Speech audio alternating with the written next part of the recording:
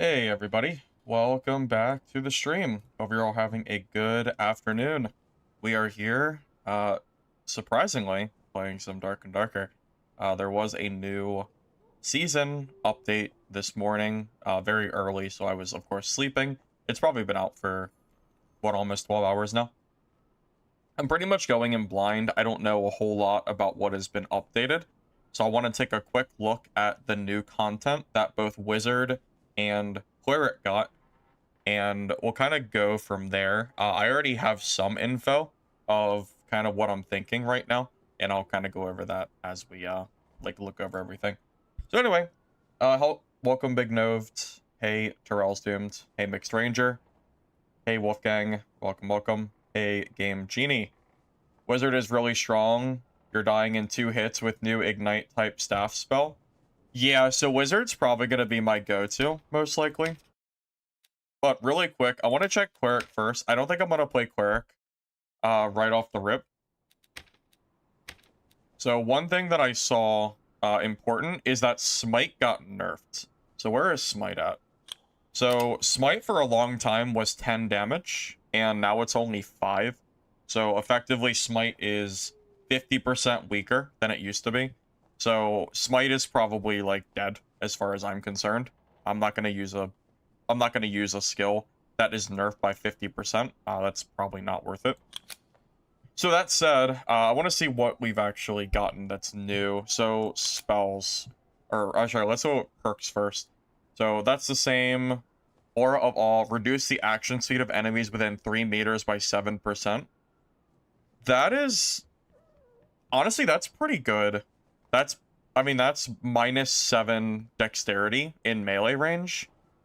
I feel like that can make a pretty big difference. I mean, it's not going to matter for range fights, but I don't know. That sounds pretty good to me. I'm not even sure if there's a perk that any class has. Well, we could compare it to dual wield. So fighter can use a perk to get 10% action speed, but you require 2 weapons, so there's a requirement attached to it. So if you look at it that way, it almost counters fighter's dual wield, but it also is going to cripple classes like Barb and Rogue. I think that sounds pretty good, honestly. Vanishing Touch when hitting an undead or demon with a melee or range, have a 50% chance to stun them. Alright, so that's a PvE perk. Blood Tithe, your magical healing increases by 2 for every 10% of health you lose. That's probably more of a team perk, not a solo perk. It sounds decent, I just don't know if that would be good in solos. Fight duration got doubled. Well, not doubled. Doubled would be 14 seconds. It's only 12, so it's still a nerf. Also, fights are so quick in Dark and Darker that is still a massive nerf. Extending the duration by 5 seconds, so increasing it by what, like 70%? Most fights are over by the time your smite duration was gone anyway, because most people will die in like 2 to 3 hits. Maybe 4, if we're talking like ungeared. But that's still a pretty big nerf. I mean, I don't know, to me that like sounds like a pretty big change. Okay, Bolt of Mastery unchanged, still 10% fizz damage bonus. Brewmaster still as good as it ever was. 10 strength, removes the drunk effects, increases the duration, so that's all good. Divine Echo, while in dungeon, replaces your resurrection with Miracle when cast. Instantly revive all dead allies at current location. Again, that's another trio perk. Faithfulness is the same. Heretic's Brand, when you deal divine magic damage, reduce the target's spellcasting speed by 30% for 2 seconds, and prevent them from entering stealth or invisibility. When you deal divine magic damage, reduce spellcasting by 30% for 2 seconds. Is that good? Is that good? 30% spellcasting speed. And it's only spellcasters, so wizards, sorcerers, other clerics, warlocks. I don't know if that's worth a perk slot. Just because, at least for solos, like you're going to see so many melee classes, so this is going to be a dead perk against them. So if you fight like a barb, or a fighter, or a rogue, or whatever, it's not really going to be useful against them. So I'm not sure Well, no, I guess it's useful against Rogue, but Rogue stealth got nerfed. So Rogues lost 30% power bonus when coming out of stealth. So I'm not even sure if you need to prevent them. Are Rogues even going to run stealth when they lost 30% damage? It's hard to say. Holy Aura, still kind of underwhelming. It hasn't been updated at all. 15 armor just isn't really worth a perk slot, I think. Holy Water, the Bless effect is nice, so that's still decent. Kindness is the same. Overhealing looks to be the same. Pain Offering, when you take damage, heal allies within 6 meters for 30% of damage taken. There seems to be a lot of... So it seems like they're pushing Cleric into the direction of team play more than, like, solo stuff. Almost everything that I've seen that Cleric has gotten has been completely focused on team viability. Like, just about everything. The only exception is Aura of All, which is possibly really good for solos. It's hard to say. But yeah, a lot of this stuff has been for teams, as far as I can tell. These are the same. Requiem, resurrects ally. Wait, resurrecting ally resin with 50% health instead of a sliver. I think that was already in the game. If not, I just forgot. Sacred Flame, when a divine attack is successful, apply Sacred Flame to the target for 2 seconds. When Sacred Flame reaches 3 stacks, it detonates, dealing 10 damage, 10 divine magic damage.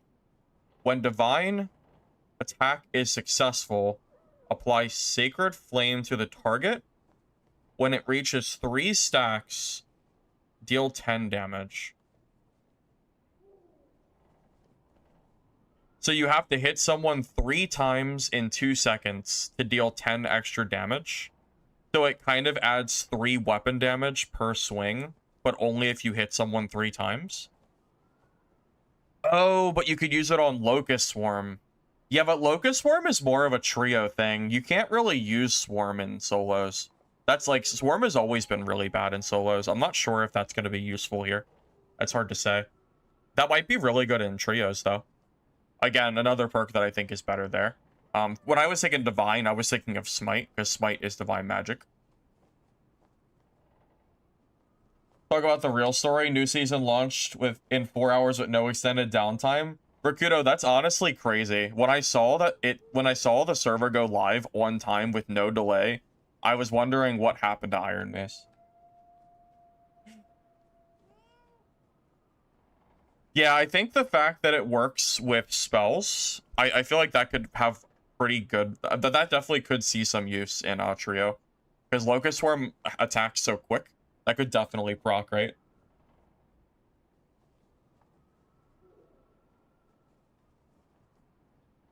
Well, Dungeonborn's not coming back for probably 2 years. I wouldn't even really worry about that remake or whatever they're doing. I mean, I wouldn't even worry about that for... Yeah, again, at least a year or 2 for sure. Pain Offering is banned? Oh, Pain Offering too strong? Oh. Okay. Alright, noted. I guess it was that broken? Okay. I'll keep that in mind. Lose 1 health every 2 seconds, but gain 15% spellcasting speed and 5 magic healing? I would never... That sounds so obnoxious to deal with. So basically, you'd have to be drinking a red pot the entire dungeon. That sounds really annoying. The plus side is decent. Like 5 magic healing and 15 cast speed and 1 perk is pretty good. But that sounds really annoying to deal with. I don't think I'd want to use that. Like, imagine just taking damage the entire dungeon. That sounds so annoying. Okay, so my initial thoughts based on all of these perks is the only stuff that looks good for solo play is Aura of All for sure. I think the action speed could be valuable. And Sacred Flame, I think, seemed to be the possible best for solo. The other ones seem to be more focused on trios, so maybe there's a build here that involves that. I'm a little bit worried just because Smite is so much weaker. Because one of Cleric's biggest downsides, weaknesses in solo has always been the chase factor. So if you don't have Smite, I'm not sure if you can catch another player, because Smite Faithfulness is what lets you basically close the gap and keep them there. But I'm not sure with the damage nerf it'll be good enough. But maybe there's a new skill or spell that will make it worth it. Alright, so Barefoot Pilgrimage, for 12 seconds, you lose all armor rating from equipped gear. In return, gain 20% cast speed, 25 magic healing, and debuff duration. Okay, so that's a trio perk, or that's a trio skill. Yeah, that's 100% trios. Remove all harmful poison and curse effects from the target. Again, that's another thing for trios. Divine Protection looks to be unchanged. Excommunicate the target for 8 seconds. The target's divine magic resistance is reduced by 25%, and they cannot receive magic healing. Again, trios. That was from last season. Judgment looks to be the same. Smite has been nerfed. Vow of Silence, unable to cast spells for 6 seconds, but gain a stack of penance every second. Penance increase the effectiveness of magic damage bonus by 10%. It is consumed upon using a divine attack or spell. So you gain a stack for 6 seconds. Increase the effectiveness of magic damage. So basically, after 6 seconds, you would get 60% magic damage bonus.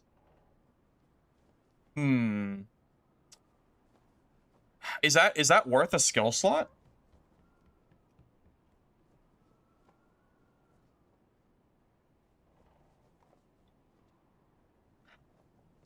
You can stack it up to 10? Okay. So you could do 100% magic damage bonus? Oh, but then you could use it for... Well, what are you using it for is the question. For Swarm? Yeah, but Swarm isn't good for solo play. Because the problem with Swarm, the reason that it's not good for solos is because you can't move while you cast it. So in solo play, it's very hard to ever get a Locust Swarm cast off because you just have to sit there and not move. In trios, it's good because you have 2 teammates with you to basically cover you and make sure that the other players can't close the gap. But yeah, like, I trust me, I have tried to make Locust work for years in solo, and it has never, it just has never really worked. However, yeah, what if you ran Vow of Silence plus Judgment? Because then you have 100% effective magic damage bonus for your Judgment perk, or for your Judgment skill. That could be good. So basically you have like a nuclear Judgment hit that does 100% bonus. That combo might do like 60 to 70 damage. Because Judgment does 25 plus scaling, so it's probably closer to like 35 to 40 for gear. And then you double it to like 80. Wait, that sounds good, right? That might be like the new no-spell Cleric build. That sounds very good. Like Judgment, so what? Judgment plus Vow of Silence? It works even in Squire? Yeah, it sounds like it would be good for Squire too. Like, doing 60 damage in Squire baseline is no joke. That's very good. Because remember, the staff also scales with your Judgment damage too. Yeah, I mean, it's kind of like double casting your... It's kind of like having 2 Judgments. And it scales 1 for 1 as well. Yeah, that sounds very good. We need to look at the spells now too, though. Because if there's spells that are really good for Cleric, then it might be better to just run, like, Spell instead. Like, Spell Judgment or something. So you have Protection, which is same as it was. It only lasts 8 seconds, though, so it's not super great. Withering Word utters a divine word that withers the target for 6 seconds, reducing their maximum health by 15%. It's okay. Cleanse, same as before. Bless is same. You still have your Heal, Divine Strike, Blind. Those are all the same as last season. Holy Strike looks to be the same. Divine Grace, when healing an ally, target receives Divine Grace, so they receive more health. Again, for trios. Veil of Judgment, envelop the target in mist, causing them to be blind for 2 seconds. So we already have a blindness spell. So Holy Strike already blinds them for a second or two. So I wonder what the difference is between using a Holy Strike and using a Veil of Judgment. So having them blind could be good. Well, minus 15% health is good, but you have to consider the fact that you have to cast a spell for it, and it also only works for 6 seconds. In solos, like 6 seconds is not that long of an effect for a spell. Because if you hit someone with it, they're probably just going to run. And remember, you're a cleric, so you have no like real range except for the sling. So they'll probably just kite you, and you only have 3 charges as well. Yeah, so Veil of Judgment, I wonder if that's just a Holy Strike that doesn't do damage, or if it feels better in practice. Holy Strike, same as before. Blessed Flare creates Blessed Bread and Divine Water. So I guess that's a trio spell to like heal your party over time. Radiant Blade, that's the one that I saw from the trailer. Summon a Radiant Blade for 12-second duration. The blade automatically attacks all nearby enemies, dealing 20 damage, and returns to its summon location when there are no targets. That could be good. 20 damage, and it kind of acts as like a zone out spell as well. Like if someone's chasing you, you could throw down the Radiant Blade and then sit at the blade, so the enemy is forced to basically back off and they can't push you. And it's 12 seconds too, which is long enough that you could use it for healing. Like you could pop like 3 green bandages or something during that duration and basically almost fully heal. Or you're a cleric, you don't even need bandages. You could throw the Radiant Blade down and then either Sanctuary, or you could just start lesser healing yourself. It's 40 damage. Oh, you're right. It does do 20 Fizz and 20 Divine. I thought it just meant that it counted as both. Oh, that's even better. It does 40 damage and it's zone control. That sounds very good. Yeah, that might be one of the best spells that Cleric's gotten in a long time. Divine Barrier, cast a barrier on the ground, centered on the caster for 6 seconds, blocking enemy projectiles. It won't be really good for solo play, I imagine, but that does sound good. Well, maybe that could be useful for solo, like niche, maybe. Like maybe like a ranger sitting there pelting you, so you throw down a barrier and then you just heal real quick. That could be useful, maybe. Probably more for trios, though. Locust Swarm, same as before, Earthquake as well. Okay, so from what I can tell, just from like quick glance at the new spells, I think the Radiant Blade seems to be the strongest spell that it looks like we've gotten so far.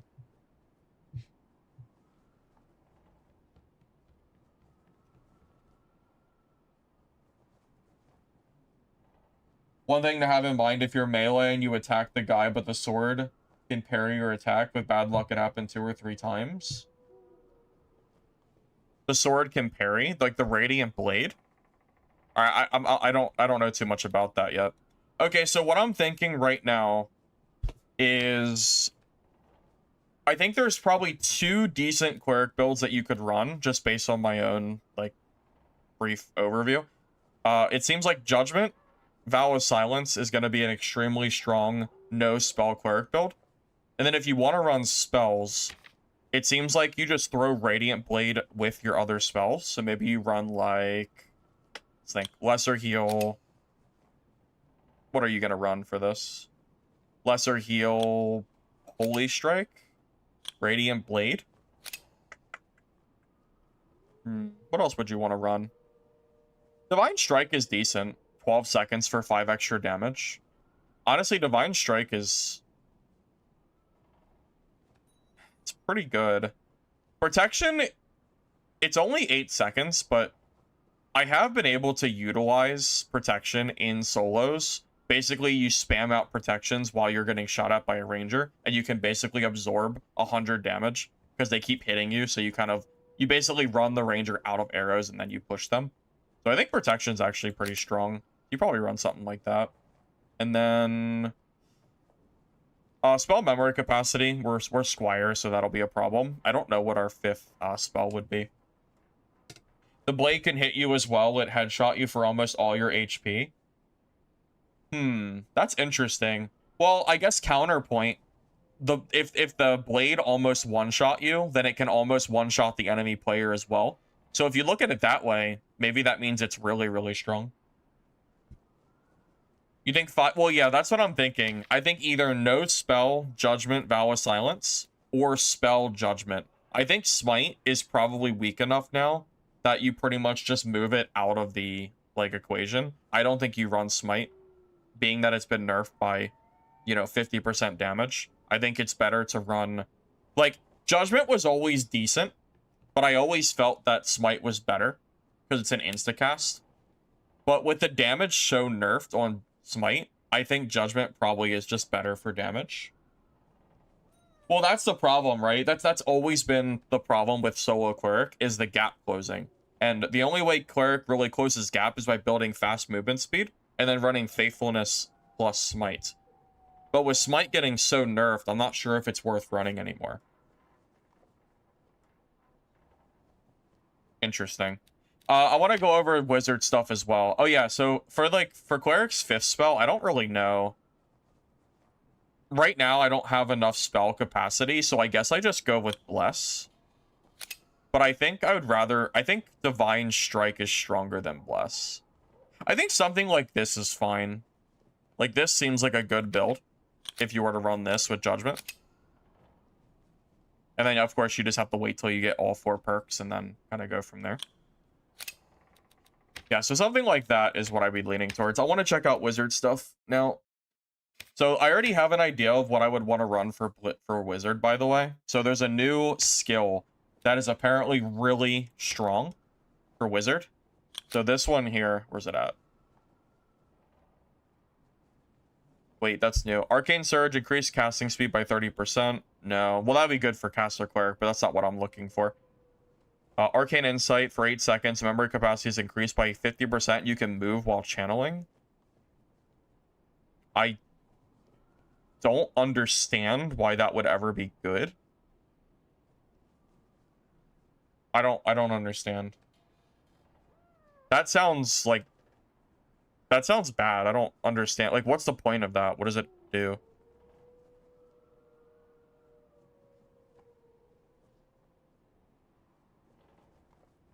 Yeah, why would you want to Arcane Insight? Oh, you can move with magic missiles and meteor strike. Oh, that's interesting. Wait, moving with magic missile does sound kind of good.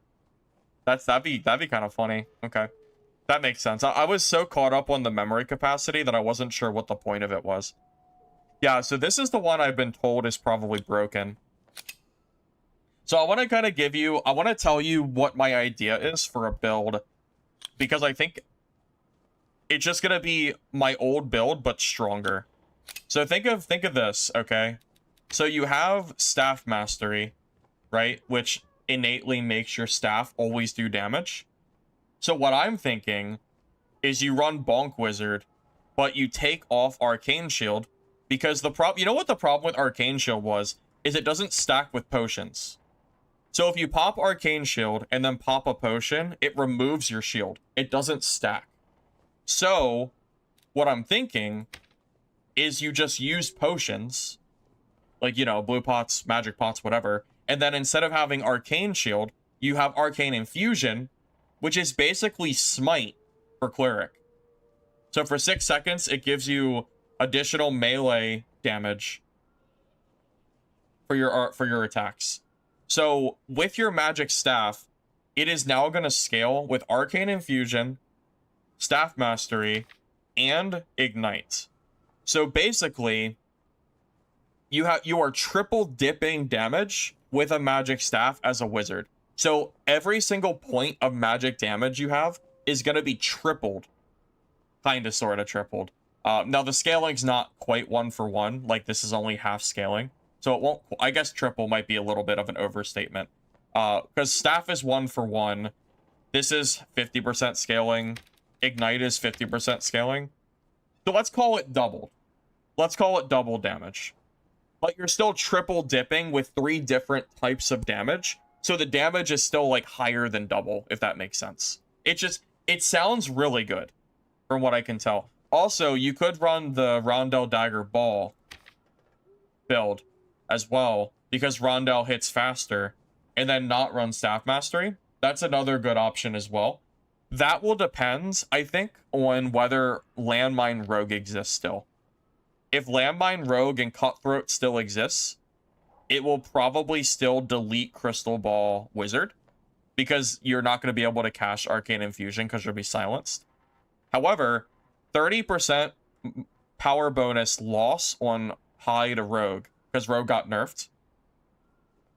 In theory, Staff Mastery Wizard, just Staff alone, might be enough damage to kill a Invis Rogue. Yes, High got nerfed, but I saw some clips. People are still playing Rogue. So if Rogue is still being played, I don't think Rondell Dagger alone would be able to out DPS a Rogue that's from Hyde, but Staff Mastery would 100%. Even though it's nerfed, unplayable, I heard people are still playing it. Have you not seen any in your games? Because I heard people are playing it. I don't know.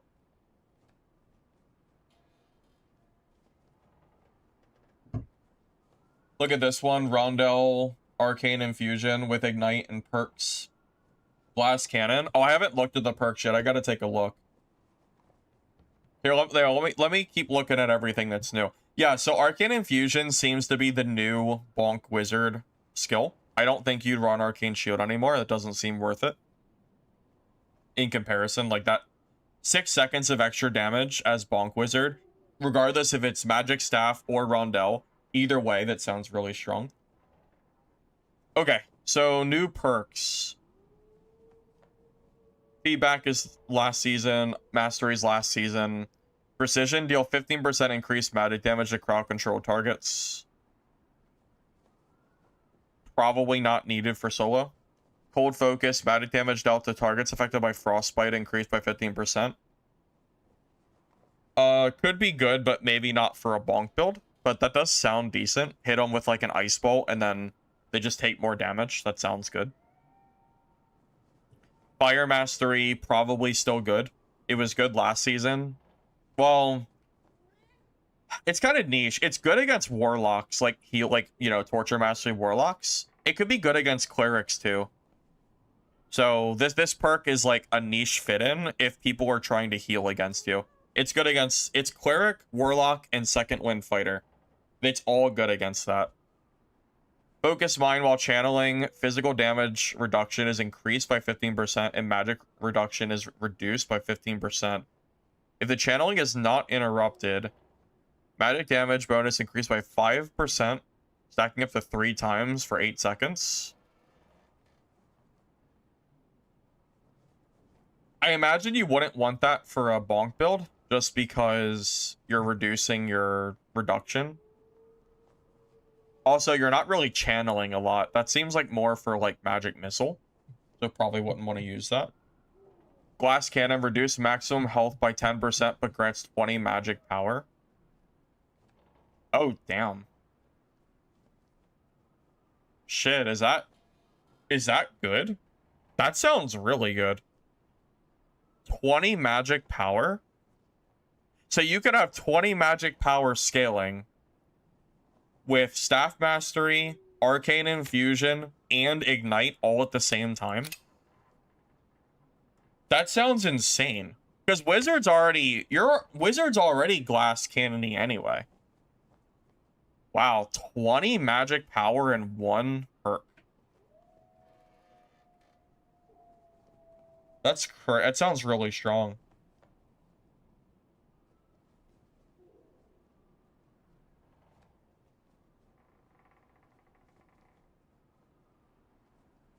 You found 0 Landmine Rogues, JWL, but you've bought a lot of Cutthroat Rogues. Yeah, I imagine Cutthroat Rogue for sure still exists, but Hide might be a lot less common for sure.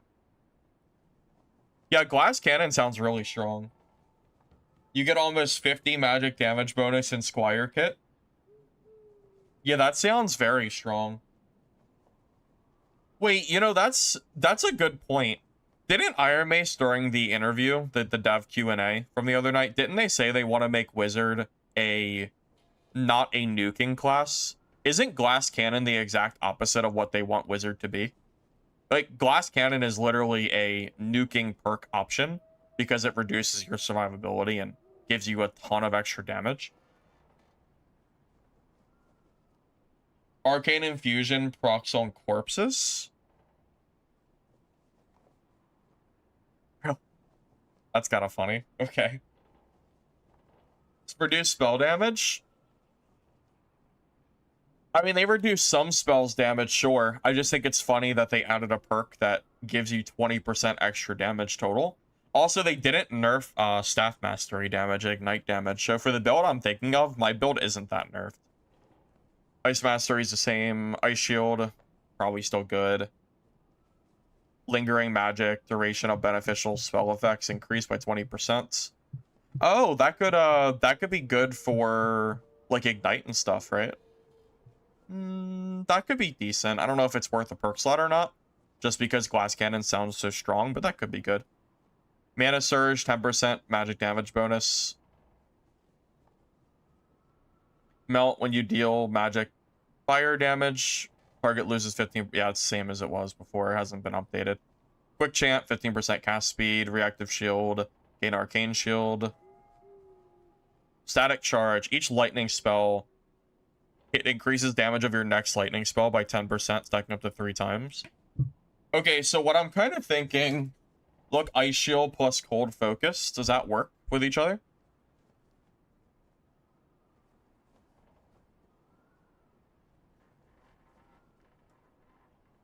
Magic damage dealt to targets affected by Frostbite.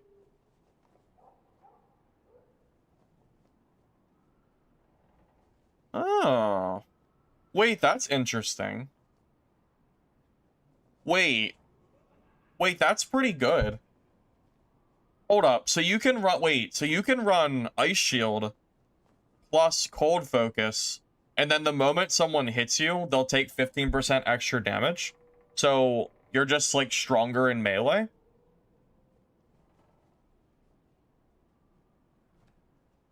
That sounds pretty good. Ice Mastery for the root. Ice Mastery does not work for Ice Shield unless they updated it. It never used to work.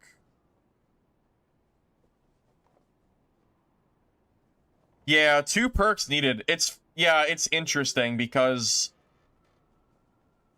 Wizard has so many good perks here that it's going to be hard to decide what to take. There are so many good perks here.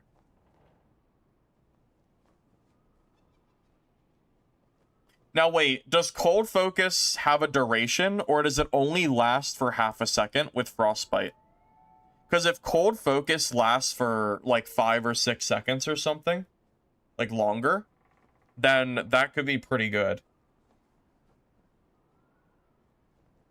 I'm kind of thinking I think you just go for full damage Bonk Wizard. Well, it's only while Frostbite is active.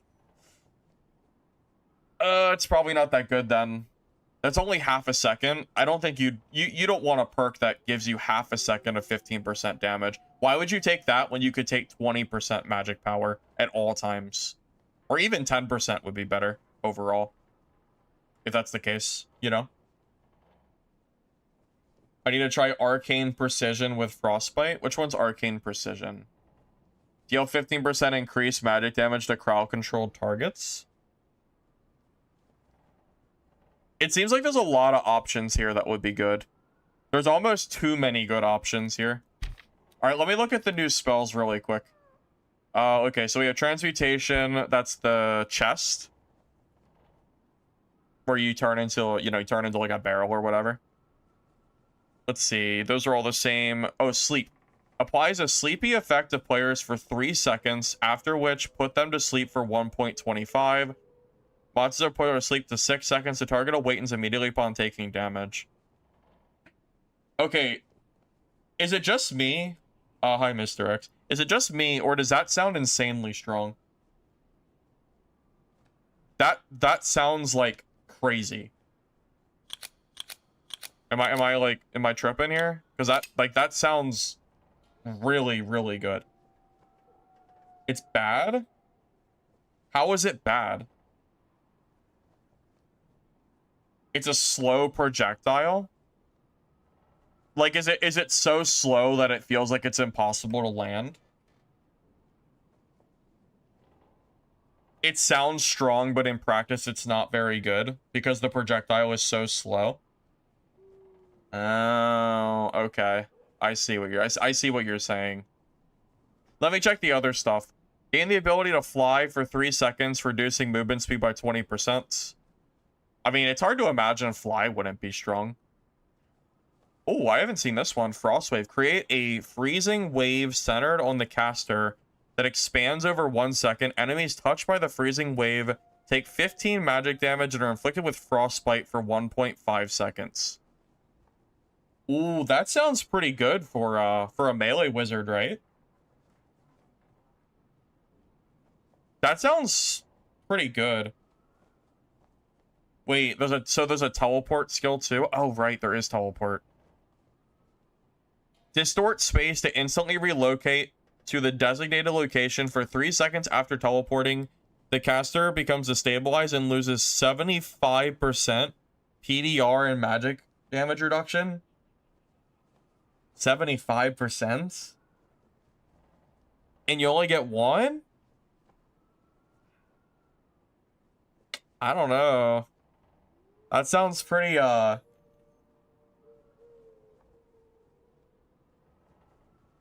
doesn't sound very... It doesn't sound very good.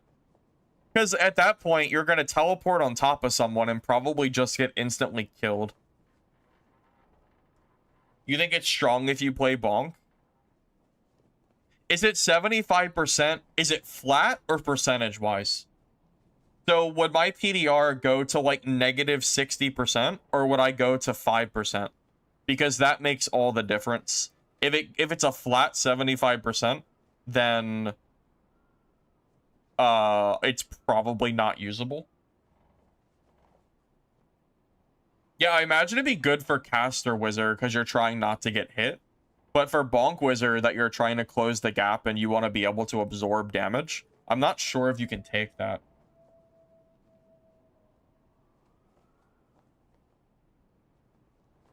You one tap to bonk wizard on longsword fighter. Yeah, that sounds about right. So you want to use it for escape, but not for yeah, I don't know. That doesn't sound super great. Also, you're a wizard, so most people are trying to close the gap on you anyway. So I'm not sure if you even need a teleport. Because if they don't push you, then you just hit them with like fireballs and explosions and stuff anyway. All right, well, let me make a build that I'm kind of thinking of for now. I'm leaning towards Fireball, Ignite. Has anybody tried Frostwave? Because Frostwave sounds pretty good. My theory is that like you go in with Ignite and you go to melee, but then you throw out a Frostwave right before you fight. Well, yeah, if we're playing Bonk Wizard in solo, we want 5 spell because we want to be able to run the new Arcane Infusion, which sounds really strong. Yeah, Frostwave sounds good. So maybe Fireball, Ignite, Frostwave. Oh my god, do we not use Invis? Invis is always like such a must-take perk. Can I get away without it? Or spell, I mean. Can we get away without that? Oh, this is hard.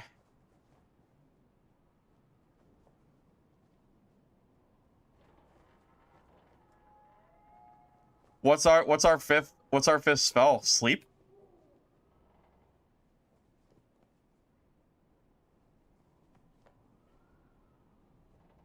Frostwave isn't crazy, it's just okay. Well, my thought was having, you know, having someone lose 20% movement speed and action speed. Oops. For 1.5 seconds in melee sounds pretty strong. It's not even the damage, it's the frostbite effect.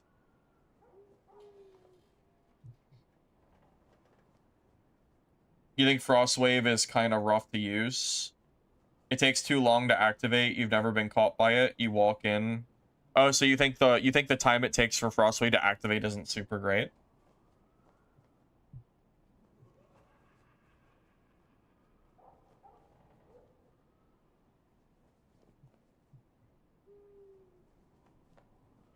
People really do not seem to like sleep. I want to try the teleport because I'm just curious how it works. I also want to see if it's flat damage or percentage damage. So, okay, I want to do some games with Wizard. Let's do that. So let me set up my Squire kit first, and then we'll go from there. I gotta get my Squire kit ready to go.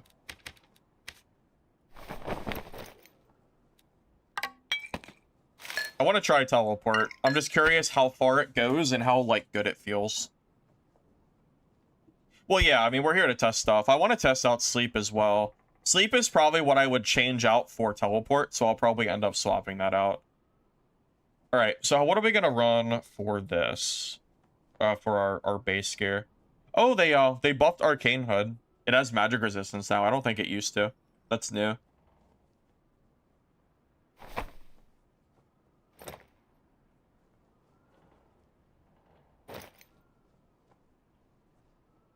One of the issues is we're going to be in Squire Wizard, and our strength is going to be really low. Oh, we should run the Lycan skin.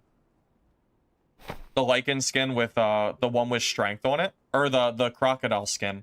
We should run that so we're not negative damage. That would be smart. Yeah, that's probably the play. Yeah, because our strength is so low. If we grab that Crocodile skin, we'll be set for a while. Yep, this one here. And then we don't need to worry about a helmet. And that puts us almost to 15. That's very good. Okay, so we'll grab that. And for the rest of the gear, what are we going to run?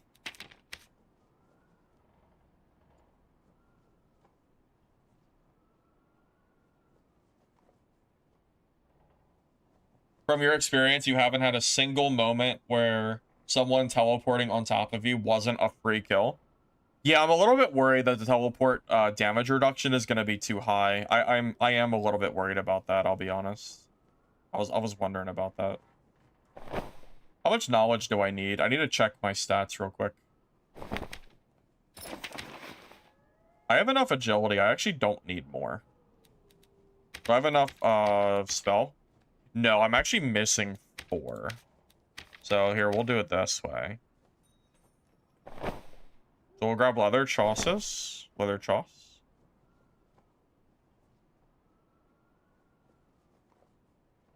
Oh man, I might not be able to run teleport and Squire. I'm like so spread thin on stats. I'm like super thin here. I would love to run this. I don't have the stats for it. I can't. I'm gonna let's just try sleep instead. Because I like Wizard just requires so much base gear, and I don't have enough strength. That's like actually a problem. If we don't have strength, we're just going to like it's not going to be good for us. Because we don't want to do negative damage on our staff. That would be bad. Yeah, I think that's probably not the right. Like having knowledge is good because we want casting speed, but I can't like I can't really fit it. Okay. I think we're going to run this. Fireball, Ignite, Frostwave, Explosion, Sleep. And then we'll run Staff Mastery plus Arcane Infusion. And we'll see how it feels in Squire gear. I'm very curious. Okay. Let's do it.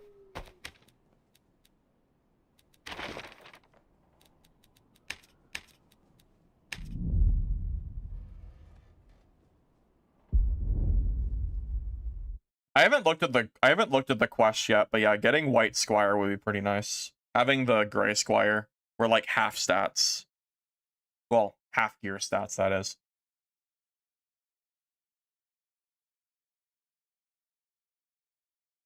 What are you guys noticing in terms of players in game? Like, what class are you seeing the most of? Is it a bunch of wizards because that's what's new, like Wizard Cleric? By the way, I don't know if you guys saw, Barbarian Whirlwind got buffed to 100% damage, which is the same buff that was game-breaking when it first released. I think Whirlwind Barb is going to be really, really insane right now. And if it wasn't for the fact that Wizard got new stuff, I would probably be playing Whirlwind Barb. I think it's, like, really good.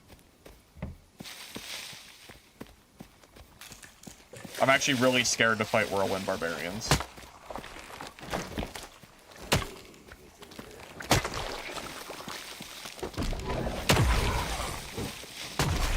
looks cool.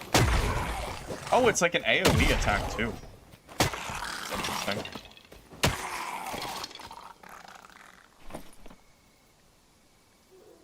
Find a dummy for damage test. Yeah, if we can do that, we'll give that a go.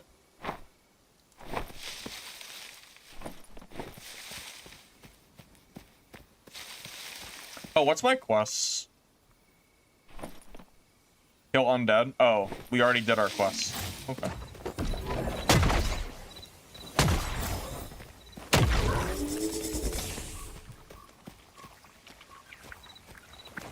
Man, Squire Wizard's still kind of bad though. It's just kind of long to their mobs.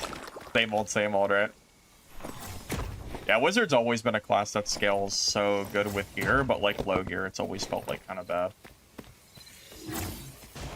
That's not really like a surprise or anything. I wonder what my order is gonna be for spells.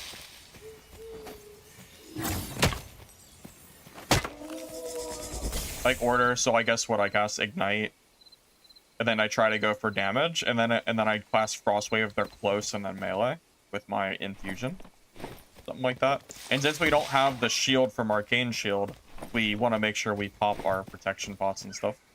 Also, our clarity pots work while moving now, so that's kind of nice. Yeah, Rondel Ball is another one that might be better. You know what I'm worried about with Arcane Ball? Have you ever tried to fight a druid with Arcane Ball? It is it's really hard. Because the Rondel Dagger, trying to hit Panther, they're kind of like down and the angle's awkward. And if you're trying to hit Bear Form, you'll never hit them. Because Bear Form, it's too big and they'll knock you back, so your Rondel will never actually hit them. So trying to fight druids as Rondel Wizard is probably going to be very hard. Just something to keep in mind.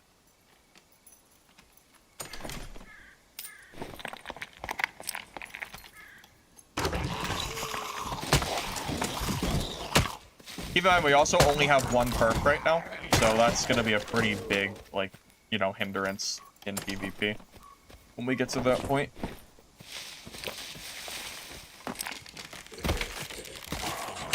No spell wizard with Arcane Shield? I don't think that would be good, because then you don't have Ignite, and Ignite is a lot of your damage. I don't see how that would be, like, better. Probably not.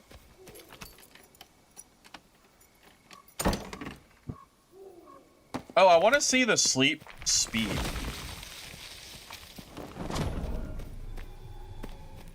I see. So it's kind of slow. I feel like that would be good for trying to kite away from someone, and you just throw the sleep out and hope you land it.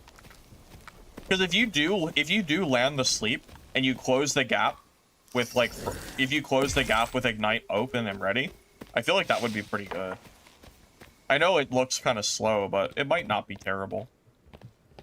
Yeah, I feel like, well, it's clearly a melee spell, because if you try to do that in range, they're just gonna, like, run away. Yeah, I'm kind of worried about fighting, like, barbarians and stuff right now, just, like, because we're ungeared wizard, and wizard always kind of requires, like, gear to be good.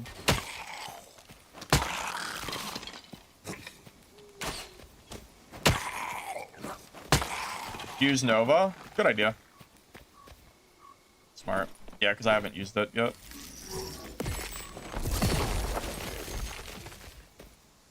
Oh, it doesn't follow your caster? It just lands at your feet? Do they have to be, like, really close? That... I don't know. That's... I don't know if that's good. I thought it would, like, follow your caster and then explode on its own. That isn't quite what I had in mind. It's a kite back spell for getting chased. Yeah, but look how slow it casts, though. Although, what's our casting speed? It's pretty low, right? Alright, I guess to be fair, our casting's only 21%, so not really like an accurate thing. Although, I mean, Ignite is, like, pretty fast, so it's kind of accurate.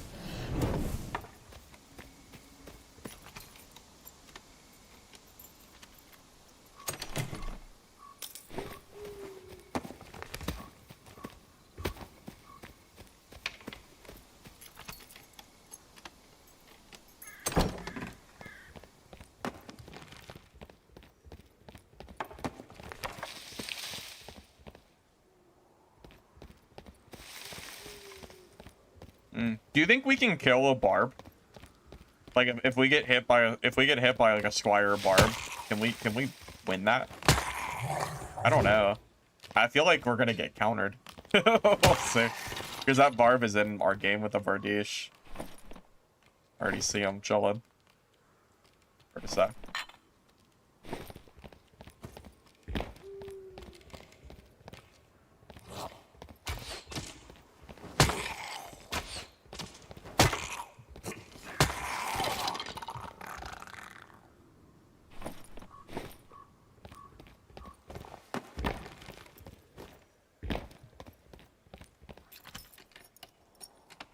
Without perks?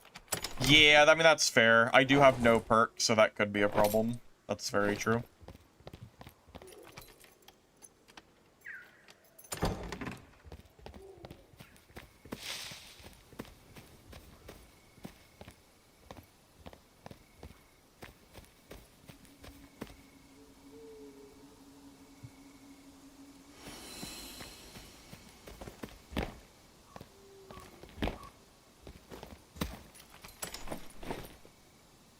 How many here have tried teleport wizard with bonk? Do you feel like the teleport does enough?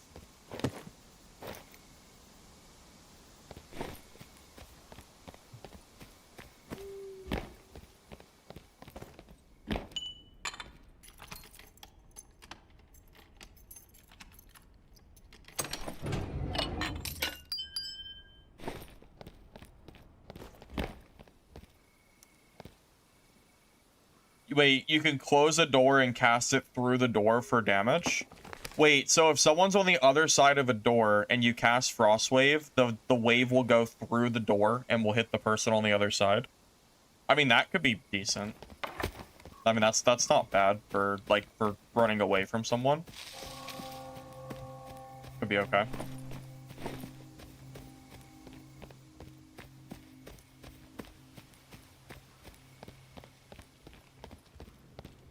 Do you think it's worth it to have Magic Missile just for, like, quick PvE clearing?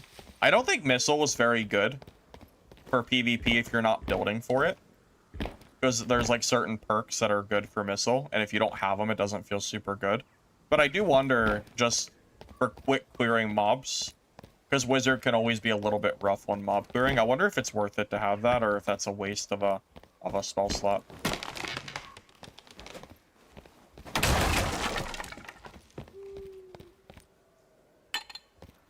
You think teleport is the go-to if you're playing Rondel Bonk? Well, yeah, my only concern with teleport is that you lose 75% of your reduction in damage. So I feel like you might just get instantly murdered. That's the only thing I'm worried about.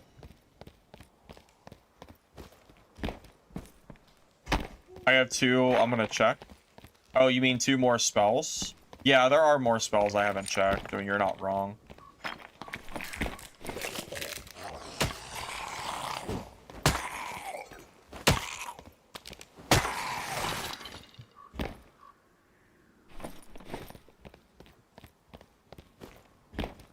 Just ignite to clear faster.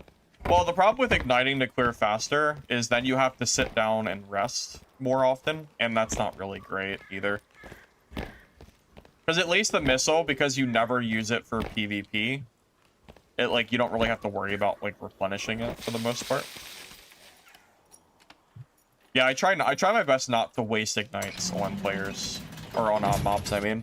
Because I don't want to have to campfire more than I have to. I don't even have a campfire on me because I forgot to grab one, but...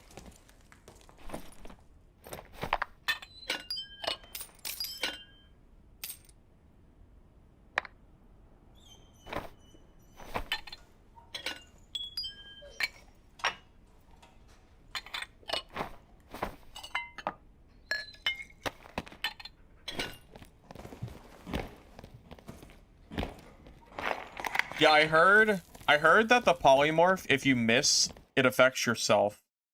And I'm not sure if having a self-inflicted polymorph is going to be something you want or not. The fullness buff from Cleric Bread do? I'm not 100% sure. I haven't tried it out yet. Someone in chat might know, but I'm not sure myself.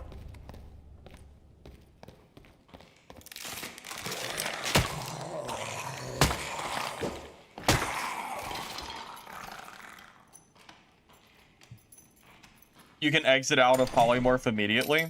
Oh, there's no like waiting. Okay. Wait, so do you think? Are you saying that you think that polymorph might be good in solos?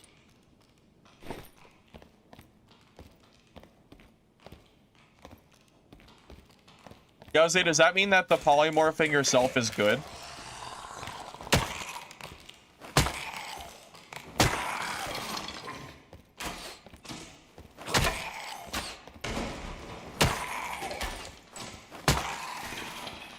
Might be good to get away if you're in chicken form.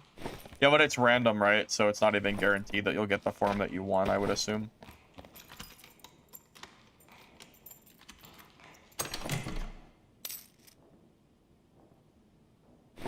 I don't plan to play like any rogue this season at all. I'm not gonna take anything that revolves around rogues. Yeah, traditionally I've only ever played rogue because I feel like it's just like so strong that I have to play it, but I'm not really wanting to play it, so probably not.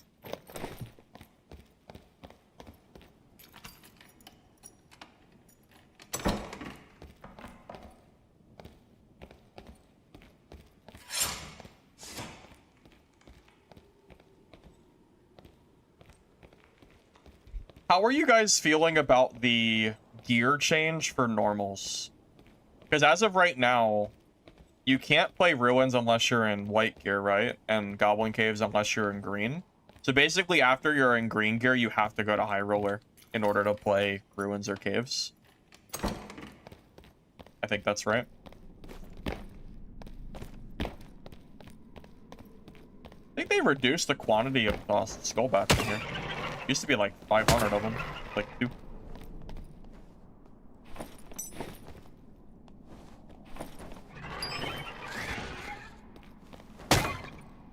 You hate the gear change for normals, personally. You want it to rotate for each map.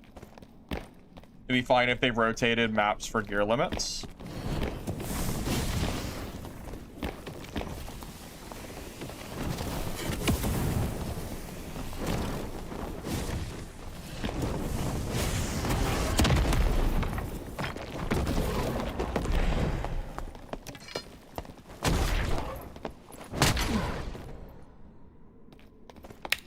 Alright, well that's...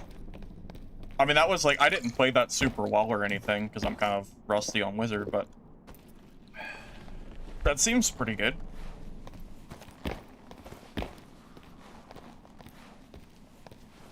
I mean, we're Squire, too. I mean, this is where Wizard is the weak... Like, Wizard does not scale at all in Squire.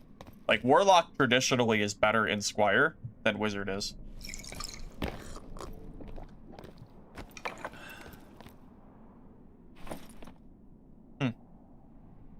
Decent, for sure.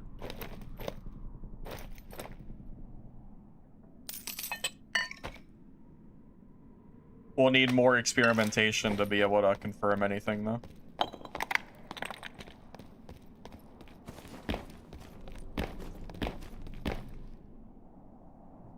Yeah, I think I should have thrown out the Ice Nova there, for sure. It was just the Ice Nova, it's such a long cast time. And he was running away, so I was afraid if I started casting it, he would turn around and then I would get caught in melee without ever using it. I know it's like kind of early to say, but based on the length of time that Frostwave takes to cast, and the fact that it's like such a small radius, I kind of feel like it's not that great. Just based on first impressions of it. I know, like, again, it might be kind of early to say that for sure, but it seems a little underwhelming just because of the radius. And again, the radius and the casting time, a little bit of both. At least for Bonk Wizard, it might be better for Caster Wizard when you're, like, trying to, like, run away from people. But being that we're, you know, trying to close the gap on players, like, I would rather this be, like, Invis or something, you know? Like, I don't have Invis on me, which is, like, a vital spell, you know? Oh, I don't know what the meta is. I just started playing this season. Couldn't tell you.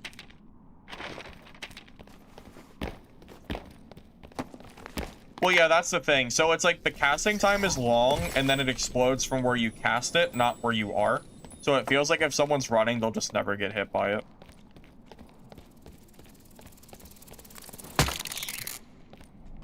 Got me from playing Mistfall. Well, hey, Trippy, I'm glad you liked the Mistfall content. I'll be back playing Mistfall in about 2 weeks from now. They just released the price information last night, which I think is a pretty, like, fair price, so hoping that the game launch does well.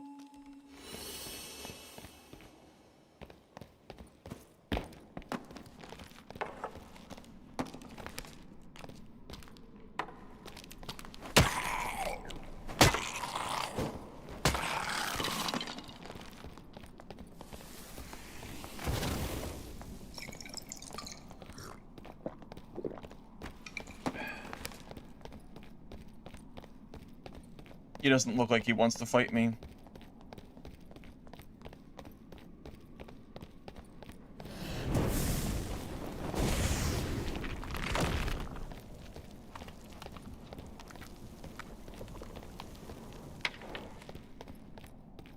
Okay. He's too scared.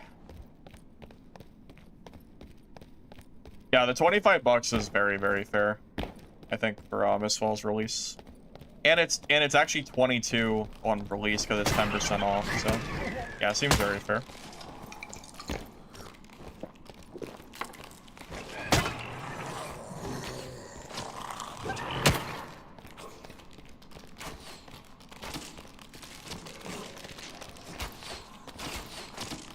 Kind of a lot of mobs.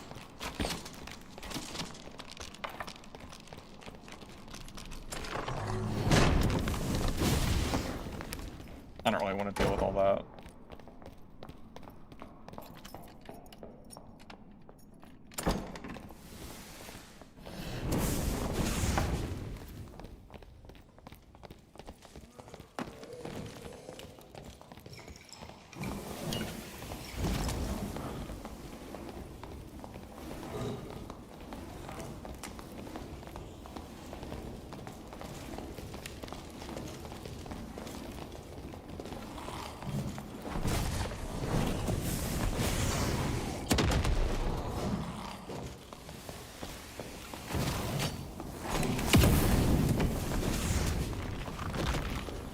I mean, this guy could have just fought me a few minutes ago. Now he has to fight the mobs and me.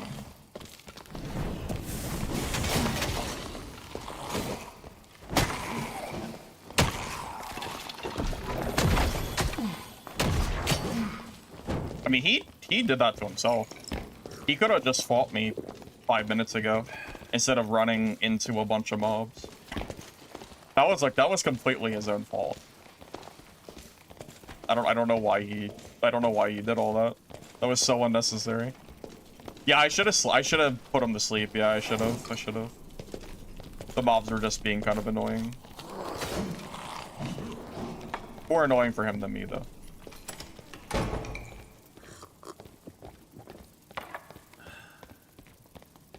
Yeah, but yeah, I don't know why he, like, went that route.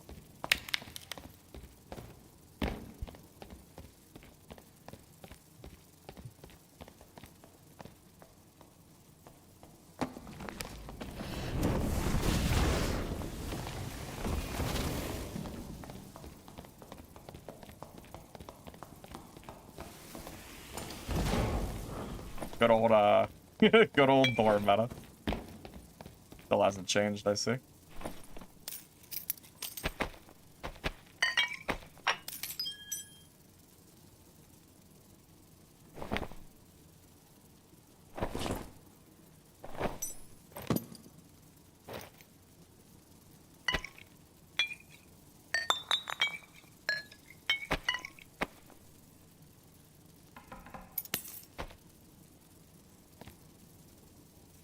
Guy actually has some decent gear.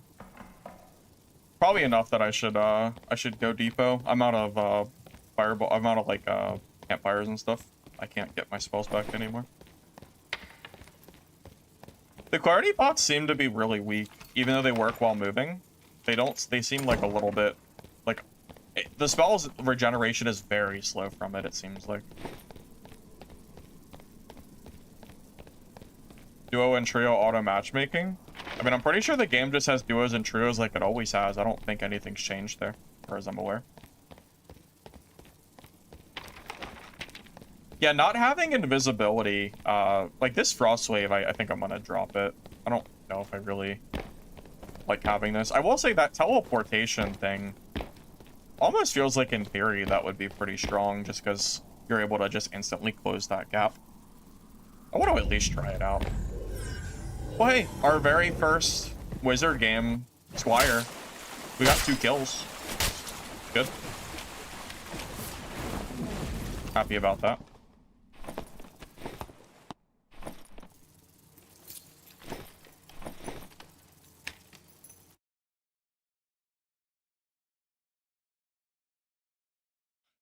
Ain't that the truth? Yeah, Dark and Darker players do run away a lot, don't they? For sure. Yeah, no wrong.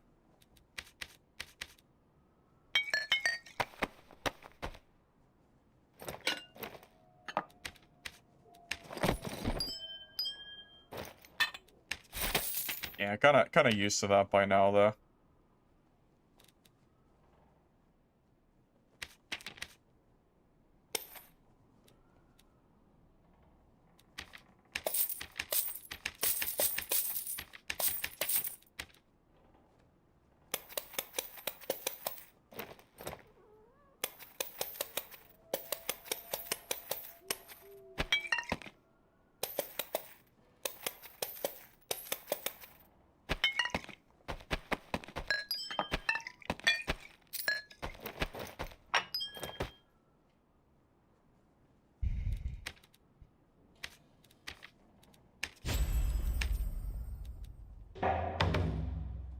Yeah, the golden storage mechanic, I definitely feel like is super outdated at this point.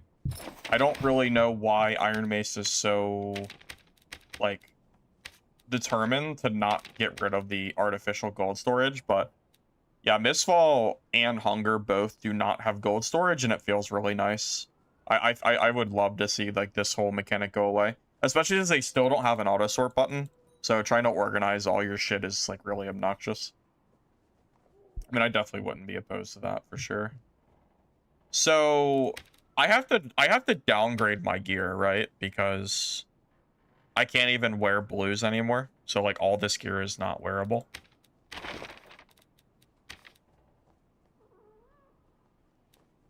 I don't even know if we can play HR. We don't even have enough gear score for high roller. We can't even play HR if we wanted to. We don't have the gold anyway. But yeah, we actually have to take off our gear to like play the game. I think we just go back to Squire, I think.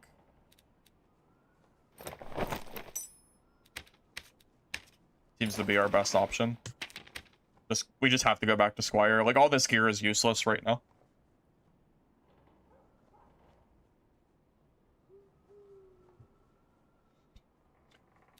I don't want to use Rondell right now. I already mentioned that earlier.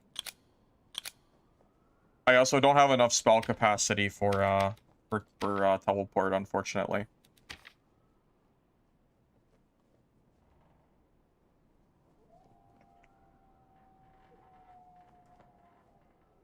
Yeah, right now I'm just debating on which other perks I want to take first, like priority. Probably Glass Cannon, right? 20 magic power. Sounds pretty high. The knowledge perk is that's not worth it. We don't want the knowledge perk. There's too many good perks to take.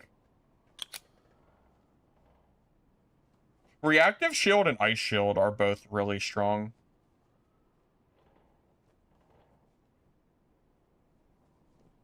Honestly, there are just so many good perks. Like, even Quick Chant would be really strong.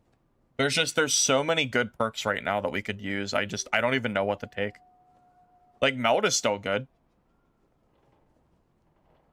As well.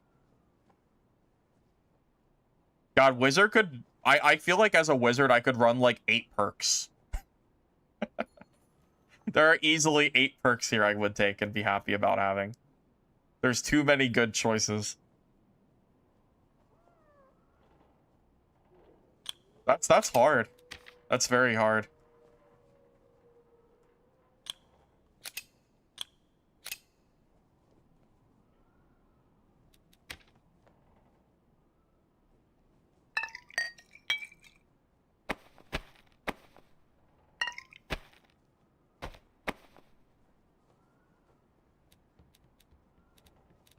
It's fine. Let's just unlock more perks and then we'll kind of go from there.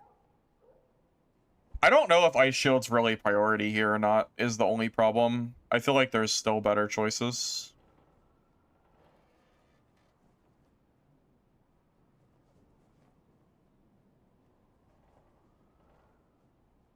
Drop Fireball or Explosive for more memory. Is that worth it?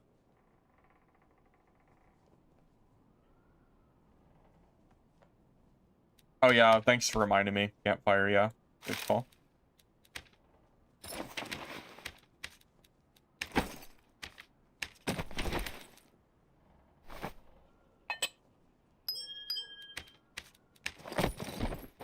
Yeah, I don't know. There really are just so many good perks here. It's like, it's really hard to choose.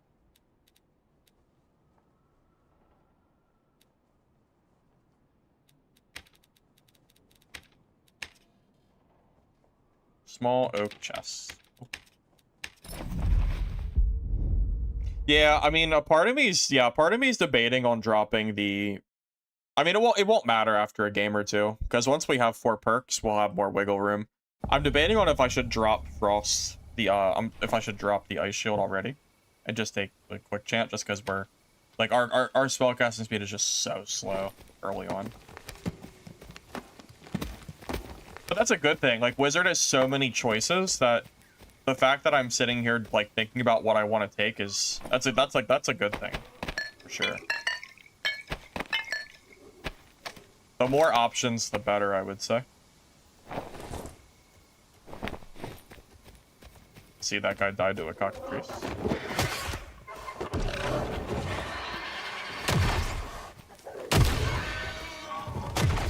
I really like this Arcane Infusion skill. He was really strong.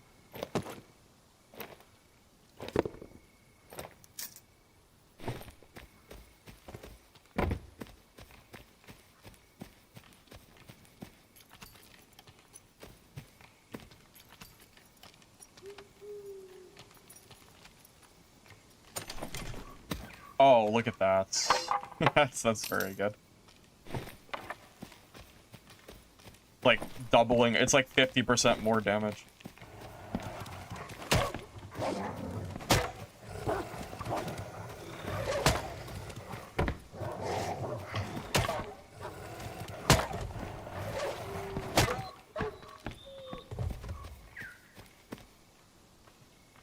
Crystal Sword Arcane Infusion.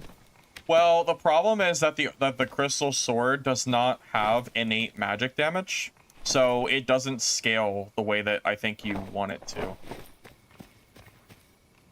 Crystal Sword for this build would not be good, because none of our damage would scale correctly.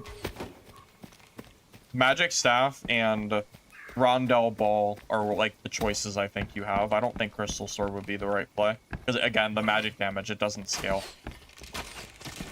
Because Crystal Sword doesn't do magic damage, it just does magic damage with the sword itself. It doesn't give you magic damage. So you're losing a lot of extra damage that you would have otherwise. Honestly, I think the Crystal Sword should have innate magic damage. I really think it should. But for alas, it does not, unfortunately.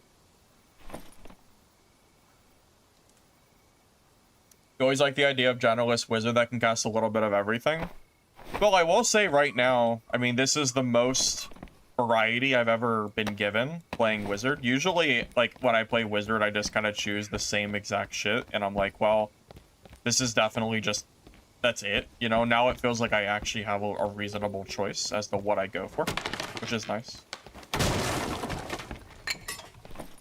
I mean, it has been 3 years. I think 3 years since we've gotten new wizard stuff, so kind of makes sense.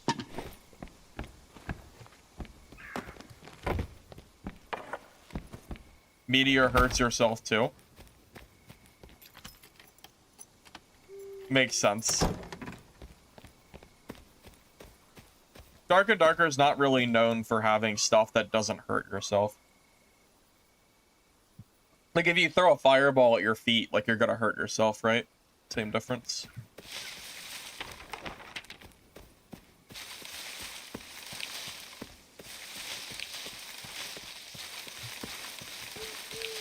Hey, Stoic. How you doing?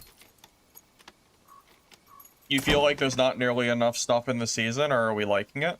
I mean, I like the variety on Wizard so far. A lot of the Cleric stuff feels more like it's for trios, so I can't really talk about that too much. But as far as Wizard goes, it seems pretty cool. There is a Cleric build that I want to try. Well, actually, there's 2 Cleric builds I want to try. I think I'll get Wizard to level 15, so that way I have access to, like, all my perks. And then maybe I'll level up my Cleric to 15 as well. Because I want to do both anyway.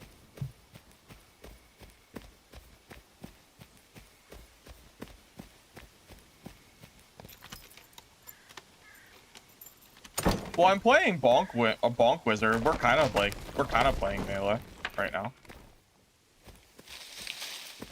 Kinda, not really. Something.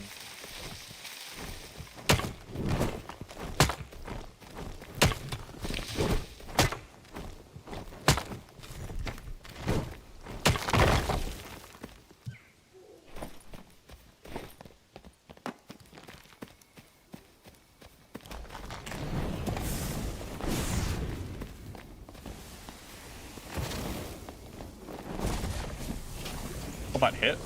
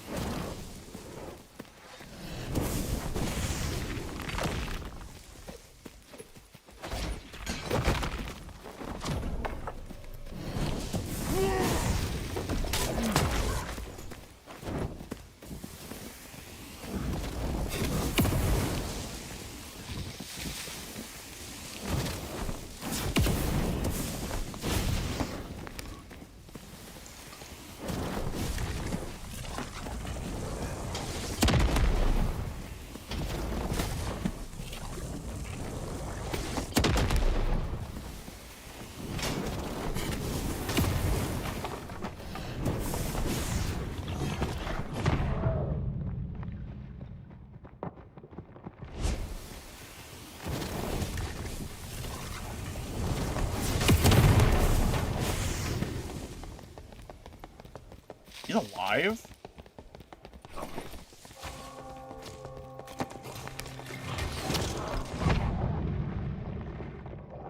How is he alive?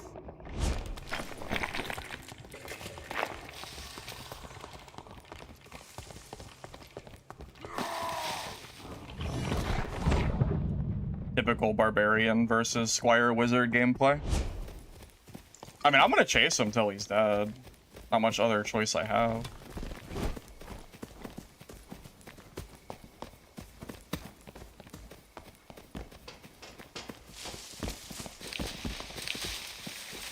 As I get stuck on random shit.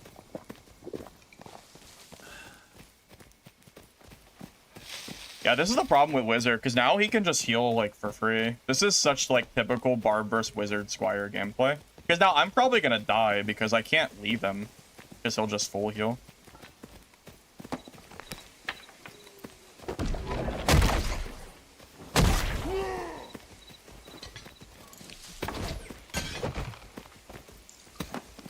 I don't even know what to say. Did you like that he just ate? you like that? He just ate more. Just ate 2 more hits. He wasn't even low, by the way.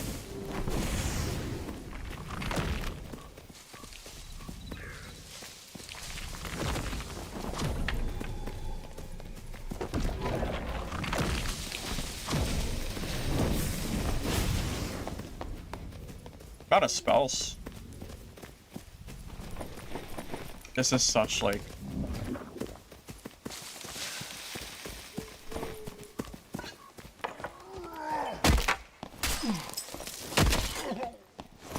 I mean, it is what it is. Yeah, sleep is really bad.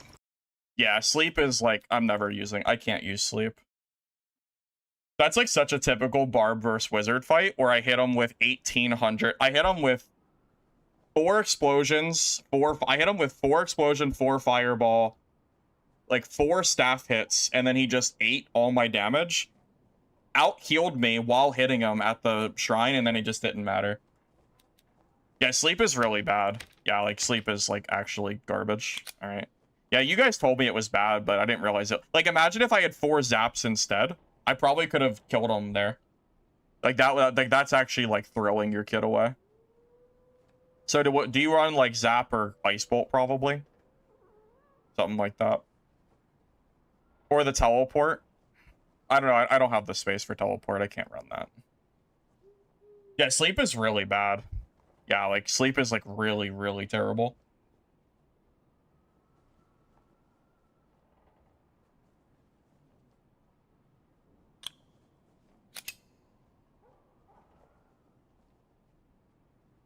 Well, Magic Missile would not be for PvP, it would only be for PvE, so that wouldn't have helped in that fight. I imagine.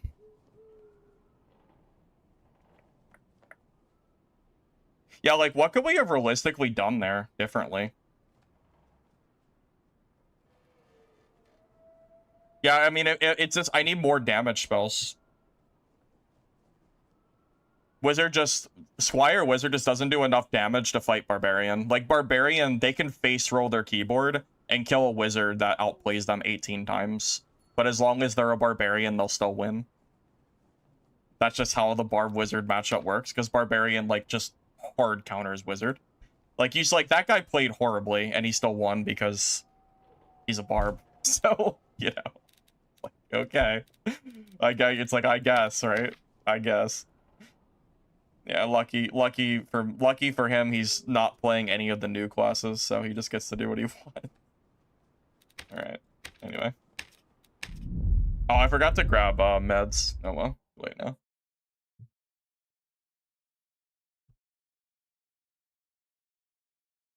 Well, Rondell doesn't work with Staff Mastery, which is the problem.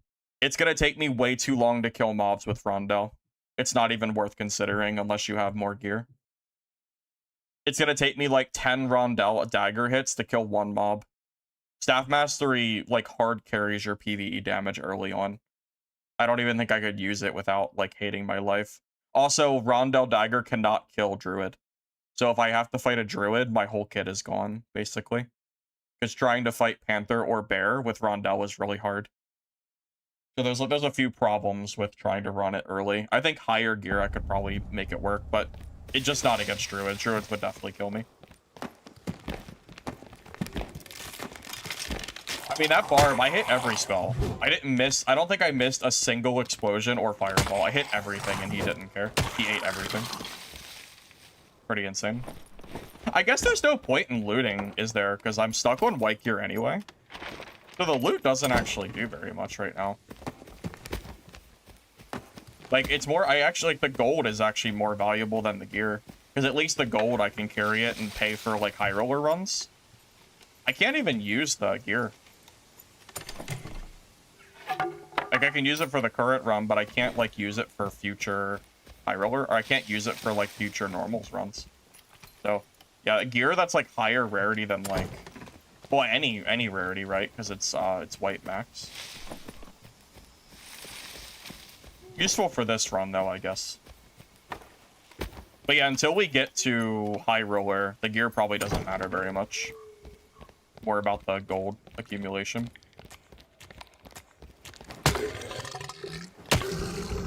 Yeah, it almost seems like Iron Mace was so scared of sleep being OP that they made it, like, really terrible. It seems like... That seems pretty accurate, yeah. That sleep is very underwhelming. I'm not entirely sure, like, what you're really supposed to do against that. Or, like, how you're supposed to ever hit someone with it. Like, I mean, I shot it right at that Barb in close range a few times, and he didn't do anything. Yeah, sleep doesn't seem super great.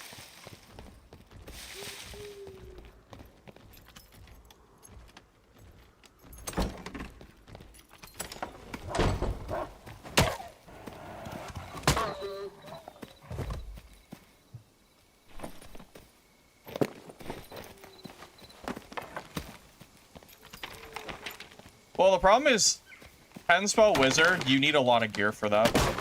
Trying to play Squire 10-spell wizard is not going to be fun for anybody, unfortunately.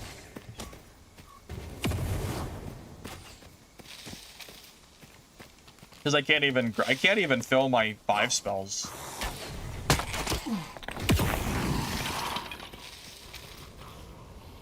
Yeah, that's like the big part of the problem.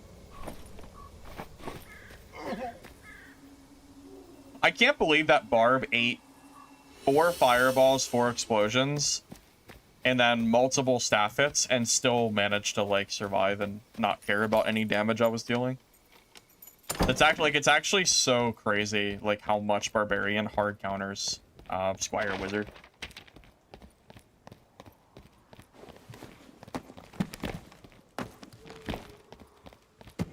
No shirt? Well, that's a good thing. Barbarian doesn't want a shirt, because then they're faster movement speed. It's all about... Solas is all about movement speed. I took off my shirt, too. When I was chasing, I took my shirt off. That's what you're supposed to do. That's pro gameplay right there. You're not supposed to wear shirts. You gotta be as fast as you can. That's all that goes. The old movement speed meta, you know?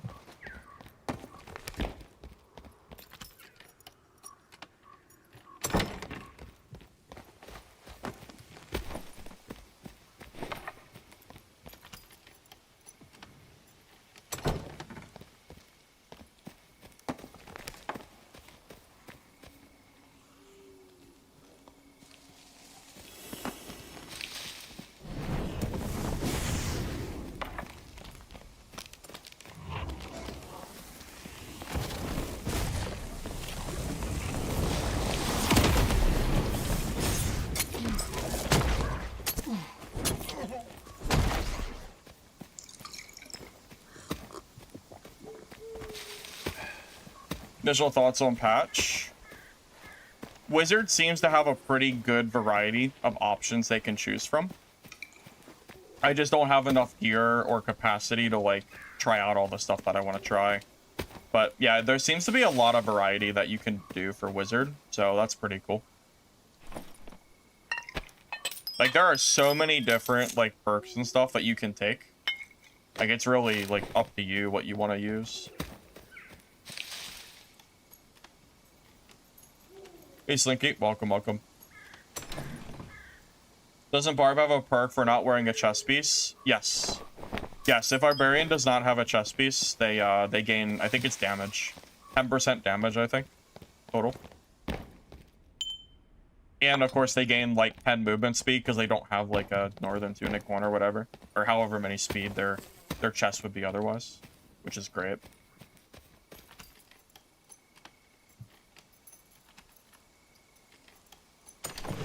Well, Rogue's got... be good for my Cleric. Isn't that good enough to be an arena piece of gear? 3 strength, 3 vigor. Like, that's arena quality, right? Looks like it.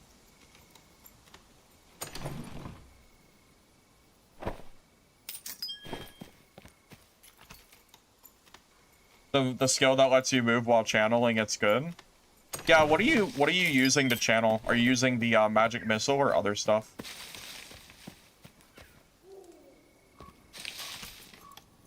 Almost Biss. Yeah, it seems like it would be pretty solid.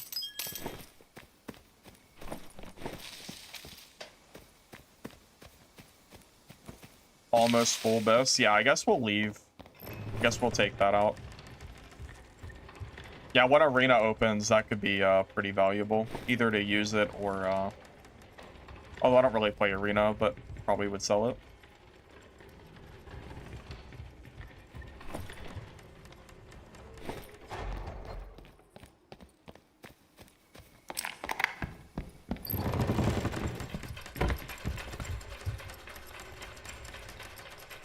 Yeah, I'm wondering how good Magic Missile will be, like, letting you move around and stuff. Oh my god, he's playing Bard. Kind of crazy seeing someone play Bard. A booty bandit. Funny. What a name. What a name.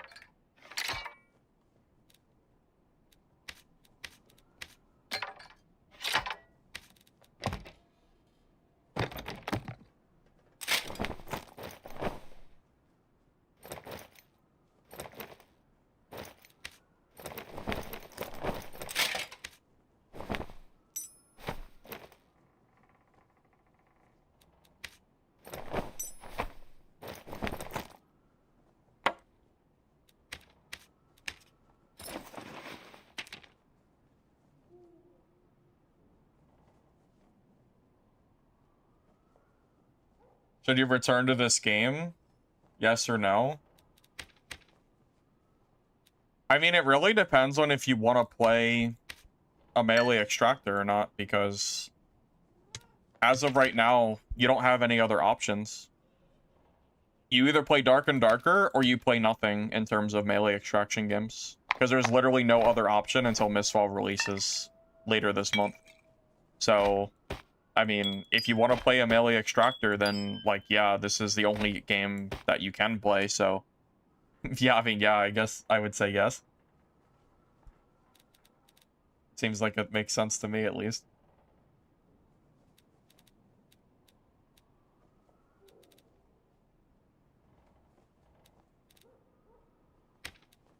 Do a caves game. Why not?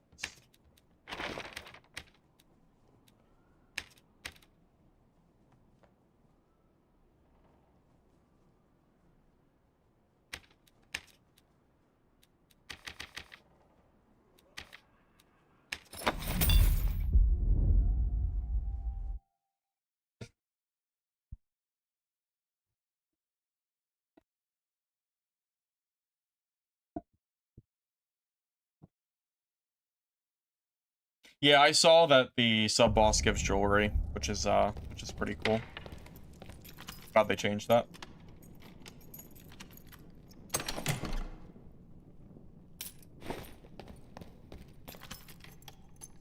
Well, right now, I'm debating what spell I would get rid of for teleport. It would probably be invisibility, but again, I need higher gear in order to run that.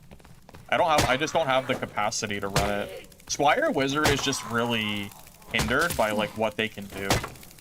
You have almost no choices when you're in Squire, because Wizard is, like, one of the highest scaling classes in the entire game. Everything that you do scales, like, better than, like, it really does. It just scales better than everybody.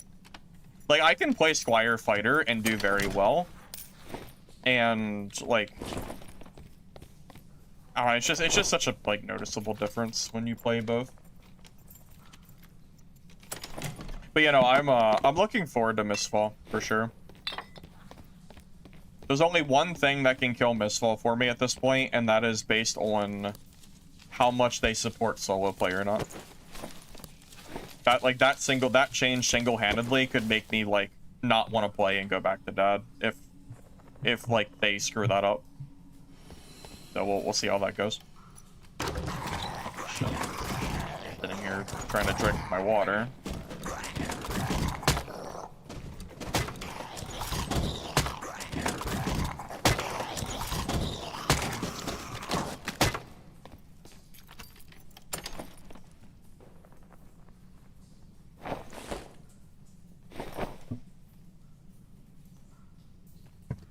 I didn't say a change. I said how much they support solo play.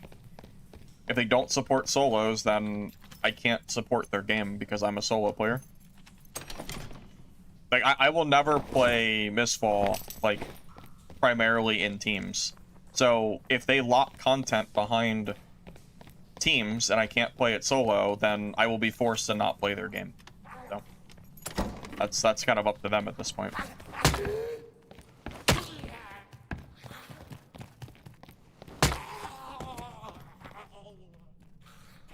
Waiting to see what they do.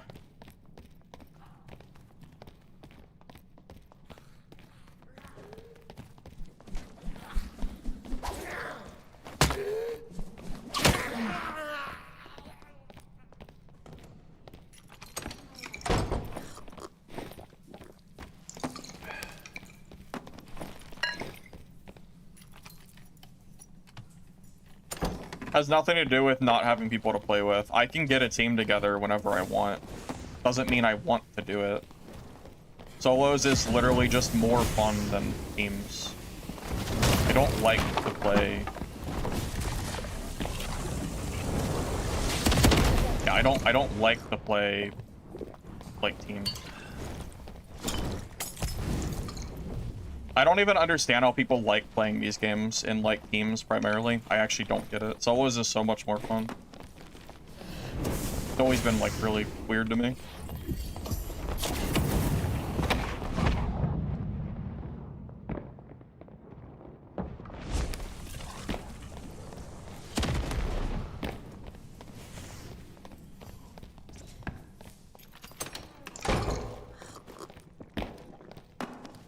Like, Dark and Darker Trio is, like, the worst way to play this game.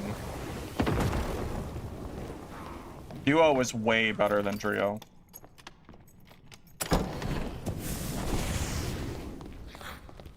Yeah, I'm just saying, I personally don't get it.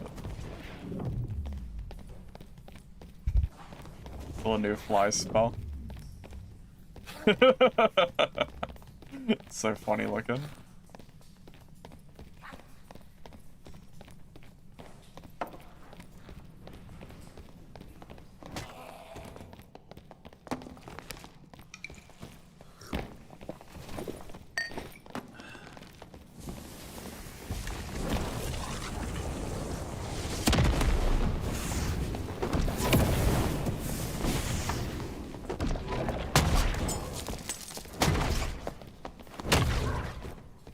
Okay. GG.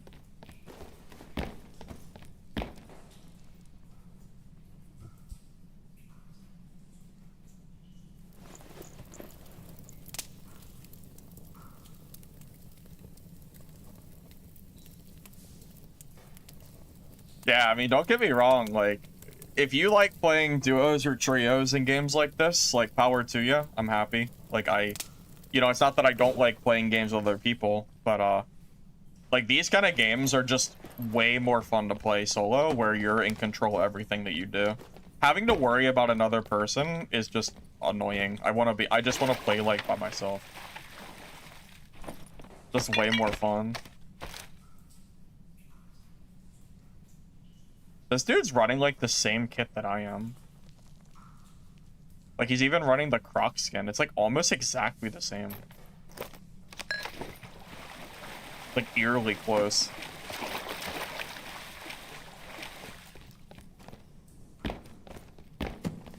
Place your bets? What, you didn't trust I was gonna kill that guy?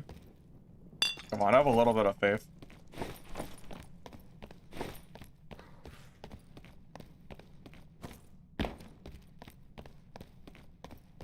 But yeah, that's the one thing that could ruin Mistfall Hunter for me. If they choose to gate solo content and it affects me, it affects my ability to play the game, then that's pretty much it. Like, I can't do anything about it.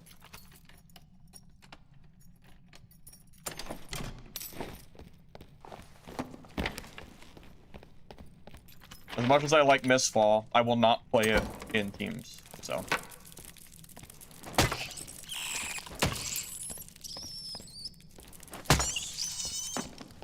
What is that weird thing that's like block? What is this on my screen?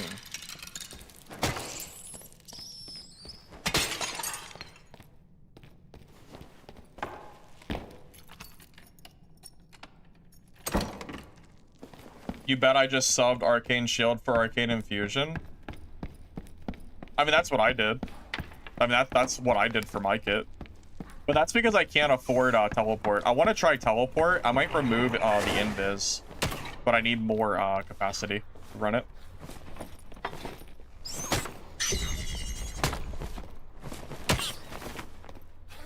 However, I'm a little bit worried that I'm going to try it and I'm going to get clapped. So... Yeah, I want to try the glass cannon perk. It seems like it might be good. I'm a little bit worried about losing 10% of your health, but 20 damage is a lot. Like, that is not a small number by any means.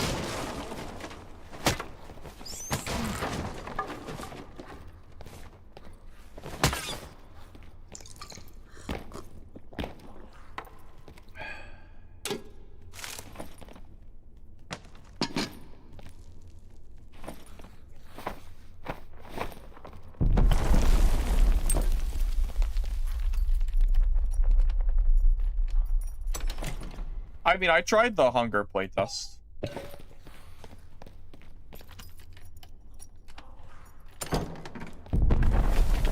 It was okay. It's just the game is a little bit too gun focused for me. I liked it though, for what it's worth. But it is very slow paced, like it really slow paced. And again, it's mostly about guns. So, you know. Not really sure if I'll play that for like the long term or not, just based on that.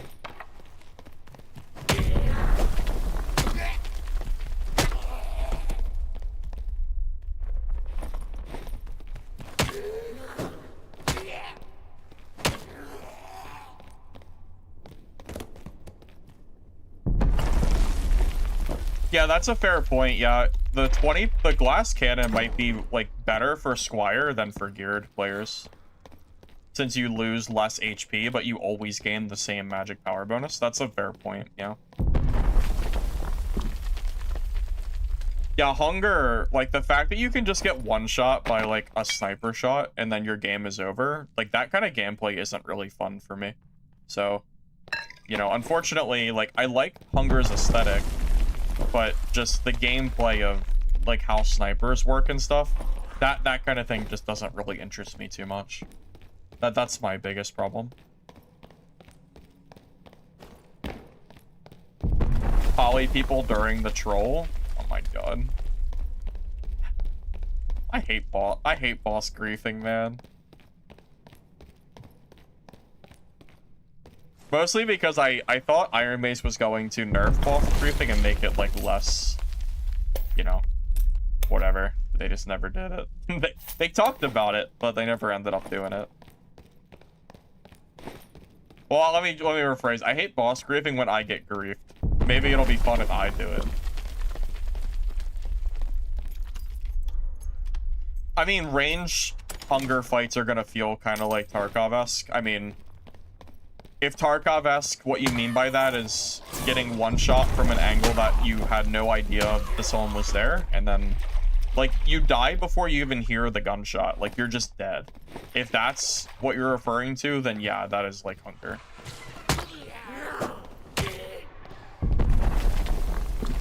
Also, I feel like... Alright, I'll talk in a minute.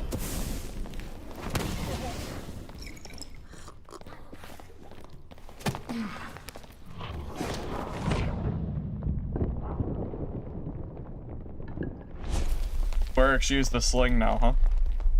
It's funny.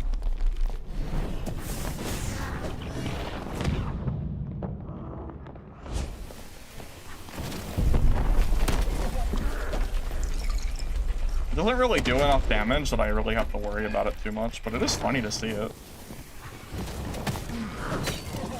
Oh well. Unless the goblin hits me.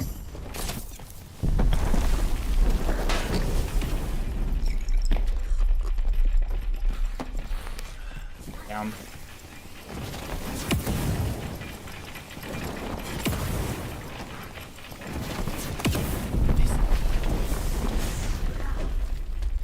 The mobs will be alive for the rest of the game.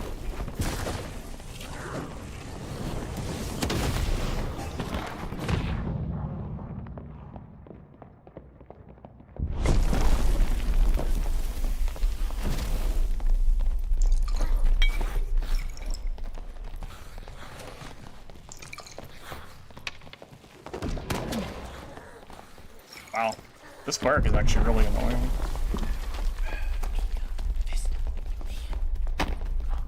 I wish the goblins would aggro him instead of me. Nice.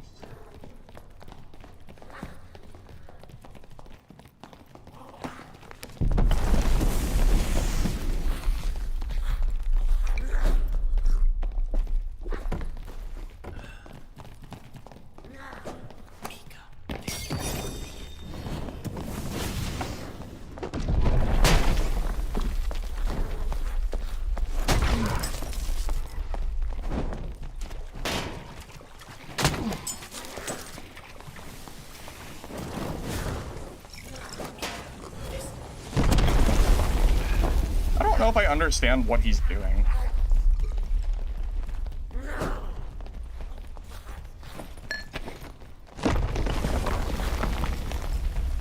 Yeah, the issue is the goblins, like, aren't leaving me alone.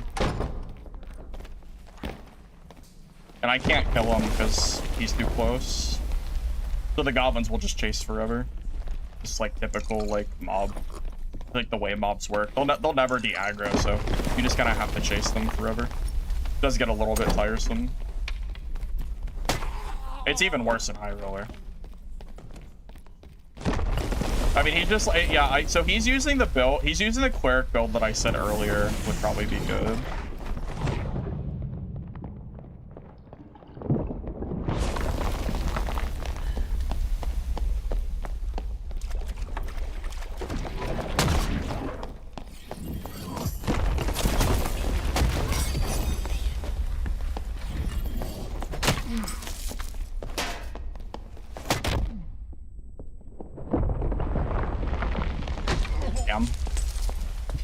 That's unfortunate. Yeah, that Cleric build is one that I'm gonna be planning to play. Was he low at least? Not low enough. Yeah, Squire Wizard's just really rough, even with the new... Well, actually, I only have 2 perks. He probably has 4 perks. I only have 2. We need to get to level 15 so we have full access. Because, like, we don't have, like, we could have 20... We could have had 20 extra damage during that fight. We just don't have it, you know? I wonder if we even run Ice Shield. I wonder if I should drop that or not.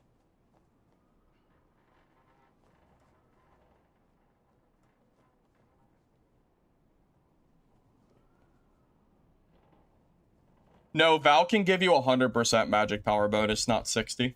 Yeah, it gives you 100 total, is what my understanding is. Yeah, that Cleric build is already on my list to play. No, you don't. I don't think you ever run sleep. I don't think you can't throw away a slot for sleep. What I want is teleport. I just can't run it because Squire Wizard is so hard to run all your stuff. It's so hard to run Squire Wizard, man.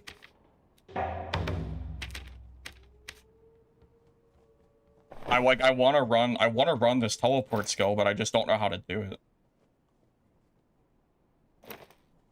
Like, I have to throw away my entire kit and, like, put bad stats on, which is knowledge, because you don't want knowledge right now. You need other base stats. It's hard.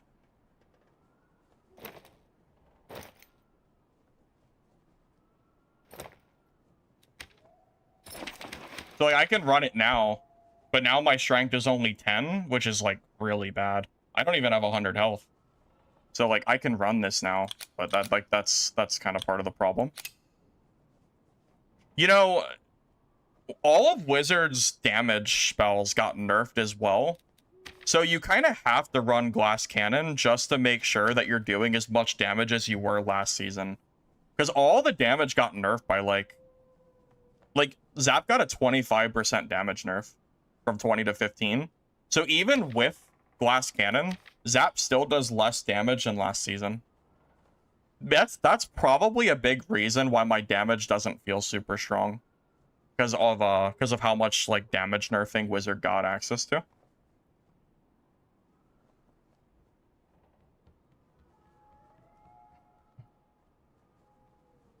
Honestly, that Cleric build that he was using that I already, like, wanted to use, that seems stronger than this. Like, just running around and building up to 100% damage judgment that nukes you for 60 to 80 damage. I feel like that's just better.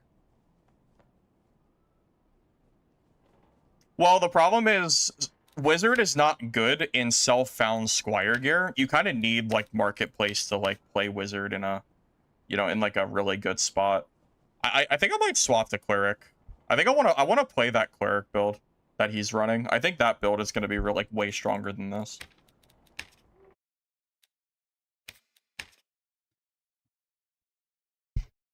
I just think Squire Wizard is too annoying to play when you don't have like the right gear. I feel like Cleric, you don't need the gear to do it. Like this build will literally work in Squire. You don't need anything. Because these skills seem so strong that it doesn't matter.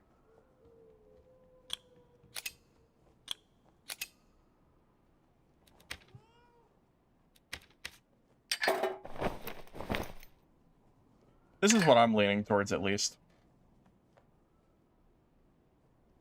Well, the thing is, Barb is going to counter Wizard as well. So if you're trying to say that you shouldn't play Cleric because Barb will counter you, then my counter is if you're worried about Barbs, then you shouldn't be playing Wizard anyway. Because you saw me fight that Barb earlier. I hit him with 4 explosions, 4 fireballs, and I hit him with like 3 or 4 staff hits and ignite, and he still didn't die. So if you're worried about Barbs, like playing Cleric or Wizard is no, it doesn't matter. Like you're still just gonna lose if you're worried about Barbs, you know? Also, when you're playing this Cleric build, you don't have to build Knowledge, which is really, really bad for Squire. Because you don't ever want to be wasting stat points on Knowledge stuff.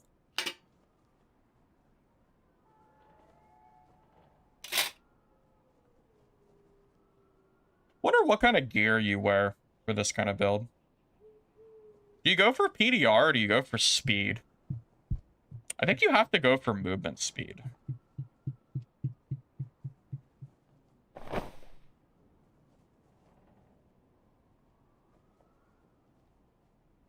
Well, all the gear got updated this season. So there's probably a new, like, meta, quote-unquote, of which piece of gear is considered the best. I'm just not sure which one it is. Basically, you want the piece of gear that has the least movement speed penalty, but the highest armor total. Might be Light of Keaton. Like, point for point. Might be best. That's what was best in previous seasons, so very well might be the right call. Wait, Houndskull gives you 29% headshot reduction now? That's crazy. 29%? Holy shit. That's really high. Like, that's like insanely high. Wow. Okay. I definitely was not expecting it to... I definitely was not expecting it to be that high. That's crazy.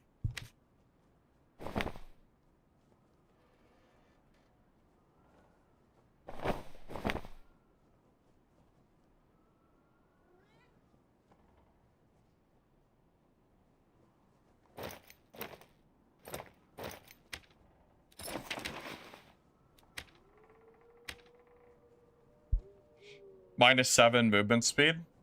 Oh, they nerfed the Houndskull. Yeah, wasn't it -5, not 7 before? Yeah, that is a decent difference. Where do you find good builds? I mean, I guess YouTube. I don't really have like an exact spot to give you. Because the season just released, so there's not going to be a lot of new builds out yet. Most people are probably figuring stuff out for themselves.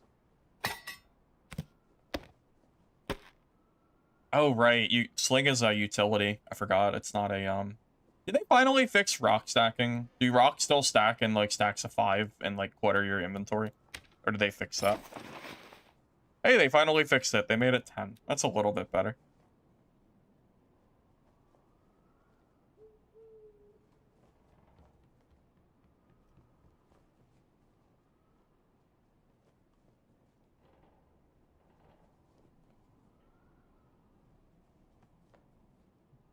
Yeah, Locust Worm is probably pretty good, but I don't think you want to use it for solos is the problem.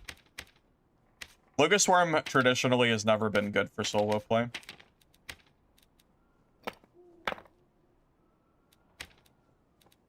Well, this will be interesting. Vow of Silence, Judgment. I'm curious how this, I'm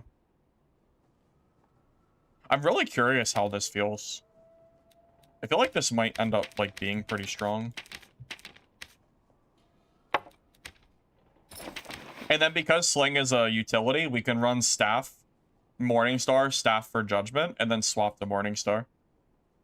So we actually get, like, the best of both worlds here, if you want to look at it that way.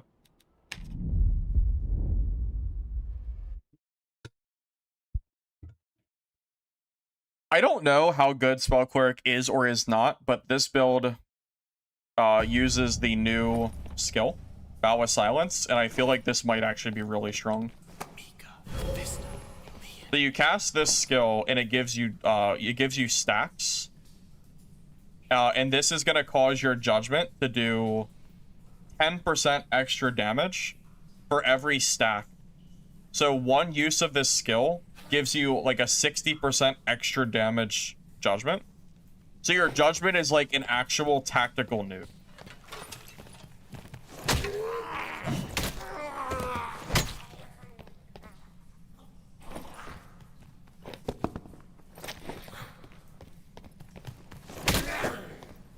Yeah, I think this build is like potentially extremely viable.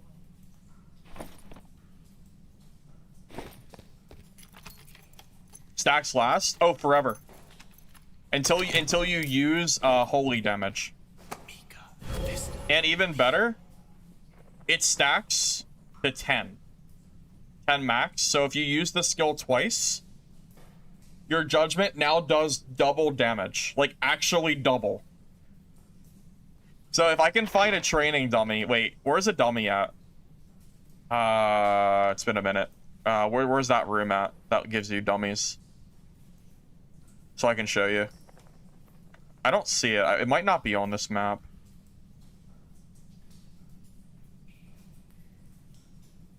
I don't think there is one, but yeah, yeah, so Staff Judgment will have double damage Judgment now. Yeah, that's the whole point of this build.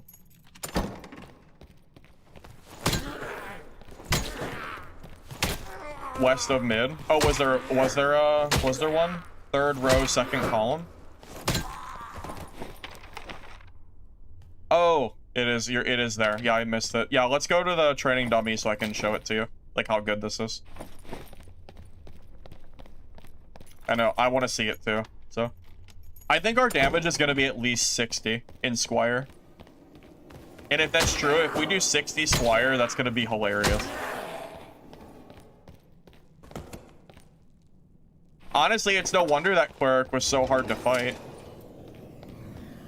Because every time like I tried to like chase him around, he just used his Vow of Silence and kept gaining back his 100% damage Judgment shit. No wonder it was like that felt so good.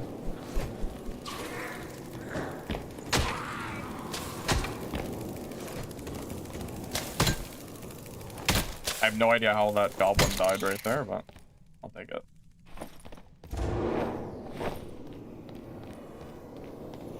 I don't have the perk yet.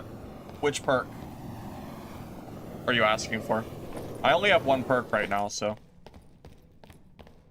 yeah, it's not gonna be as strong as it can be potentially. We're not there yet.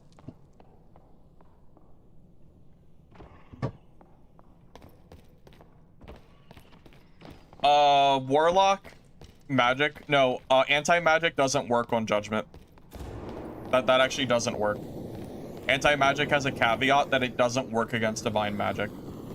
So, just putting it out there that it will work against Warlock.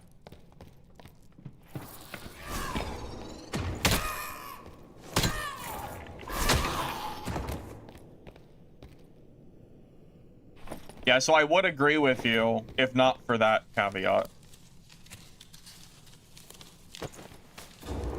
Well, the build I'm using right now might be like a new, like really good Cleric build.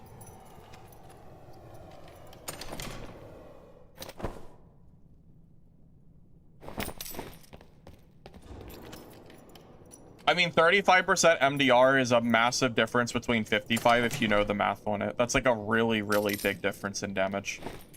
Like, most players are gonna have 35 PDR, you know?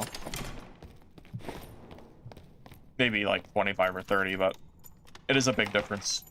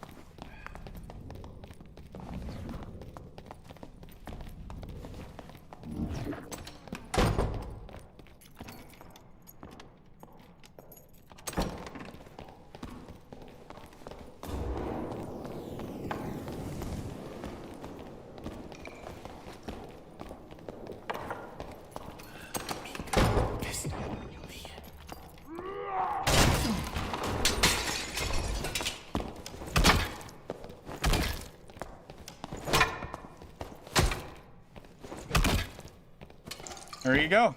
Barbarian down. That's the class that you guys told me a couple of minutes ago would hard counter me. And we just beat him with 1 perk.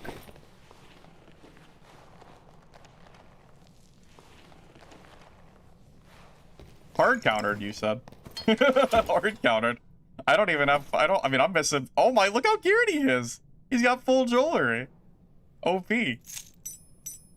OP. Look at this inventory. Oh my god. The meds.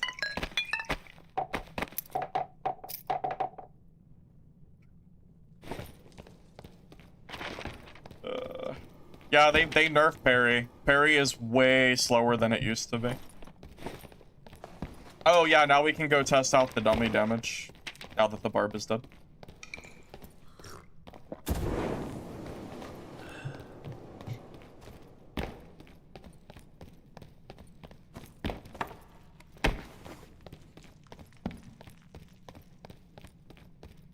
Yeah, I know. Whirlwind was buffed to 100% damage. It hit me once and I lost like a third. Or what was it? Like 40% of my health or something. This is the build. You're interested in what the other perks will be? I haven't really decided yet.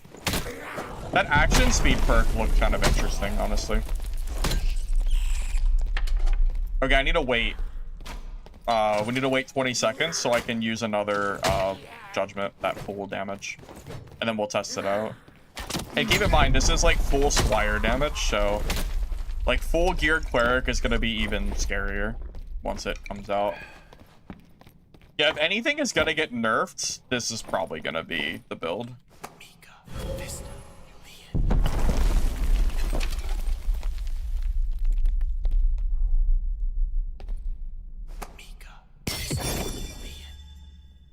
$56 Squire. That's just straight Squire damage. And I don't have Faithfulness yet either, which increases that damage by 15%. So with Faithfulness, that would be like 63, not 56. That's Squire level 1 with no perks. No Faithfulness either. So yeah, that's pretty good.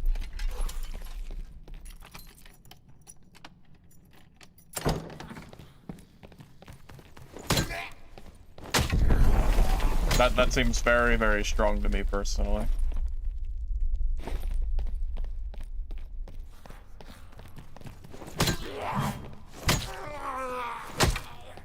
Sacred Flame Logos is one-shotting. Reliable in solo play? Because I don't know if you'll be able to stop long enough to use it or not. I will never play Bard this season. I'm not taking any Bard here. Bard is dead to me. At least for the time being. Yeah, I was gonna say, Faithfulness has to put you to at least 60, 63, whatever it is. Val gives you 100% increased damage. But you have to use Val twice, so it'll only work about once every... Well, it'll be 60% extra every 30 seconds. It's kind of like having 2 judgment skills. That's kind of the way to look at it.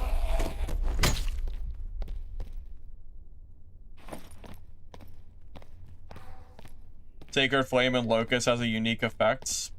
Please read it. All right, I can give it another look. I mean, I'll take your word for it. I believe you. If that's true, it'll probably get patched very quickly.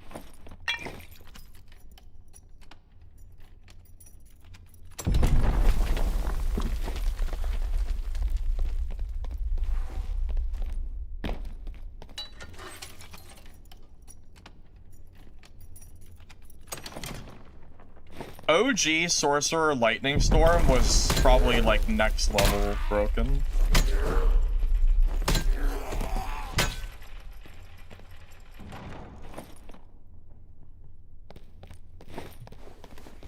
Oh, they updated Fire Deep, didn't they? Next game I'll go to Fire Deep so we can see the changes. I forgot about that. I do want to go down there, so yeah, we'll take a look at that. Yeah, because they made it 5x5, right? So there's more there. Might be worth, like, actually visiting. Oh, wait. I want to see that, too. I wonder what my quest is now. I might have to go to Ruins for quest. I want to do both. Maybe I'll do Fire Deep first, and then I'll go to Ruins for the quest so I can get, like, White Squire gear. I mean, I think all the wizard stuff, it looks cool. I think Wizard still suffers from the problem of being weak in Squire gear. So fighting like because people are still like playing Barb. Like they maybe that's a stupid thing to say, but like maybe it was too hopeful. I was hoping that because we got new content for Cleric and Wizard, we would not be seeing Barbarians day 1, but we are. And Barbarian, like, hard counters Wizard in Squire versus Squire. It's, like, it's really not fun. So, my only issue with Wizard is just that fighting Barbarians is, like, very hard. Because Wizard doesn't really scale in Squire very well. Same as it all. That's not like it's new or anything. It's always been the case, but... Yeah, unfortunately, people are playing Barbarian, so... Makes it a little harder, fortunately. Trying to play something fun, and Barbarians are here to ruin the day, pretty much.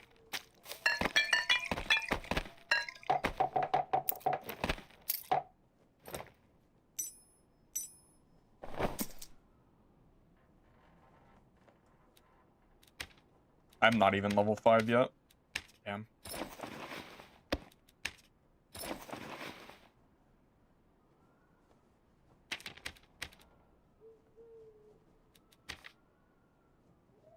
So Locust Swarm channels and deals damage per 1 second.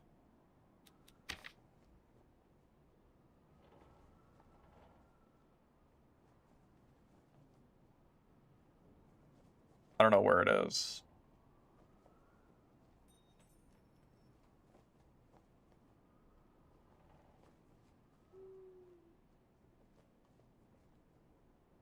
When a divine attack is successful, apply Sacred Flame for 2 seconds, stealing detonation damage. I mean, yeah, I get why it's strong. It's...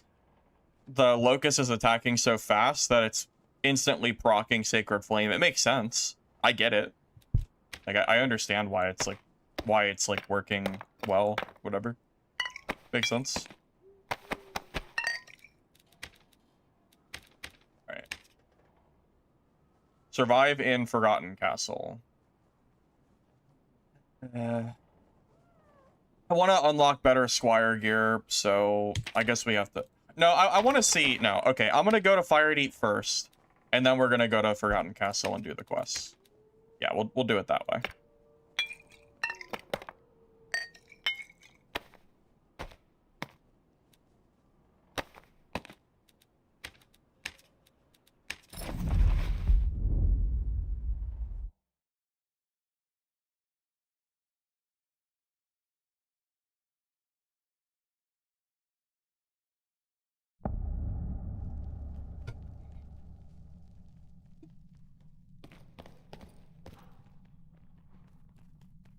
Do adventure mode, survive and extract with 2 pieces of white armor, and you'll have white tailored gear. Is that how it works? I haven't done them yet, so I'm not really sure. Hey, Smooth. Well, it seems pretty good. We're doing the Vow of Silence build right now, and it seems extremely strong.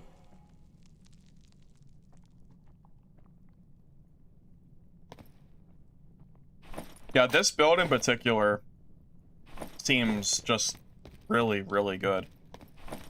Getting 100% damage judgment is kind of nutty. Like, honestly, screw judgment, man. Why would you use judgment with 5 damage a swing when you can just use judgment, or I'm sorry, why use smite when you can use judgment? Yeah, seems extremely good. I mean, really, I think Smite DP might be a dead build. Because Smite DP is going to get hard countered by this. Because the Divine Protection is not going to help you if you eat 60 plus damage before you start a fight. Because it's all magic. And you barely have any magic resistance as that build. So, I don't know. Yeah, Nutsy. Yep. Yeah. Yeah, it's pretty good. Yeah, Vow of Silence is basically doubling our judgment damage, which is extremely strong.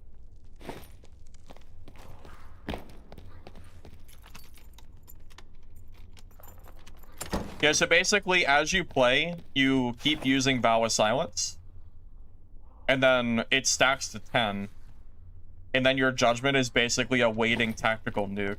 And then you swap to your staff to, get that extra damage too.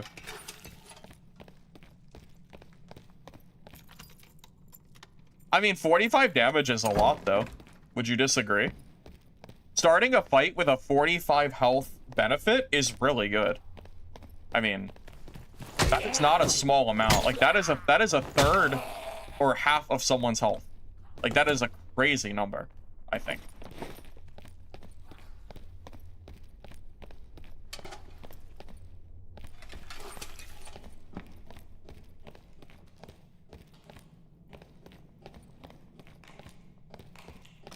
To me, at least, it seems really good, based on, like, initial impressions.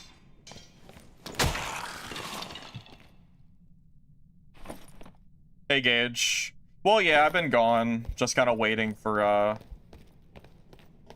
well, I've been gone waiting for Mistfall's, release, but new Dark and Darker season is enough for me to at least come and, like, see what's up, Ooh, Spell Cleric. Well, that's the new,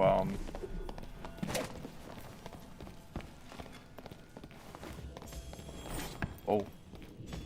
He, like, chases you.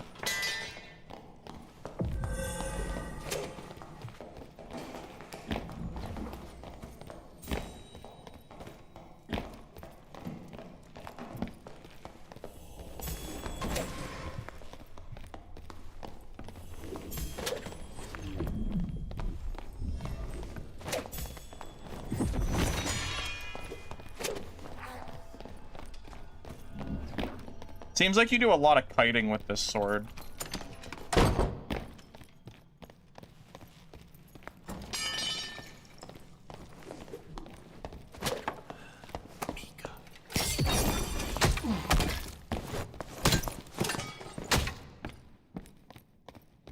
Well, hey, there's a Spell Cleric. I haven't seen that in action yet, so that's kind of cool.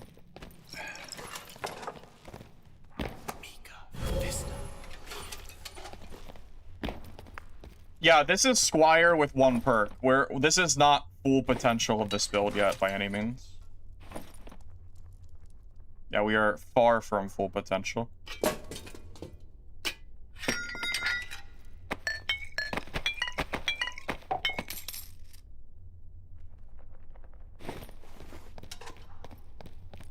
He threw it. Yeah, he did panic there for sure. I am glad that we got to fight a Spell Cleric though. That sword falling seems kind of good.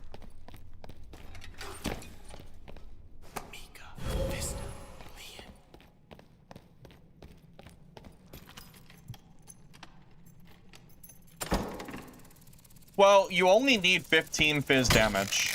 Like, 15 strength is all you need for this build. After that, you probably stack all, like, magic damage. Stuff like that. And also remember, if you stack knowledge, your judgment will cast faster. So, you could, in theory, go for some of that if you wanted faster judgment casting. But I don't know if it's worth the stat loss. But you could. Be, like, maybe fun to try. Well, actually, I said I wouldn't play Dark and Darker unless they nerfed Hide Rogue. That was the one caveat I gave to playing Dark and Darker again. I said that was the only thing that they could do that would actually make me want to play this game again. And lo and behold, they actually nerfed Hide Rogue. So, should be pretty obvious, well, you know, why that's the case. I've been waiting for a Hide Rogue nerf for, like, years, so.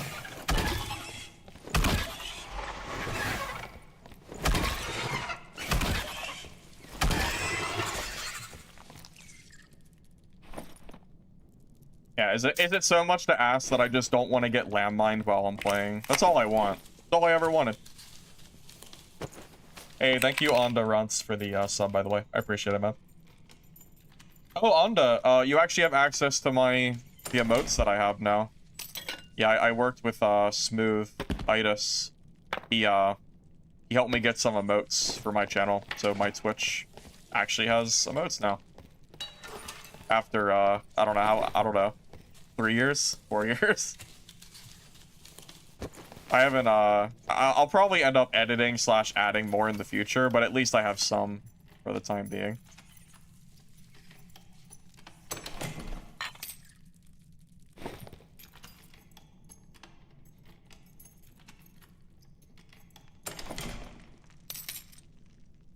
But yeah, I mean, I've been pretty vocal about wanting to play Dad if they've, like, nerfed Hide Rogue. So, I mean, I'm just happy they did it. Sub badges? I actually do want to do sub badges next. I do. Yeah, that's on my list. Smooth did say that if I wanted to do anything else, he'd help, so I guess I could see if he is interested. I didn't want to ask him, like, too much, because that was already a pretty big help. I mean, I guess he didn't really do any work at first. Like, he did it initially, because he did it for Discord. So the like, the work was, like, done. It was just that I got, like, the, you know, the images saved and sent to me so I could use them for Twitch.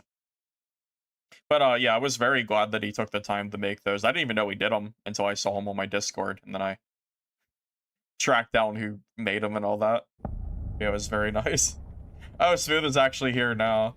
Yeah, I didn't realize that you made those emotes. I didn't even realize. I was looking at my Discord, and I was, like, just browsing the emotes, and I realized I had a bunch of those. And I also know they had to be old, some of them, because some of the emotes were, like, named from people that aren't even around anymore. Like Gamatron, that dude isn't even around anymore. I don't even know if he's even, like, I don't even know if he plays that anymore, but yeah, he's been, like, long gone. So yeah, when I saw, like, some of the emotes named, like, Gamma or whatever, I was like, oh, okay, well, you know. You need Missile Hunter emotes? Well, you gotta just be happy we have some emotes for the time being, huh?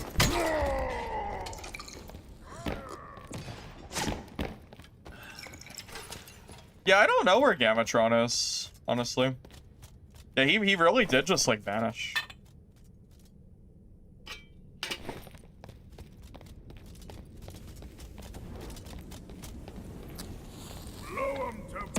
Yeah, I think he's been gone for genuinely, like, 2 years, maybe more.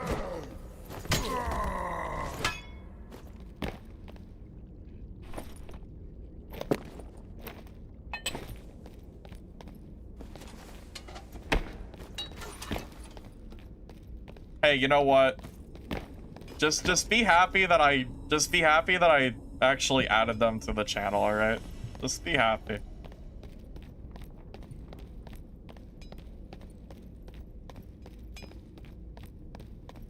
Taste our steel.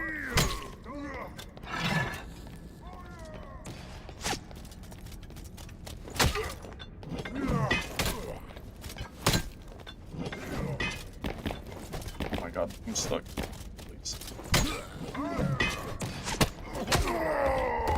Damn, that hurt.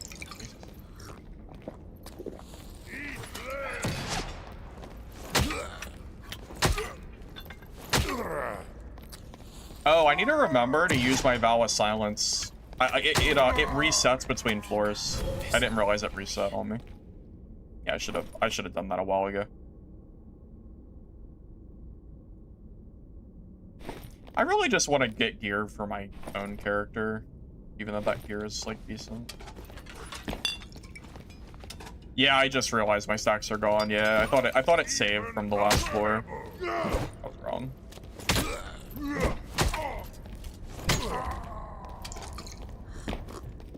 Hey, Lemon Devil, welcome. Wipe's going okay, man. Yeah, I gave Wizard a go. Seems like cool having the new stuff, but I wanted to try out Cleric now.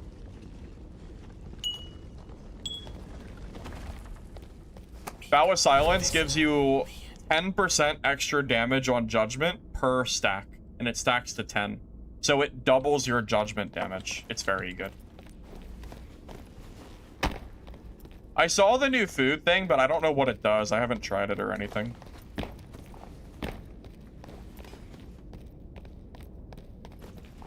Curses do limb damage. I think that's a change. I think that's intended. Yeah, Warlocks actually have to aim their curses now. Surprising to see, but yeah, I think that's, you know, how that is. Also, yeah, 5 by 5 now here. So Fire Deep feels more like a full map now. Not just like a weird little like arena module with like, you know, some overtuned mobs in HR that everybody runs around and avoids. What are the, I don't know what they're called. A little, I don't know the names of them, but.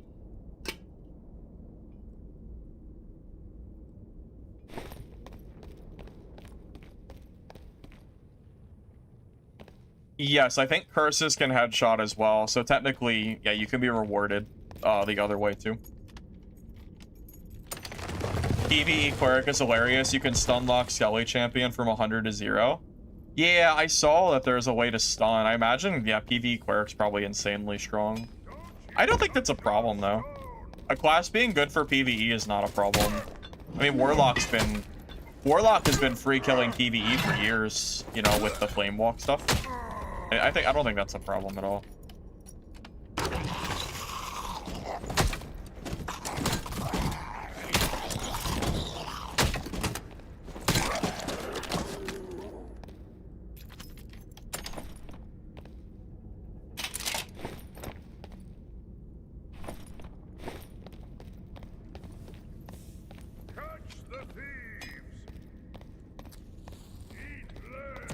Oh my god, does that stun perk work against Demon Form Warlock?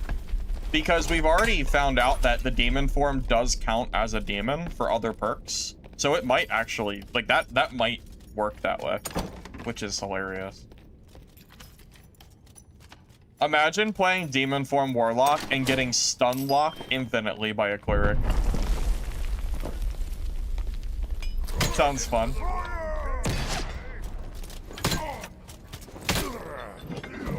Sounds very fun. Oh, is it undead? Oh, not demon. Oh, okay. Never mind. That would have been funny though.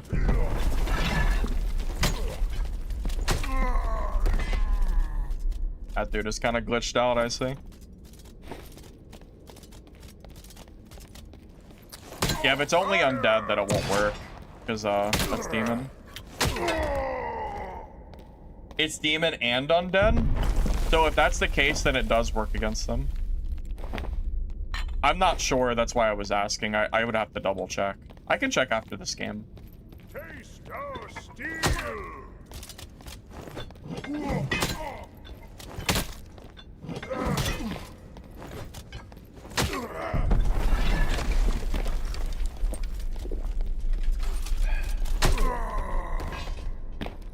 Magic power? probably near 0. We're in Squire gear pretty much, so you might as well just consider it 0.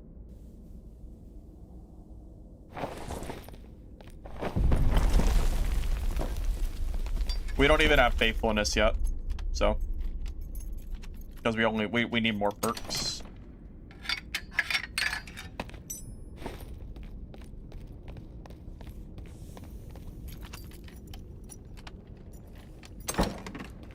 Oh my god, I didn't know you were... I didn't even know he was in there.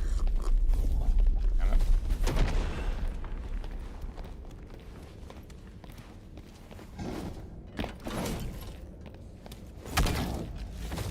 I'm not even sure if I have time to kill this thing. I got like 4 minutes.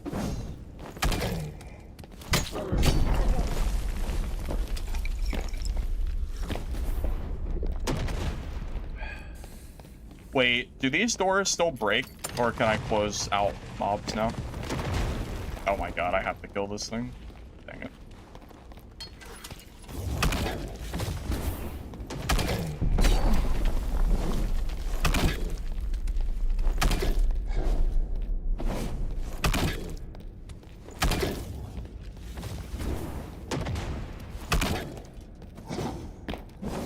It's gotta be quick. Actually, that was pretty quick. That wasn't too bad. Although, I think the one in High Roller takes a lot longer to kill. Wait, where'd it go? Am I tripping? Where did it go? I just killed it. Didn't I just kill it right here?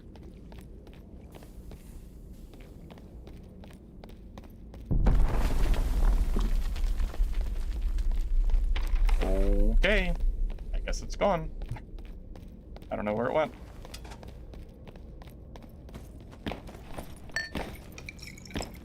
I can go over my build after this game. I got 3 minutes. Let me get out of here first.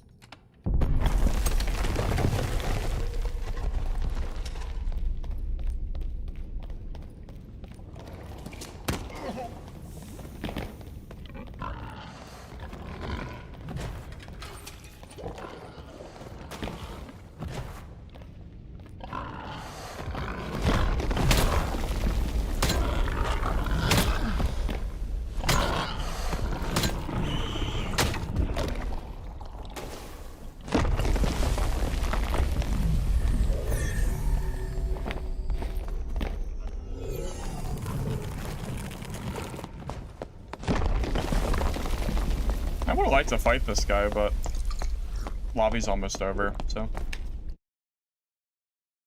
Hey, Demood, thank you for the raid. I appreciate it, man. Hope your stream went alright, and welcome everybody. Yeah, I can go over my build here. Let me just empty my inventory first. I am gonna swap to Ruins as well, just because I want to make sure that I can get the quest, like, worked on.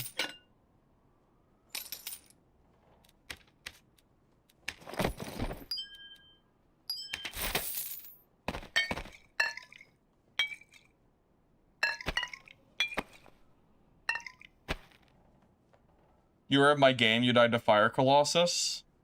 Yeah, that was my first game down there. I hadn't been there yet. That was kind of me just kind of figuring out what, like, where to go, pretty much. All the new stuff.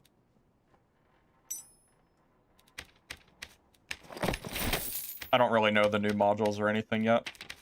I mean, I just started playing 2 hours? 2 hours ago? Yeah, about 2.5 hours ago, something like that. I was out all day this morning. I'm getting new glasses, so I was getting like the tests and all that stuff done. Luckily though, my eyesight is almost the same that it was.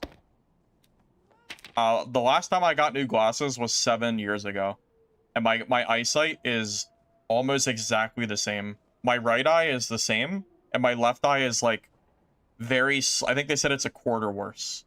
So it's like very slightly worse. So my prescription is actually pretty similar, but like enough that, you know, I'm still gonna get new glasses. But yeah, definitely better than it could have been. So yeah, I turned 31 last week.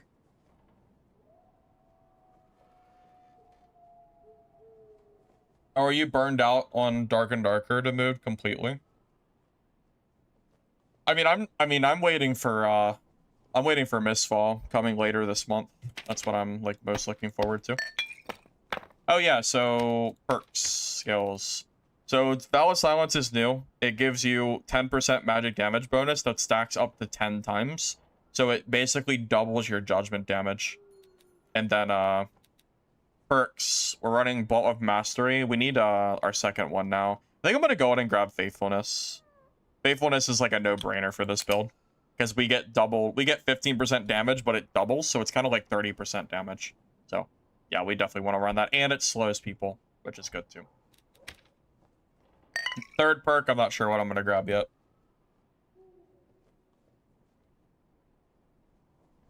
Thanks, guys. I'm young?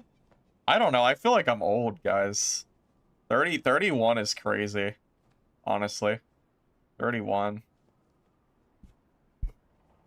Call me Unkbox, I guess. I'll be back in a minute. I'm gonna use the bathroom real quick.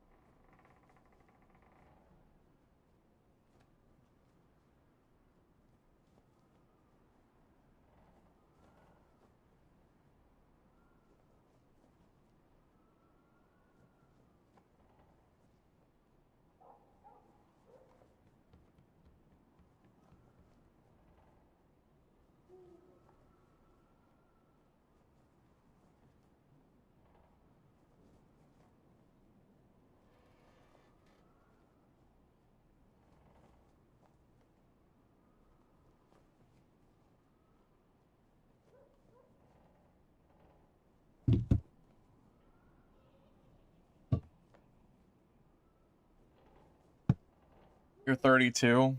We're not old.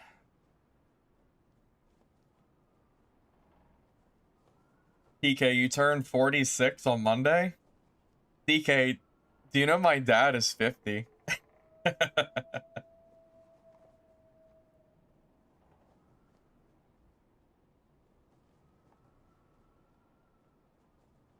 26. I feel like most of us here are probably 25 or older. I think that's fair. I imagine a lot of us here are probably like... Honestly, I think more of us are probably in our 30s and 40s than our 20s. You have a 20-year-old son, we're both gamers? That's crazy. Well, you know, my dad has 5 kids. I'm the oldest. And then, so he had me when when he was 18, 19. I don't know. He was pretty young. So I've kind of always, it's kind of funny to me being 31, but having no kids, because if I was my dad, I would already have like a 13-year-old kid, which is crazy to me. You know what's interesting? I've thought about this before. I think like the older generation doesn't really like there are older generations that game. I'm talking like 60, 70, 80 plus, like, you know. I feel like not a lot of them are really gaming, but I think because our generation, you know, everyone here that's like between like 20 and 50, I would say it's pretty likely that all of us are probably going to continue to game when we're older. Like, I will probably be 80 gaming as long as I'm still kicking it around that time. I don't plan to like stop, right? So I'm just imagining like nursing homes, you know, just like I feel like everyone's gonna be just like gaming, you know? Like, I don't think people are gonna, it's not gonna be like everyone sitting in front of TVs or whatever, right? Like bed rotting or whatever you want to call it. Everyone's gonna be like, you know, gaming or whatever.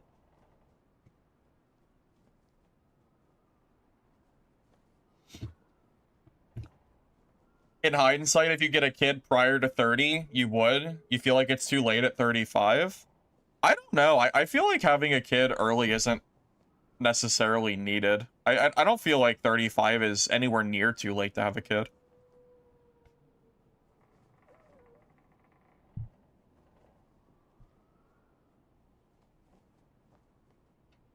Hey, Era. Welcome, welcome. I know we're gonna be doing Halo 3 LAN parties in our nursing homes in like 50 years. Probably. Oh my god, did you guys see? Did you see the fire lit under Bethesda's ass where they're finally working on but Obsidian got the rights to start working on the next Fallout game, and they're gonna remaster New Vegas and Fallout 3. I feel like as a Fallout fan, I've been waiting for like a decade for anything to happen because Fallout 76 was ass. So I've been like just sitting here waiting for anything to happen, and Bethesda's been kind of just sitting there doing nothing. I was very excited to see that they're finally doing something about that. I don't know how many of you guys here are Fallout players, but I really, like, I love Fallout. Like, Fallout 3 in New Vegas, I could play that for, you know, basically forever, so.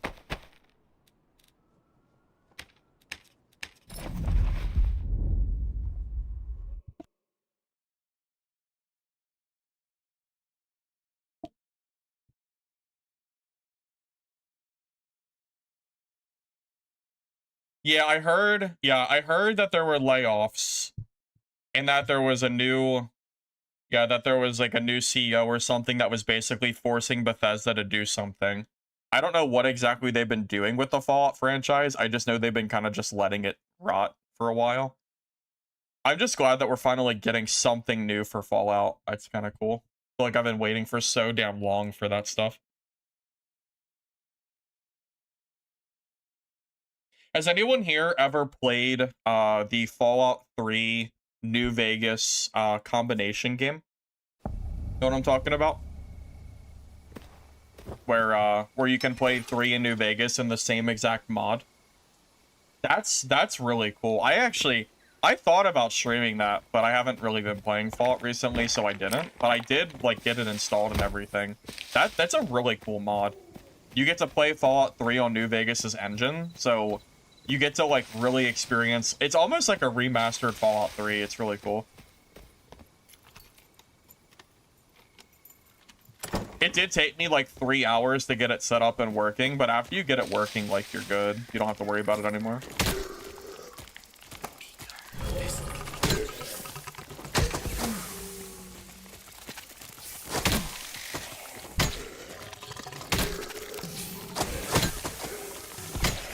Well, no, Fallout is definitely not dead. It was kind of dead, but it looks like they're actually working on new stuff now, so hopefully that doesn't remain the case.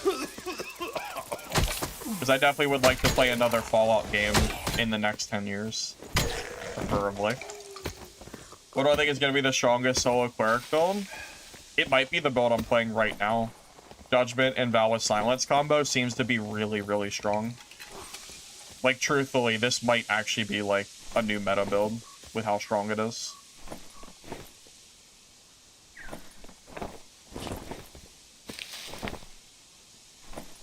Haven't, like, you know, we're kind of new to testing it, but it seems really good. So you have to own Fallout 3 and New Vegas, and there's a mod, you have to basically mod them together, yeah. So yeah, it's not like you pirate the game. You have to own the games first, and then you modify it from that. Yeah, there's a video that I watched that I used to basically get it working. Took me a few hours. Bro, what do you mean need more emotes? I just added 22 emotes to my channel that has had 0 emotes for years. You should be happy. You have to sub to unlock the rest, because I'm only allowed to give you 5 free emotes. That's like Twitch's, like, the way it works. If you want more emotes, you have to pay Twitch, sorry. Can't really stop that.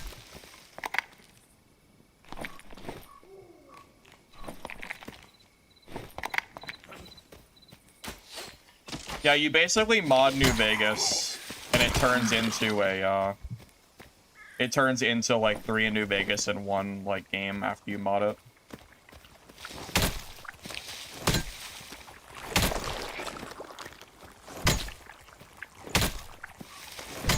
Yeah, GOG is pretty underrated for getting games, since you own them forever and don't have to worry about it. I own most of my stuff on Steam, but truly, GOG is is a really good platform. I kind of wish that GOG would, like, pick up a little bit more, you know, popularity. Maybe it's already pretty popular, I don't know, but...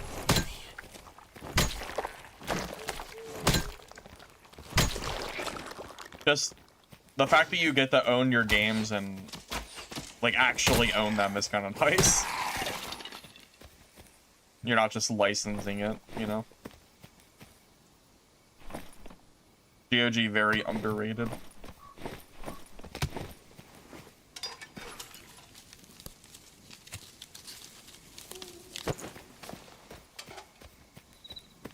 But I'm just a sheep. I just use Steam.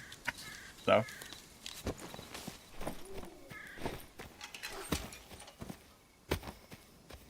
Breaking crates, barrels to find armor, white armor, and weapons for quests. Yeah, that's probably a good idea, honestly. That's a good idea.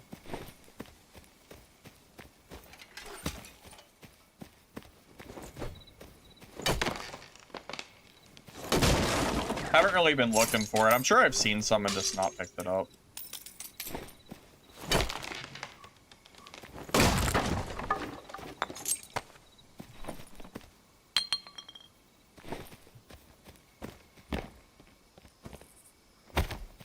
If it wasn't for Steam, you think GOG would be more popular? Well, I don't think it's just Steam.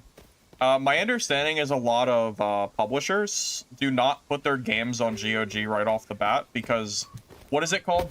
Denuva? Whatever that anti-piracy thing is that people really hate in their games. Apparently that's like a pretty common thing that you can't do on GOG because of the way GOG works.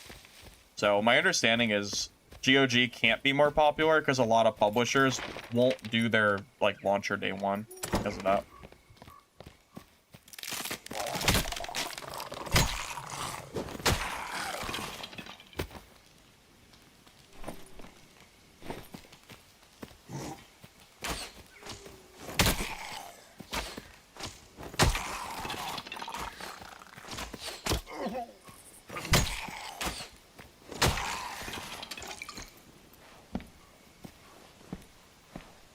DRM, digital rights. Denuvo is DRM. Yeah, I thought it was called Denuvo. Yeah, I was just trying to, like, make sure I was saying it right.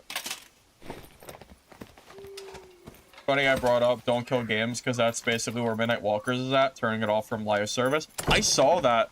Yeah, remember, I just talked about it the other day. I said that Midnight Walkers was probably going to be doing end of service soon, and... yeah, that whole announcement is, like, basically end of service. They're turning the game completely offline, so you can play it solo, but, like, the game will never be online again, I don't think. So, Midnight Walkers is basically, like, dead, quote-unquote, of being end of service, at least. I don't imagine it gaining popularity, because I don't think the game has enough content to even be a PvE game, but I guess we'll see. I mean, it's cool that the people that bought the game will not lose access to it. So, like, I appreciate that they're doing that. I just don't know if it's going to really matter in terms of player count. I doubt it. But there's no PvP anymore, is it?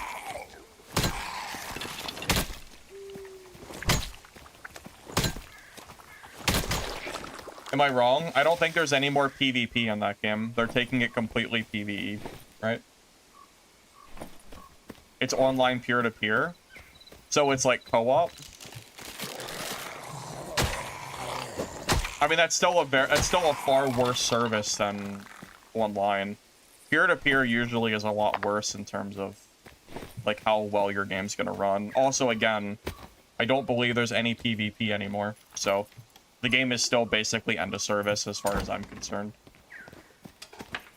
Like, at that point, like, it's pretty clear Midnight Walkers is never gonna have like anything else. Like, I would be very surprised if Midnight Walkers had anything else added to it at this point. It just kind of is what it is. Yeah, Curse of Pain does get affected by limbs now. You can headshot, but you can also limb shot. So you actually have to aim your curse now, which is, yeah, it's a little different for sure.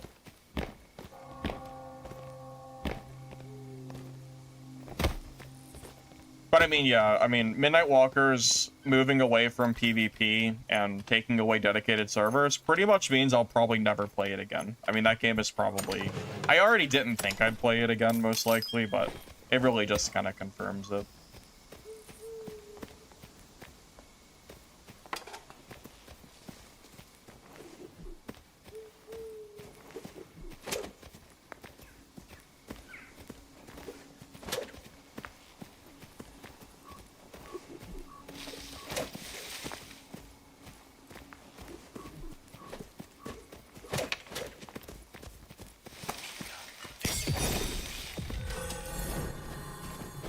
Well, this guy is so screwed.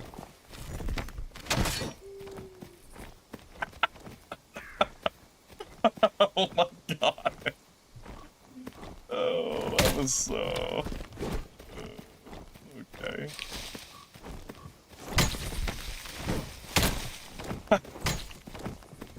Bro just gave up.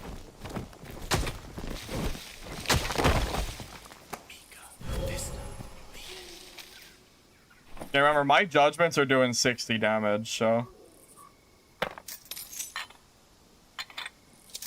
he's not really gonna survive. If I hit a single judgment with Vow of Silence at max damage, he's basically dead already. Not really gonna survive that at that point.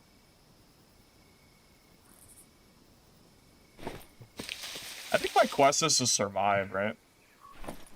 Survive in dungeon. Yeah, we actually want to leave. Leave so I can get that quest completed and then work on the next thing.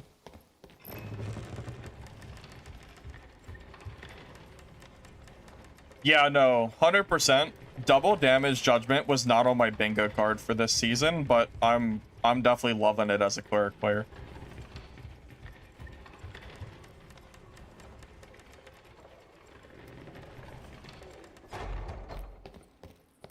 I mean, realistically, I'm not sure if cheaters and Midnight Walkers is even a consideration anymore, because like the game I don't think will ever gain enough players for it to matter. Last I checked, Walkers had like 8 to 10 players on it, so I'm not really expecting much anymore from them.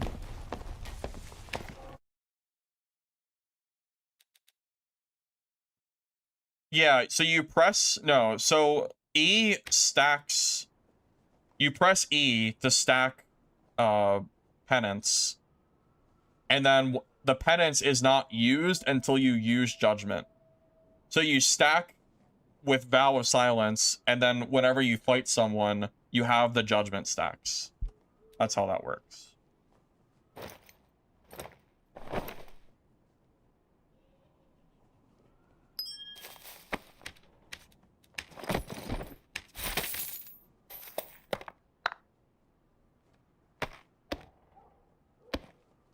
Honestly, this seems like one of the strongest combos that we have so far. I know it's kind of early to say that, but this does seem really, really strong. Like, really, really strong, man.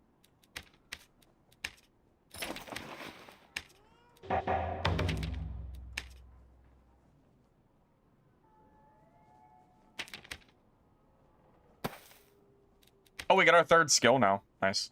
What do we want?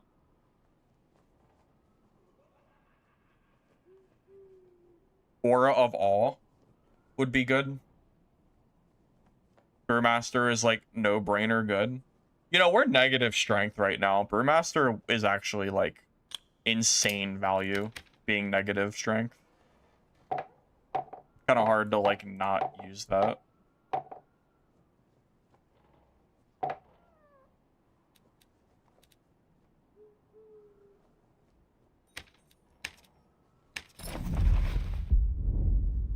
Yeah, so the E skill, yeah, so that skill, you can use it twice to stack up to 10 times. and then you'll save the cooldown until the next time you use Judgment. Now, you can't use Judgment during the cooldown or during the 6 seconds because it silences you. But after that, yeah, you get the extra damage Judgment. Yeah, so the Judgment damage total will be 100% extra, so it'll be ×2 damage. So right now, with Squire, Cleric, our Judgment is like 60 plus damage. No, I don't think drops are today. I think the drops start tomorrow, I think.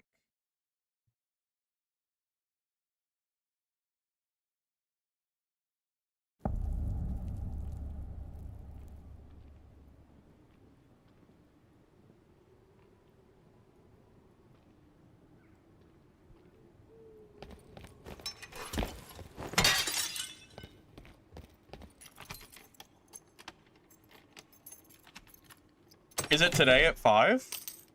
I thought it wasn't until tomorrow. So for this build, I would probably... Well, that's a good question. Would I stack additional fizz or additional magic?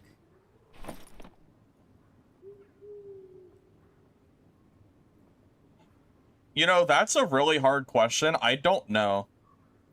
Because additional magic would double dip on the staff damage, which would be great. But additional fizz would work with your weapon at all times, so it might be more damage overall. That's... I don't know, honestly. I don't know. Yeah, I'm really not sure. That's... Yeah, I don't know.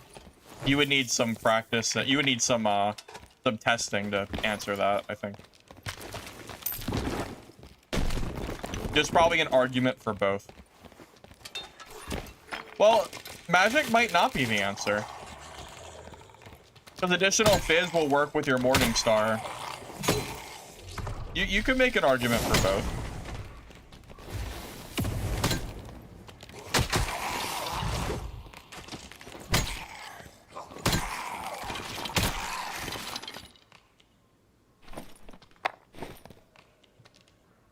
Press E. Oh yeah, I'm too busy yapping. Thanks. I gotta get used to using this skill preemptively. That'll take me some getting used to.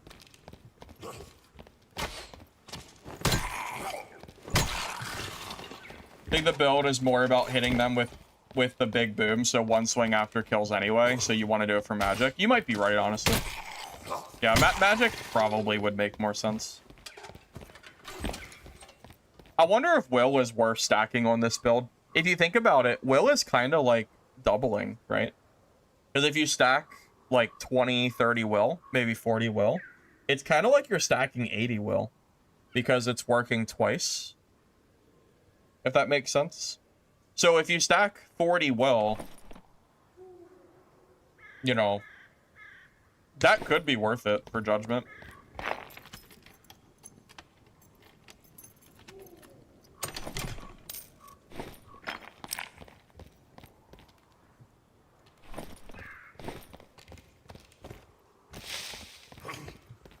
Yeah, Will might actually be useful in this build. I never build Will, but it could be. Honestly. I mean, you're basically like, the Will is just twice as good, and that sounds like it would be good enough. Will gear is cheap for Cleric? Well, no. It was cheap last season for Cleric. If this build is meta for Cleric and everybody needs Will, then Will not be cheap. It depends. It very much depends. Yeah.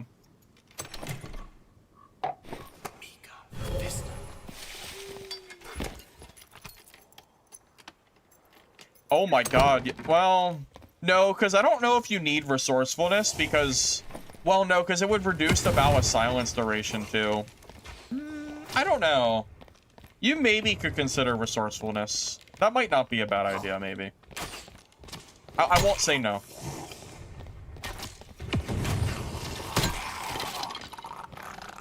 Yeah, Spell Cleric is definitely good as well. It might even get nerfed because of the Locust Swarm interaction I've heard about.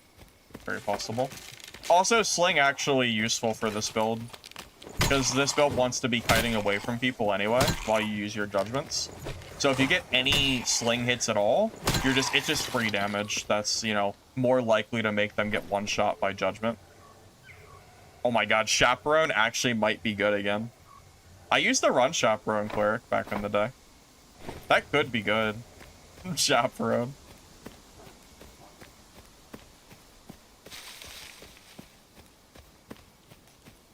Oh, I haven't done a religion yet. I was waiting.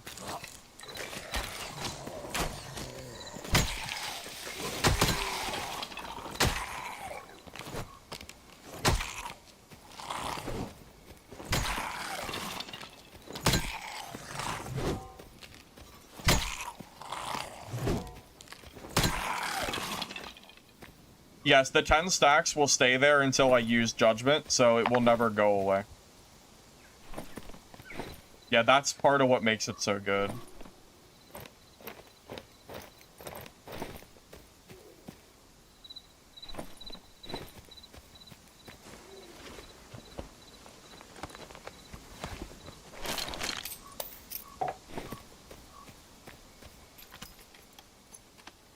No, Val doesn't really work for Locusts. You would want to use the perk for Locusts. Because there's a perk that makes Locusts really good. It's different.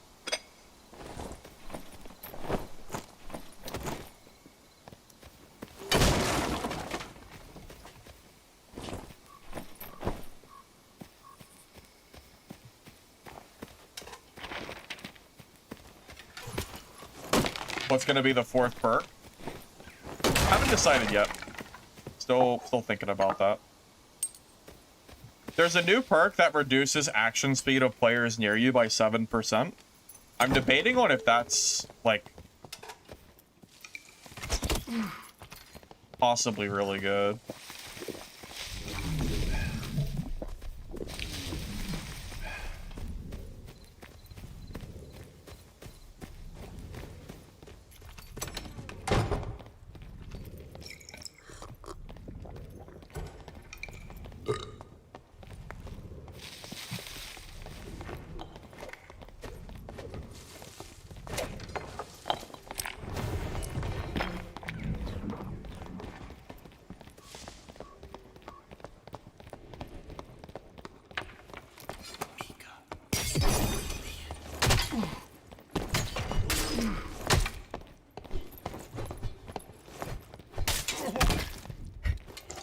Okay. He ate more than I thought he would. I'm shocked he ate 3 hits there. My ale might not have been active.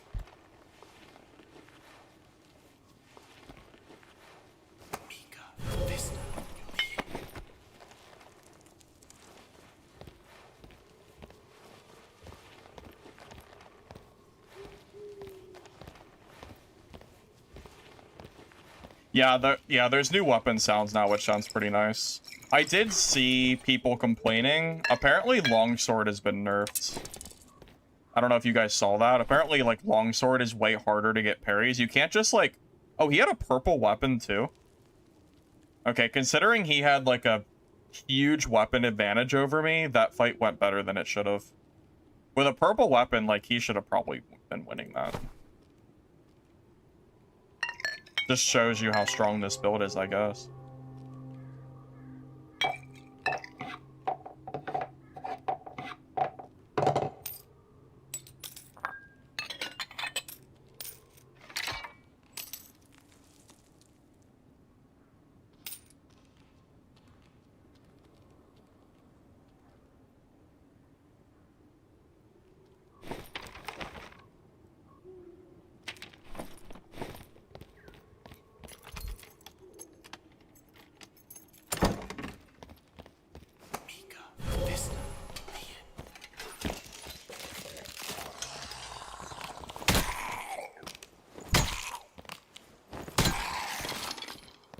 Keep in mind, we're also using a gray staff. Because every single rarity of staff increases our damage by 2, not 1. Because it doubles. So, a legendary staff is 9 damage, right? Something like that. Maybe 10. So, that would increase our damage by the staff alone. It would take our damage from 60 to, like, 72 or 74. And that doesn't even include the scaling of will and stuff. and additional magic damage as well. I think we could make this damage go upwards of 100 damage. If we had a unique staff, a bunch of will, and additional magic. I bet you it could be 100, man. I guarantee it. Yeah, so basically every time you find any will or magic damage, it's doubled. That's how you could look at it, yeah. When you think of it that way, it sounds pretty insane, doesn't it?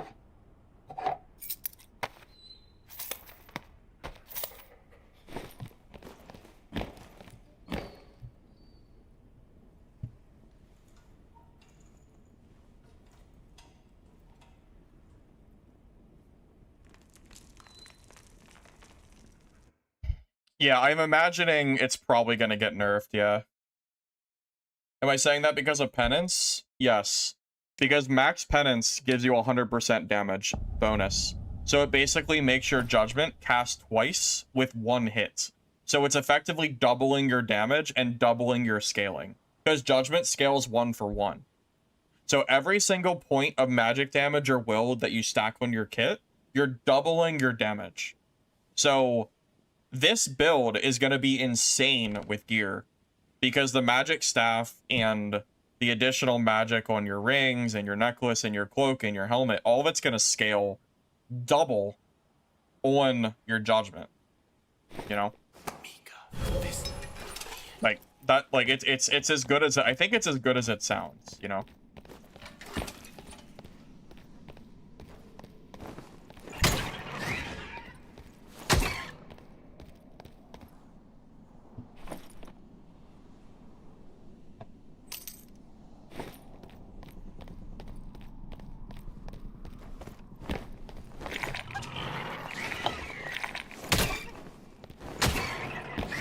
It's almost a head scratcher that they nerfed Smite by 50% and then decided that they were gonna add this to the game. it's almost crazy. It's like it's a kind of a head scratcher. Like nerfing Smite was whatever, but like, you know, I don't know. It's just funny.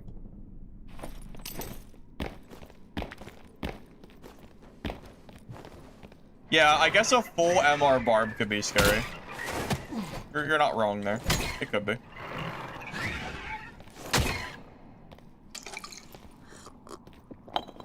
Barbarian always kind of scary though, unless you're running like the old Smite DP combo, but I don't think Smite DP is the play anymore because of that Smite nerf. Smite got nerfed by 50%. It's pretty massive.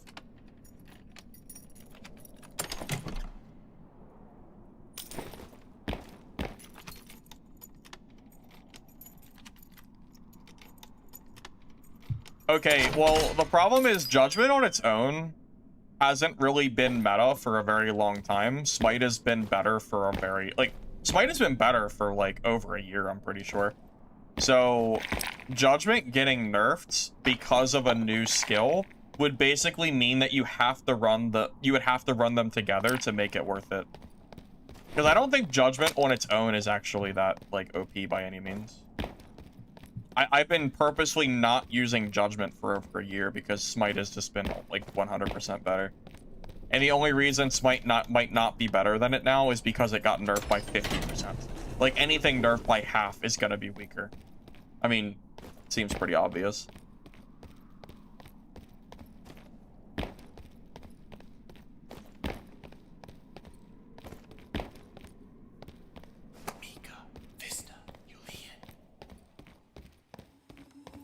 I also think if someone's close by, you might just cast the Judgment with your Morningstar out. Like if you can't safely do the, you know, the staff hit, you might just do it with the star, even though you lose a little bit of damage, just so you can instantly swing your weapon.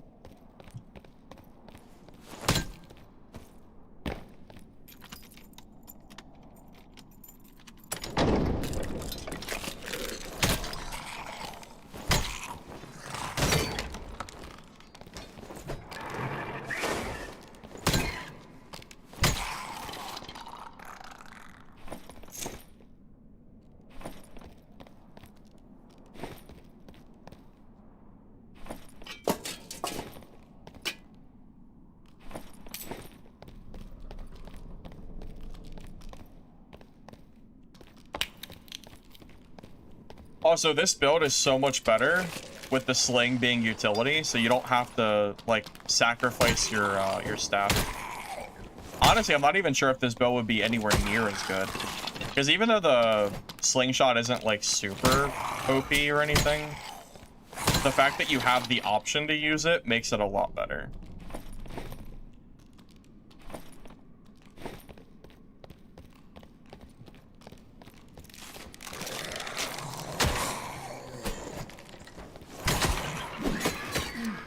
Yeah, that's a good point too. If you are encountering high magic resistance barbarians, you could just stack magic pen. If you have enough magic pen, you can completely negate like any high amount of like magic resistance people are running. That's very true.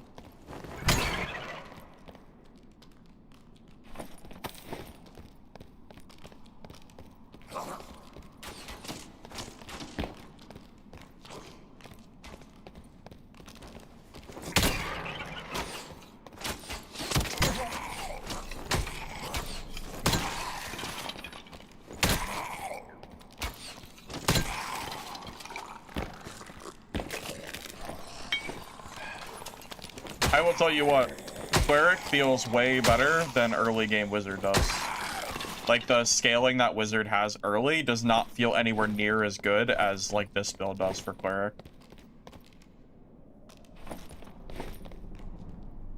Like, if you asked me, like, if you'd recommend playing Wizard or Cleric, like, to start the season, I would say Cleric at the moment. Like, clearly seems stronger.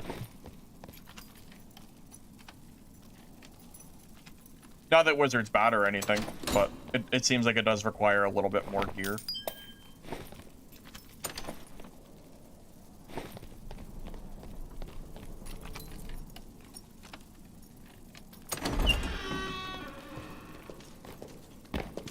Did red skeletons always exist? Because I feel like I never saw red skeletons before.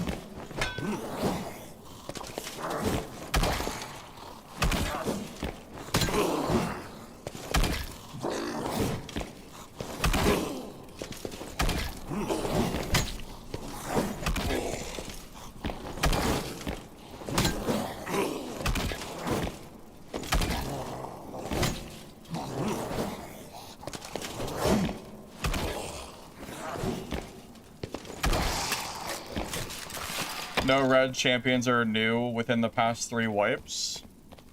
Oh. So they're not like new, but they're kind of new. Okay. Yeah, I don't remember them at all, to be honest.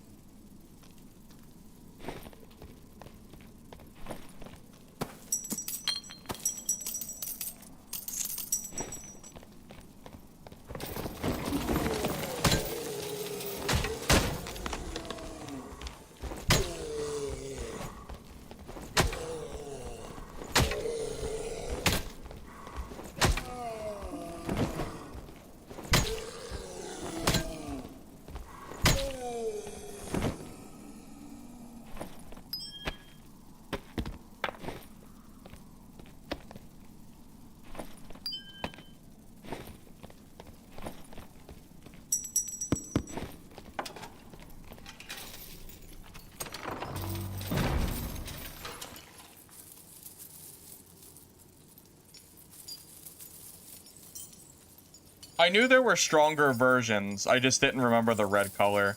So my E gives my judgment 100% extra damage. It basically doubles my judgment. You see the stacks on my screen that stacks up to 10 in the bottom? That skill gives me stacks, and that allows me to get 10% damage per stack. It's pretty good.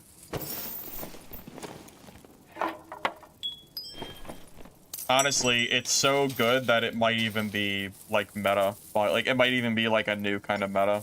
It seems that strong at least. And I don't think this is the only build Cleric has, yeah, because they have that Sacred Flame Locust build too. Cleric has a few options to be really strong. So, Squire Cleric does like 60 damage judgment. You get stacks by just using your using the ability, and it does it every time.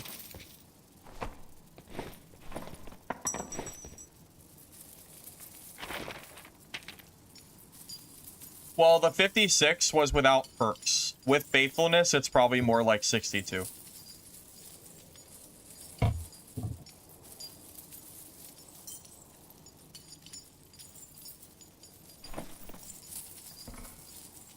So this blue staff alone probably puts our judgment almost to 70 damage. Based, like, compared to the gray stuff. Which is pretty important.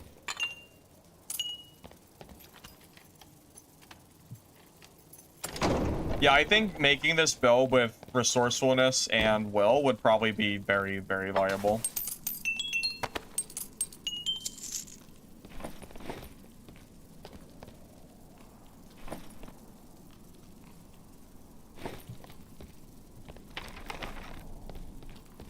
Kind of hard not to imagine it being viable.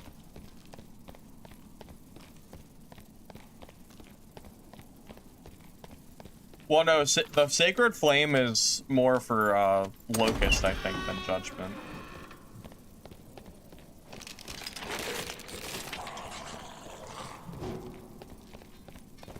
I know, I'm imagining the full nuke builds with high gear. It would probably be disgusting. You might just one-shot people. I think a Judgment at full damage with full gear will easily be 100 plus. And I don't even think it'd be hard to get there. You could probably get 100 damage Judgments with, like, Hiss gear. You know, like, just, like, random legendaries and uniques with, like, some additional magic. You don't even need anything super crazy.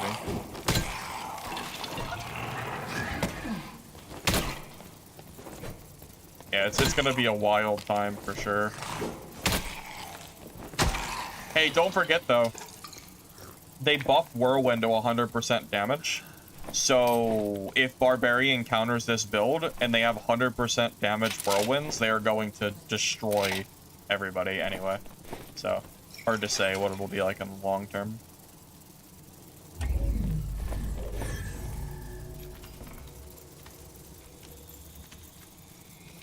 How the loot works? Oh no, I haven't played this game in over a month, so I'm not 100% sure how that all works.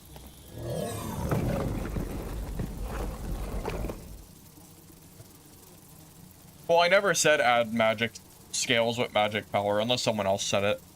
But having add magic is still gonna work ×2, and then the will is still gonna scale. Like, everything is still gonna scale twice, so it should still be extremely strong for you.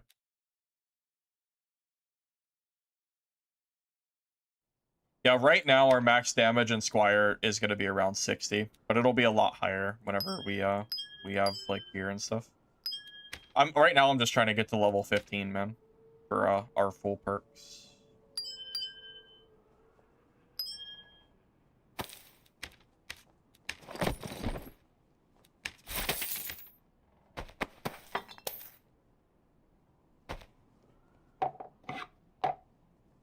Yeah, all I know is this build seems pretty strong at first glance.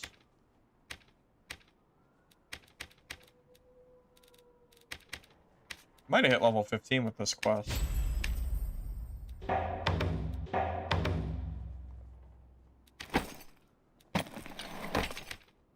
I guess I haven't been looting those items. That's fine.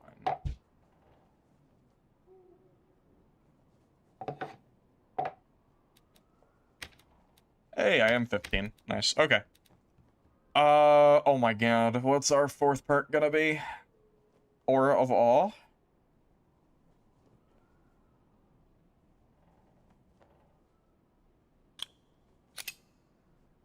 Does this seem as strong to you as it does seem to me? Like, reducing someone's melee action speed by 7%? Like, is -7 dexterity, is that good enough for a perk slot for solos? Or is that just a waste compared to, like, perseverance or something? Or is there something better that I'm not, like, considering? I don't know if there's anything else that's new that is better.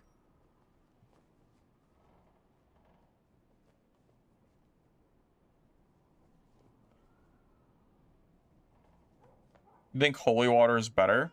Well, Holy Water gives you +2 all. So it gives you 2, 4, 6, 8. It basically gives... You know, now that I think... Yeah, I see what you're saying. Because this basically gives you, like, 10 stats. Whereas Aura of All is only melee, and it only is 7 stats total.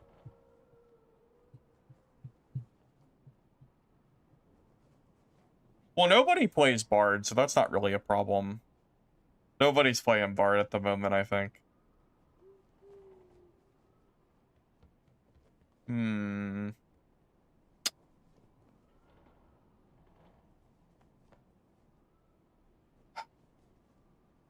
Well, let's think. If we end up fighting Warlocks, Perseverance basically hard counters that class, because Curse of Pain, Perseverance basically negates all the damage. So that would be pretty solid. However, Holy Water, having plus... And we can also remove the curses. But having the ability to get +2 all, just for 30 seconds, might just be better. And not only that, Holy Water is going to give us Will for damage. It'll give us Resourcefulness to make our stuff come faster. It'll give us Knowledge to cast Judgment a little bit faster. It kind of just, like, rounds out our build, huh?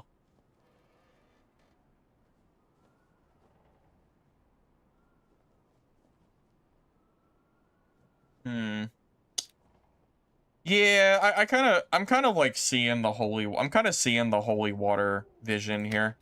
Because with this build, every single stat is good. There's no dead stats on this build. Even like Knowledge and Resourcefulness, which are typically not good for this build. Like for the old one I ran, which was Judgment, or which was Smite DP. It's all good. Well, Stigmata sucks. Isn't that the one that reduces your health? Yeah, so Stigmata, I don't see how you would want to take a perk that requires you to heal for the entire dungeon. That sounds very annoying to me. I can't think of a spot where you'd want to run Stigmata. Yeah, you know what? That's fair. It's probably good for Arena. For solos, this perk doesn't seem good at all. I don't see why you'd ever run this in solos. But yeah, maybe in Arena, since you're not, like, having to worry about the super long health. Because in Arena, you can just negate it with a health pot. So that's probably good. That's a good point, yeah. Arena's probably very good for Stigmata. Maybe trios, but, like, I don't know. Losing a health every 2 seconds in a base dungeon sounds, like, really painful. So I think having it in Arena would be better.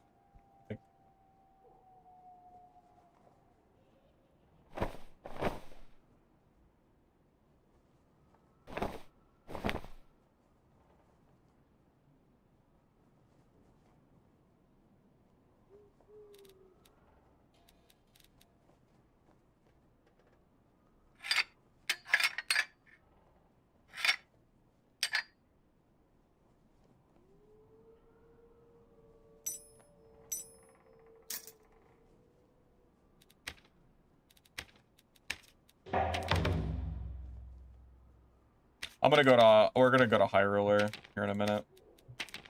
If I die, though, I probably have to go back to normals, because it's 500 gold for High Roller, and I only have 1,000.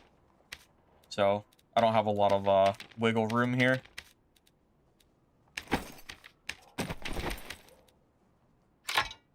But if I can manage to go into High Roller and not die, we will do those.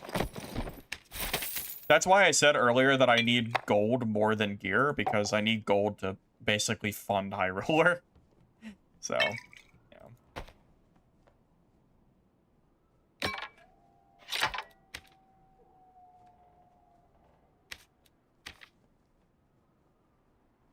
Wish you could sock it while something is equipped to you.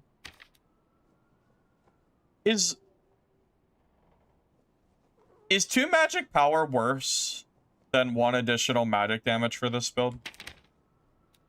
So 2 magic power is 4%. Is that 4% magic power bonus? No, it's only 2% damage. That has to be worse. Because it's 25 damage. 2% of 25 is 0.5. Yeah, so that is worse. Yeah, so I would want to socket these. As long as I have the gems to do it, that is.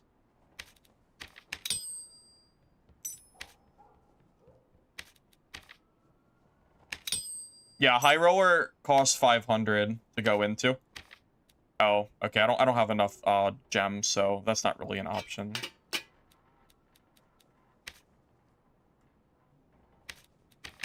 Yeah, so if I die, I can't really afford to like go back in, unfortunately. Not much I can do about that, so.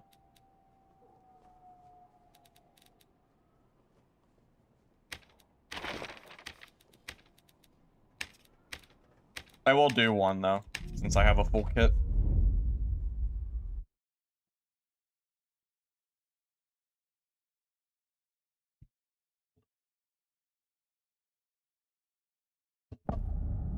Fighters did not get anything as far as I'm aware.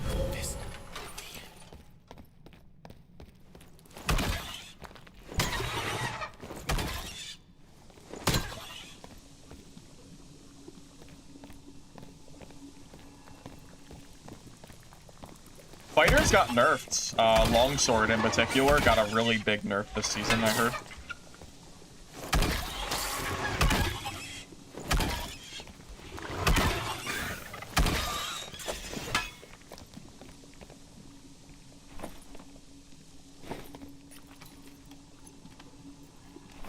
So the token is 500 gold. So if I escape, I'll get my money back. But if I die, I lose 500 gold. So that's why I said if I die, I probably can't come back to HR because I'll be out of gold. So.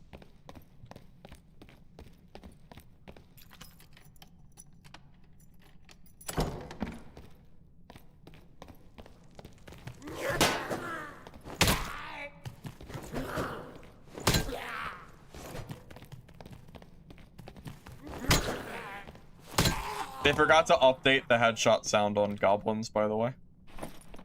Seems like they forgot to, at least.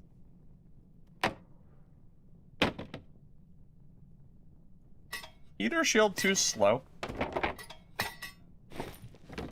don't know. I feel like heater shield too slow. The stats are pretty good, though. A lot better than a Grey Lantern shield. But, eh.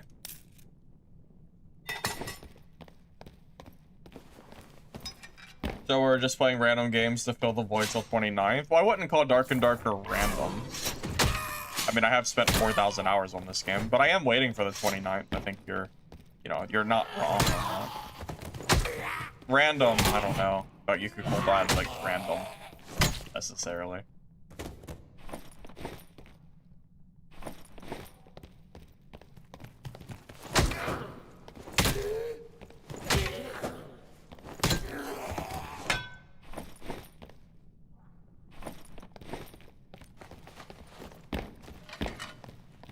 Only players and mini-bosses make headshot noises? Oh, maybe I just didn't even notice. Yeah, I probably just didn't even realize the other stuff wasn't the whole time.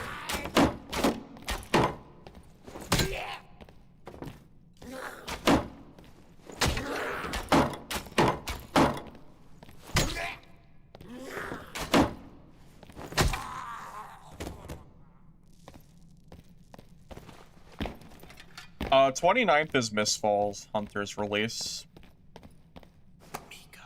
So that'll be the first time in, I think, 2 years that we'll have 2 melee extraction games side by side. So we'll actually, Dad will actually have some, like, real competition. Depending on if Mistfall flops or not, that is.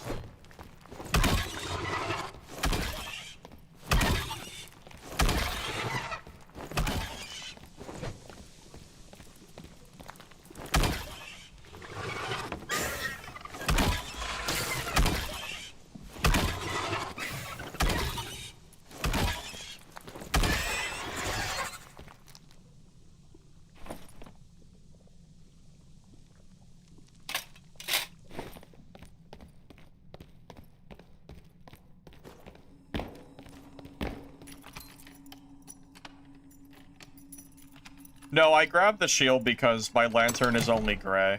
If I had a better lantern, I'd probably use it over the shield, I think. At least I don't think the shields are worth it. It's just 18 speed is a lot. It's kind of hard to use something that makes you lose 18 speed when the lantern gives you plus speed. So the difference is like almost 20 to 25. It's pretty massive.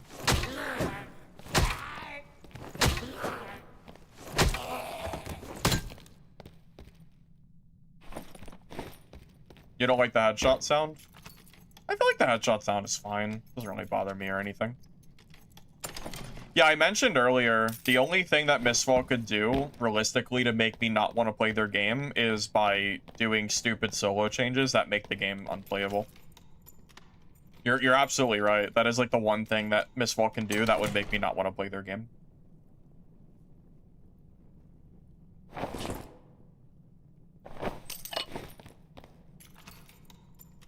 And considering how much I like that game, like, it would definitely suck for sure.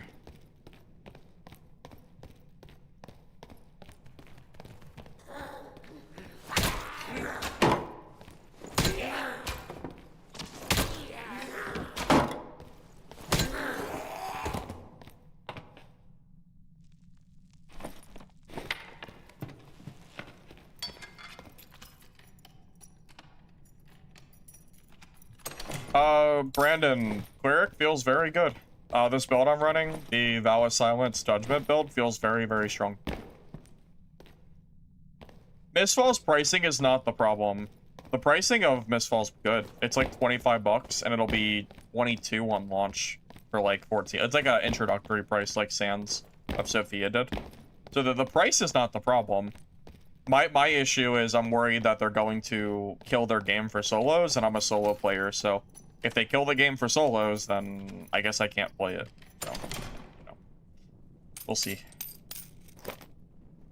Not much I can really do about it, so I'll just kind of sit and watch, I guess.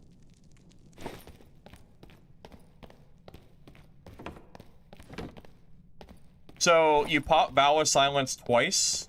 And that gives your judgment 100% bonus damage. So you basically have a tactical nuke judgment. It's pretty funny. Seems good from what I've seen.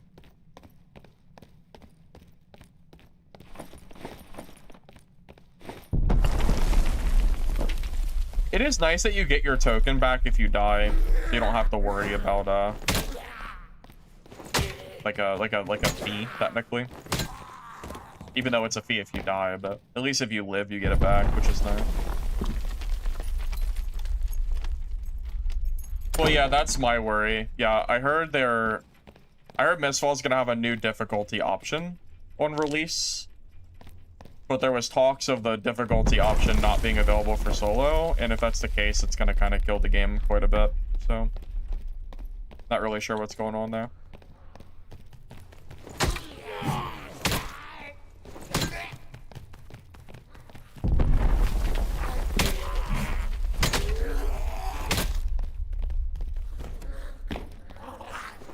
Can Rogue cutthroat the stacks? I don't know if Rogue can cutthroat the stacks or not. I don't think it hasn't been tested by me, so I'm not sure.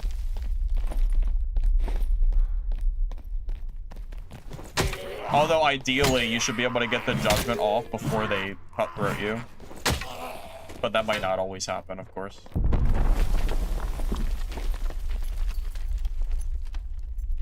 Surely there's no way that would be that stupid. Have you seen melee extraction developers in the last 2 years? Because I have seen bad decision after bad decision by every single game developer for every single extraction game that's released in the melee genre. Every game. None of these games seem to have developers that are like 100% there. There's always some stupid shit that goes on. Always.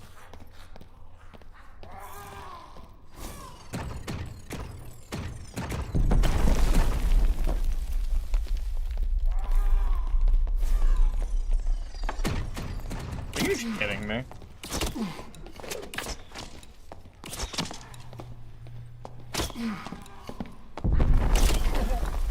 I'm just dead. I'm dead because the goblin hit me.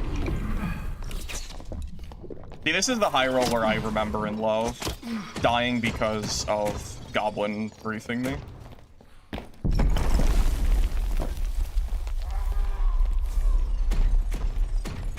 Or dying because I get griefed by mobs, I mean, in general.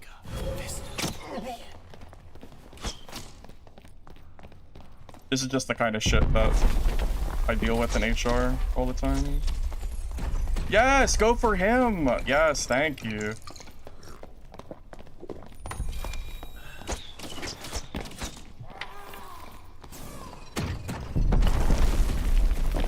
It actually swapped. The aggro of mobs almost never swaps. It's actually, like, crazy it did. Yeah, HR, like, I hate HR in this game because of mobs. I always get griefed by them, yeah. Always happens. And of course, that's, like, one of the worst mobs in the game, too. Because the, those beams track and it takes, like, 30 seconds to, like, deactivate.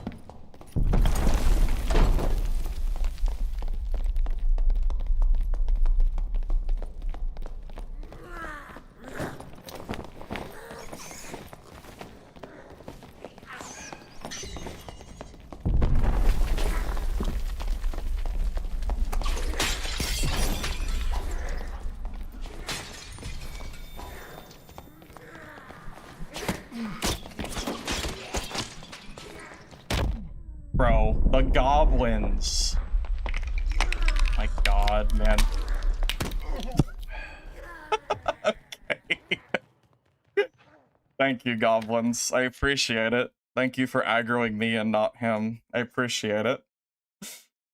Thanks. Very cool. Very cool, Dark and Darker. Thank you. I'm glad that you aggroed him and not me. Thank you.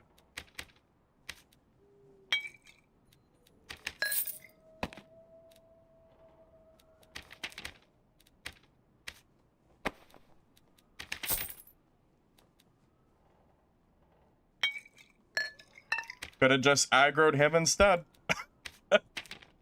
Literally just RNG. Could have just aggroed the ranger, but it happened to aggro me instead, so I lose. That's Dark and Darker for you. Well, at least that's high roller. You don't have that. Like, normals, you won't have that problem, but... yeah. Oh, we'll be back at normals for probably at least another 2 hours, because I can't afford the gold cost, and I don't have the gear. So, look.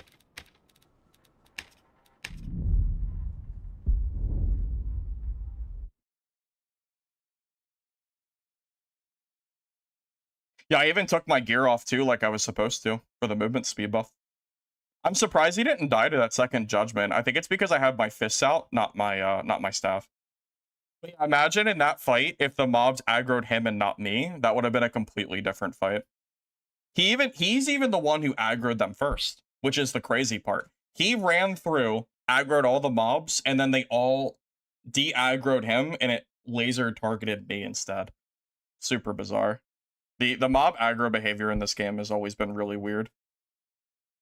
But like that Nightmare Mage was aggroed to me for almost the entire fight until the very end. And I never hit that mage.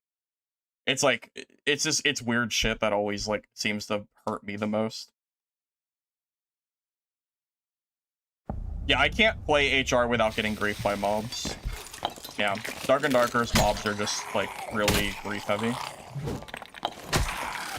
Not much I can really do about that.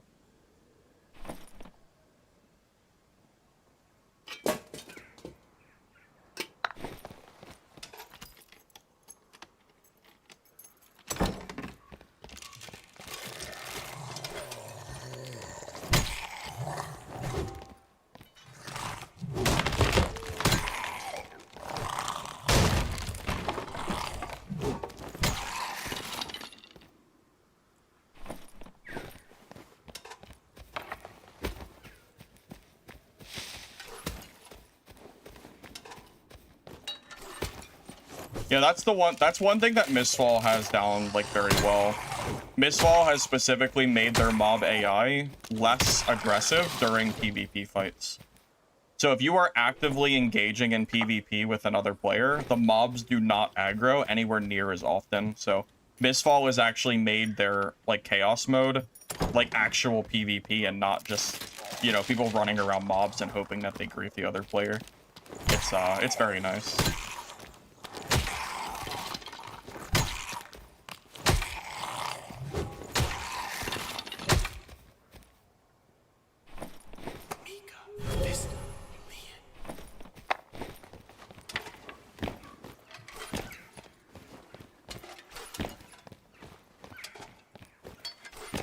So Vow of Silence is the new skill. It doubles the damage of my judgment. So it basically gives my judgment like ×2.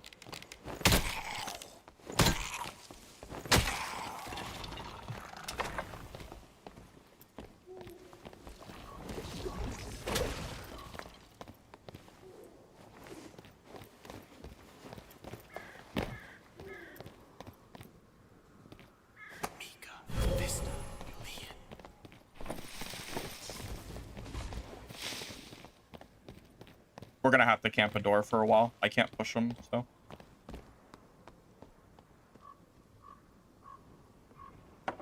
Wait, does this cheese still work?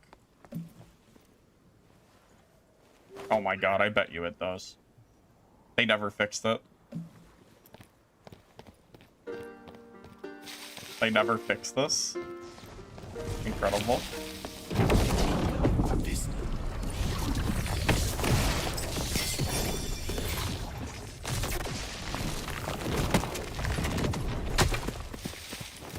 Thank you, Iron Mace.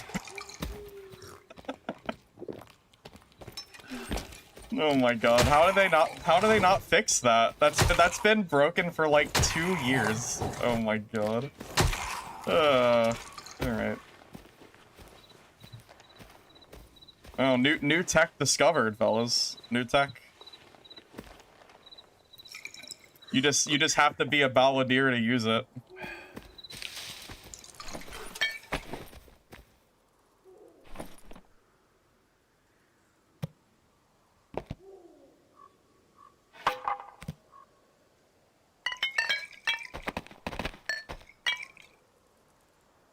Yeah, so if you're not familiar, the most emotes, so like I'll use a random emote. Oh my god, wait, are other emotes broken too? Oh, it might just be all the emotes, bro. They might just all not like.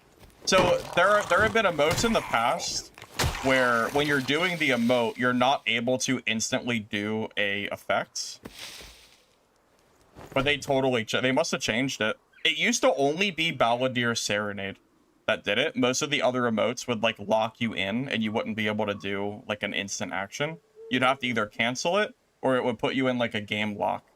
Apparently every emote does that now. So you can use an emote and then instantly attack during the emote itself, including skills. So it's not even just the Balladeer Serenade. It's just how it works. Well, that's really funny.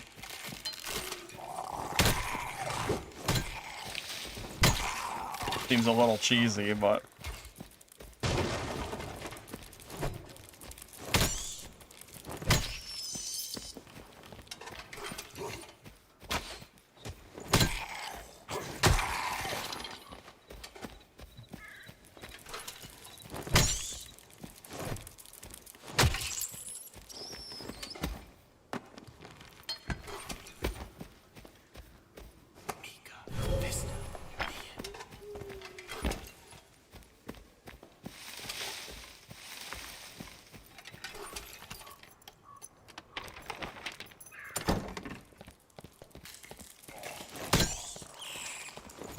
I didn't use the sword summon myself, but I had another cleric use it. It didn't seem that scary. I just ran away from it and it didn't do anything. Like the cleric basically cast it and then I just ran in the other direction and then eventually it dissipates, and then, like, it's just kind of gone. Didn't seem too crazy to me, at least against it from my side.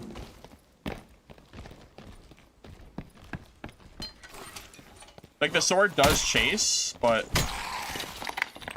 yeah, just the fact that you can just kind of run away from it and it's fine. Like, it doesn't really matter too much.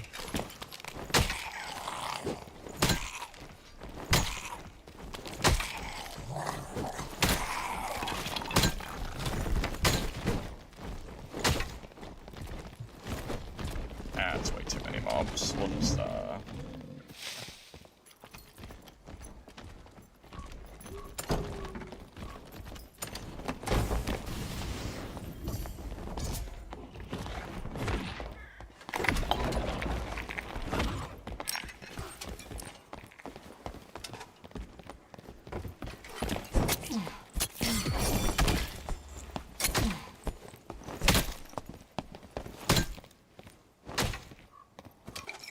I was gonna say it's my counter because while he's invis, I can't judgment him. And then I realized I just do more damage. So it didn't matter. He even has a blue ball as well. Didn't matter, but he did have one. Oh, OP, he has white squire gear. I only have gray. It's broken.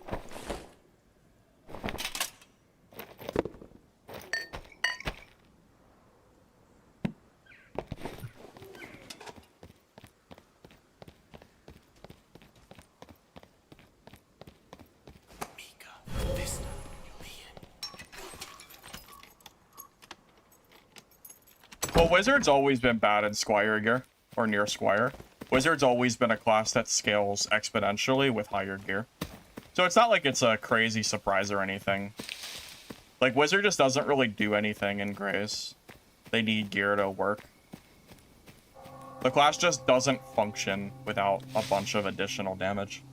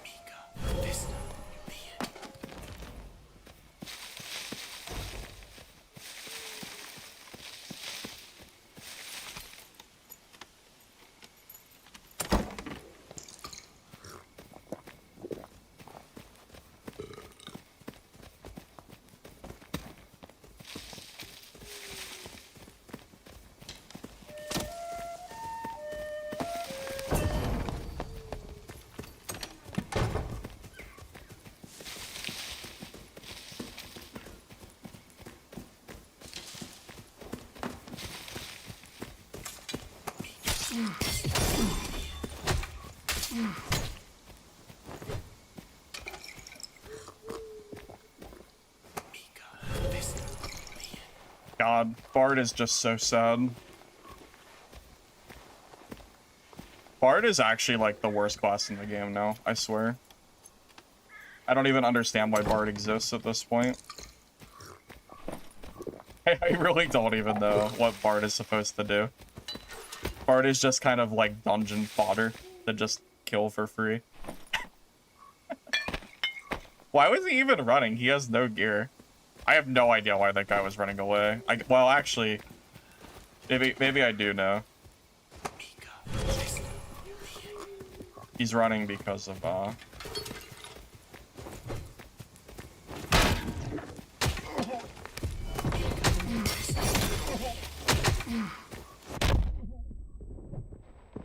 be dead. Damn. Okay, I learned something from that. You don't want to use Valor Silence when... You don't want to use Valor Silence when they're that close. Because it means I can't use my judgment. So, learn something new there. He was also really low, too. That was very close. We killed 3 people that game, so I guess I can't be too sad about it. But yeah, Bard is actually, like, so bad. Poor Bard is, like... Dude, that ranger never even found my body, by the way. but I don't get all my gear back, unfortunately. Too bad I don't get my token back.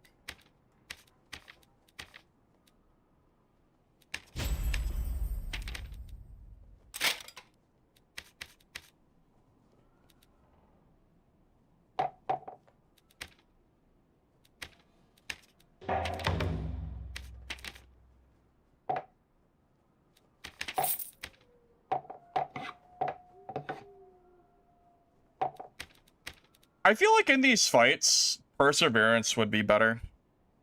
I think -2 damage is just better than +2 all. I'm gonna go back to the build that I like used to use, which is I always use Perseverance over Bless.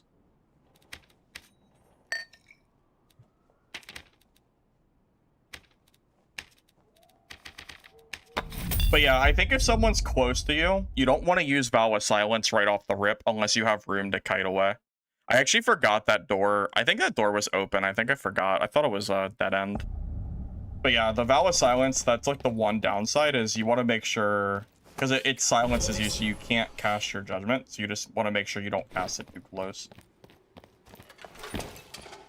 Yeah, if I had Perseverance there, that might have been one extra difference in damage, and it might have made me win that. Very possible. No, Bard is garbage. Bard is actually terrible. This whole I don't even know what the point of Bard is at this point. I have no clue. I would never play that class. Honestly, it's kind of a head scratcher. I don't like really understand like what they're doing with Bard. I guess we'll find out next season when they like like that class needs like an entire rework at this point with how much like they've destroyed it and gutted it.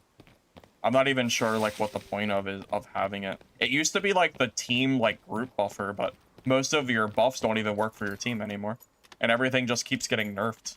So I don't really understand like what the point of the class is. I definitely don't want to like bother with it.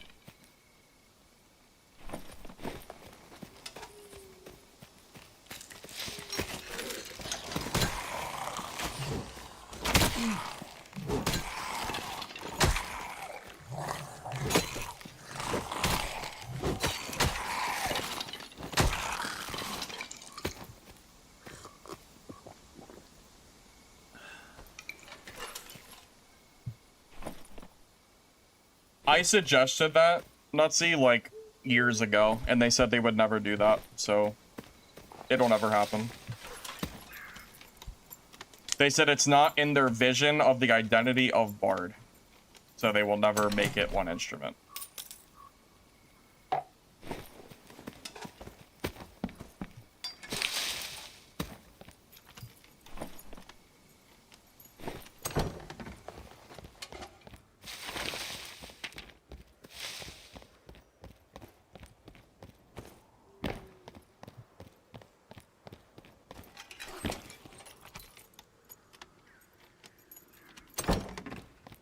I mean, I still don't understand why you would play Bard over another class, though.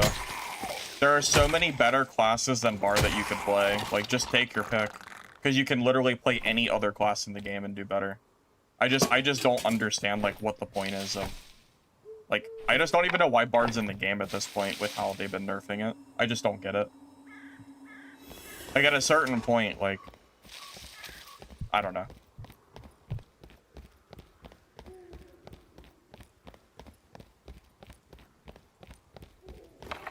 Like, as someone who does not like playing Bard and really never has, it has gotten so weak that I would not want to play it regardless. It's just not fun.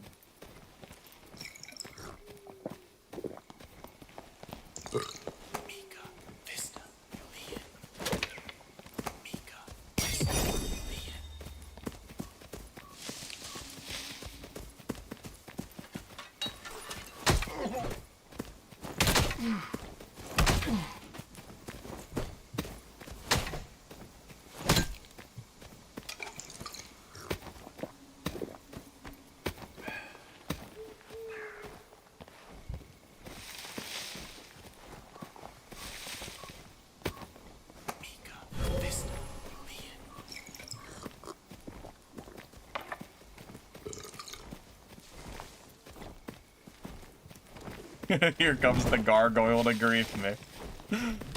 Of course, it wouldn't be Dad without the random mob. Here, ready to go. He shouldn't be faster than me, right? With this out? I don't think he can catch me.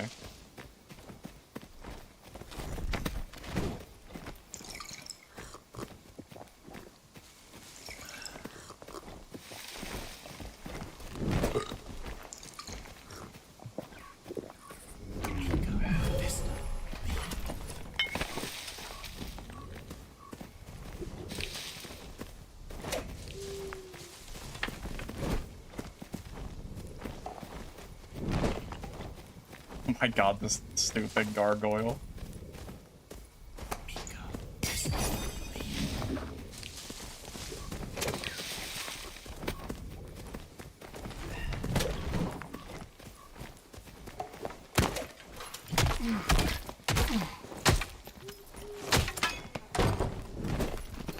What is happening? Am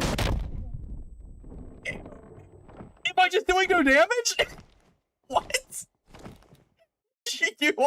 Do you wanna please tell me what's happening? Bro, I don't want to see the death cam from my side. I want to see his health. I don't, how do I see the barbarian side? I don't want to see my side. That is so, like, what is happening? He ate a judgment, and then he ate 2 sling hits, and then he ate 3 morning star hits, and he just walked away. What is happening? What even was that? Oh, Squire Barb versus Squire Cleric always has been that way, I guess. Oh my god. What even happened there? That was so silly. Literally, what is going on? That was so, like, funny. That's so funny. There is something I do want to test. I actually want to see, I want to see if Barbarian's Whirlwind is as broken as it sounds. So I don't know how many of you guys have looked through the patch notes, or anyone that remembers the last season where Barbarian was basically, like, added. You know, the Whirlwind was added. So timeline, Barbarian got added. Whirlwind 100% damage was in the game, okay? They nerfed it to 80% because it was literally game breaking and it, like, ruined the game. And then fast forward to now, they rebuff Whirlwind to 100% damage, back to where it was when it was actually, like, broken. So I feel like it just makes sense to play Whirlwind Barb. I don't know how many of you all were around during the Whirlwind, you know, fiasco going on.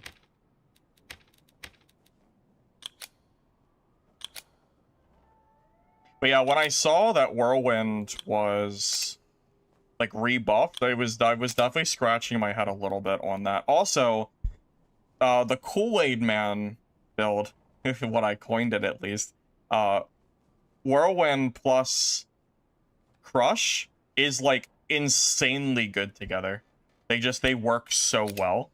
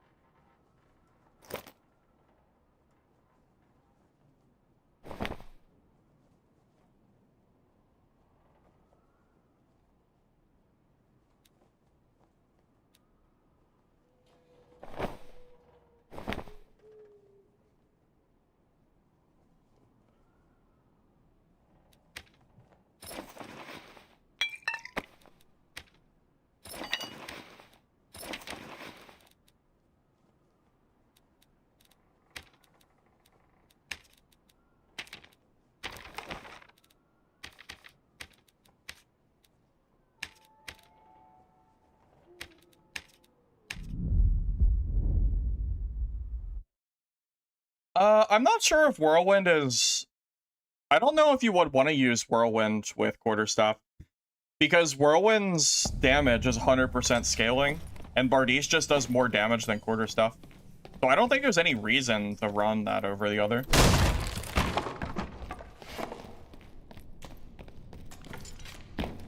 Well, Bardiche is just a massive range. Like, look at the... Yeah, look at the range of the Bardiche. Here, I'll use it to clear this. Like, look at the range of this.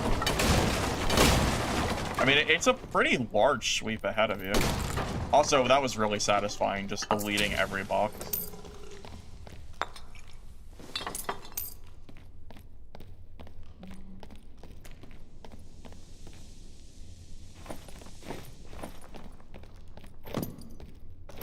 Oh, we finally found white armor for our quest. Looking for that for a hot minute now.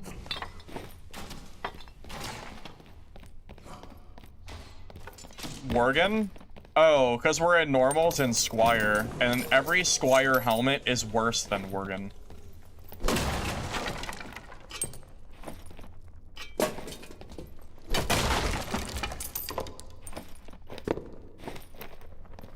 Yeah, your helmets aren't better until you get higher rarity, pretty much.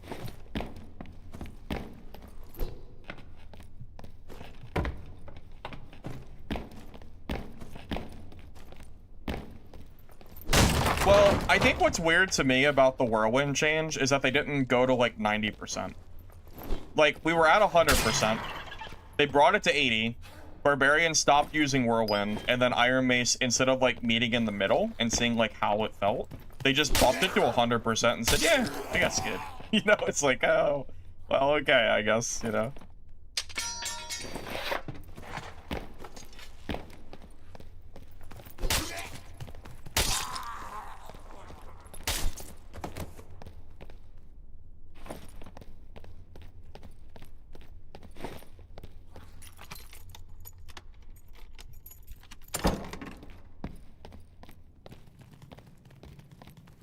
But yeah, it's really nice.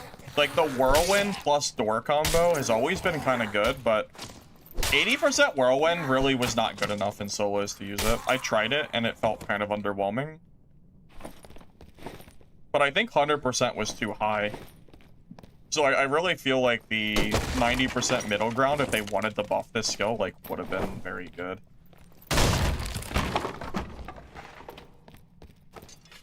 Runic gloves give 2 strength plus MR. Yeah, so all magic resistance gear was buffed. Well, buffed and nerfed. They buffed it where it gives you full stats, but a lot of it was less movement speed now. So there is some con to it as well. Quarterstaff hits on both sides. I mean, why would you need to hit behind you in solos? I don't see any reason that that would ever be needed. Maybe in teams, maybe, but you don't need that in solos. If you're using Whirlwind in solo, they're gonna be in front of you.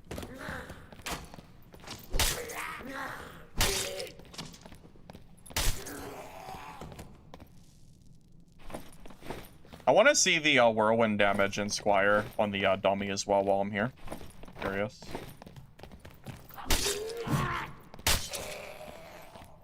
So it's just like base 100, right?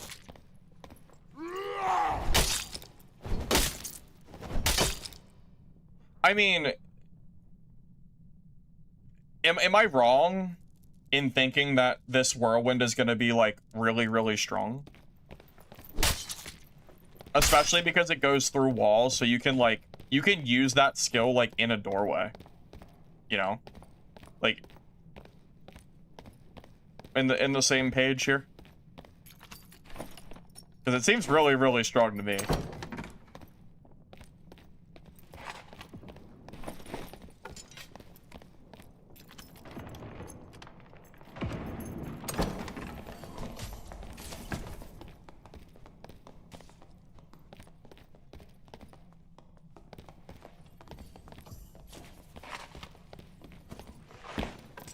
Well, I do need Iron Will.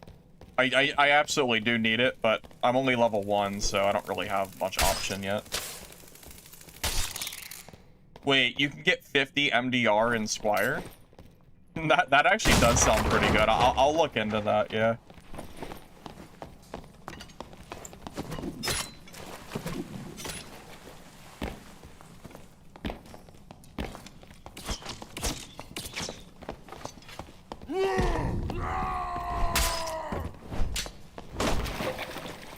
once, but...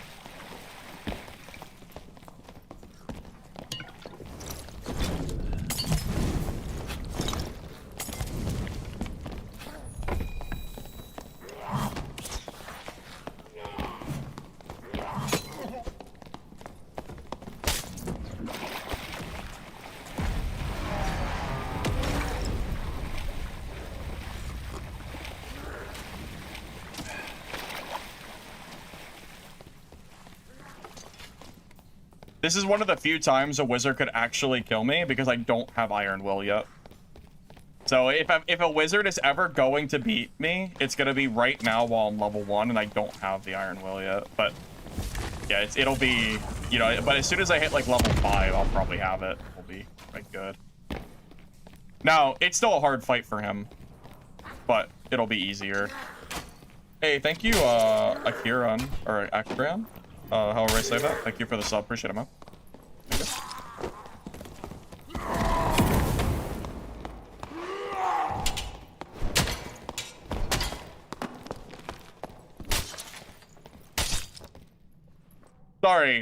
Sorry, my bad. Barbarian doesn't need Iron Will to kill a wizard. You just W key them. It's fine. Doesn't matter. Never mind. See, now you know how it felt when I was playing wizard and I was getting shit on by barbs for free. This is what it's like from my point of view. I don't even need Iron Will. Yeah. Hey, someone got an iron ore for me. Someone told me I had to farm that earlier, but the wizard gave it to me for free. I don't know what they casted, but I just saw them die. I don't really know. They hit me with the fireball, but it hit me for like 15% of my health, so it didn't really matter too much. Poor wizard, man.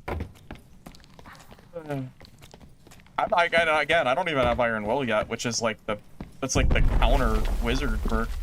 You freaking wait. Where did that ranger die? I don't remember.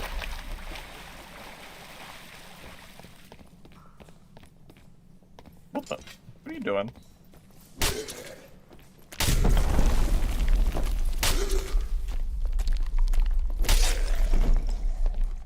Oh.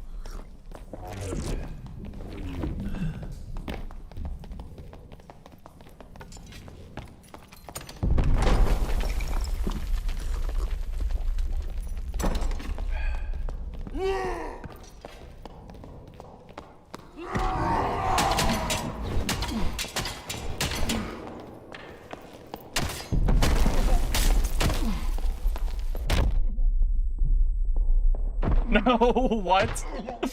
No, he was so low. What's his health at? That's crazy. No, he has 3 perks. I only have 1. He has 3 damage perks and I have none. Damn, sucks. Damn, that was just perk diff right there. He just has 3 better perks than I do because I'm not max level yet. Oh, not the perk diff, man. That sucks.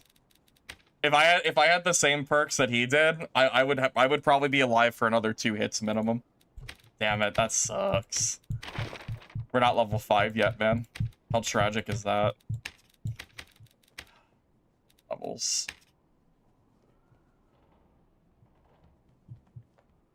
Iron Will used to be on fighter during multi-classing. I used to use it. It was very good. Damn. I got perk diff, man. Sucks. That's like the worst way to die. It's just to have it's just to die because you're not like the level yet that you need to be. That's really sad. I don't think switching to club mattered in that fight. That was completely irrelevant. It came down to the 3 perks. The amount of the damage difference that those 3 perks are giving him that I don't have is insane. I'm missing like 15 health, a ton of damage, movement speed, and armor pen. Like I'm missing so many stats. Like, you know, I think that's insanely different, you know? Yeah, like if I was level 10, I might have actually won that fight. Just unfortunate that I have no... And also, I kind of have to run... I don't know how he's not running Crush. Without Crush, like... You just, like, everyone just runs. So, like, he basically sacrificed the running perk for more damage, which is good against me, but it's bad against, like, everybody else. No idea how he's not running Crush in, like, the, like, current solo meta. I don't even know how you can play the game without Crush as Barb. But, yeah, if you just fight Barb straight up, it's actually, like, better not to have Crush. Because it just ends up being a waste of a perk that isn't more damage.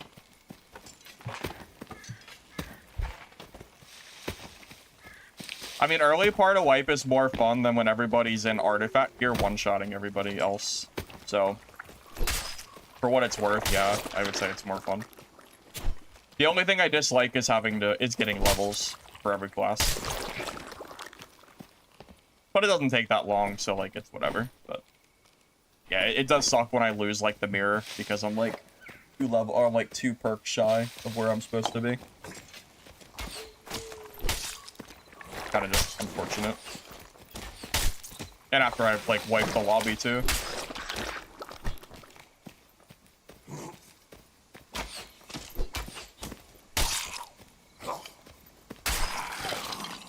That's fair. I guess Crush is finally like it can finally be a combat perk again.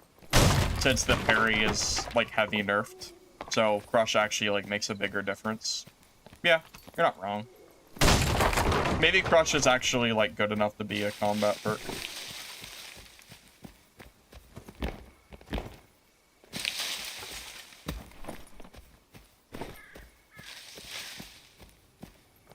The dampening effect is new when you're low health. I don't like it.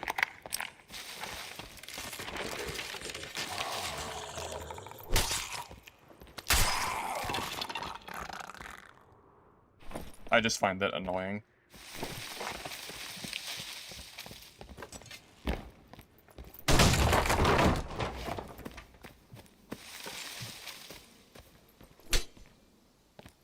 But yeah, like, Barb's resourcefulness is so weak. Or so low, I could not imagine having to, like, slowly open all these doors. It would take me 10 minutes to just get across the map.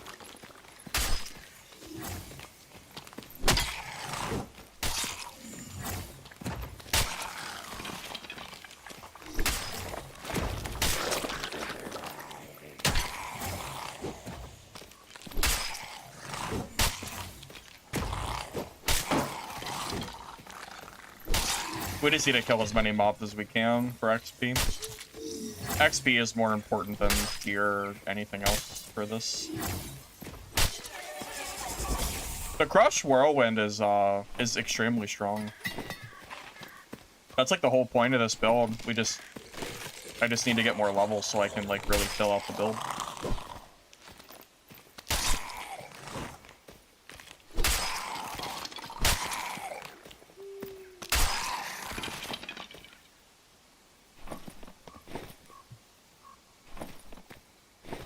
I mean, that's one of the funniest things to do as Barb with this, is to just sit on the other side of a door and crush it with the Whirlwind itself. I actually should have done that in the last fight. Maybe I could have actually overcame the very clear, like, perk discrepancy I was in. Maybe. There is something to be said that I could leave doors open with the purpose of trying to bait people into those doorways.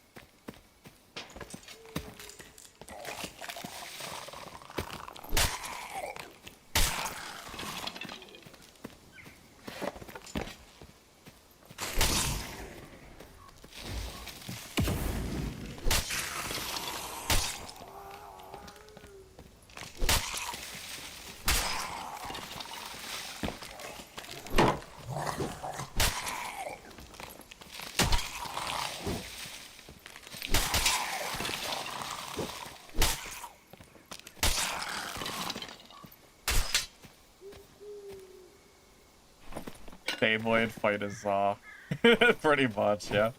Whirlwind Barb versus Whirlwind Barb is honestly a really stupid looking matchup. Honestly, it almost feels like a Dungeon Born fight. Because the Whirlwind was in that game first.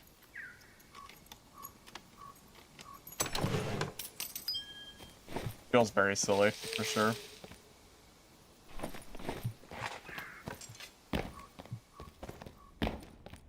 I'm not even sure if I like that they ever added Whirlwind into the game to begin with. It always felt like a little bit weird, I think.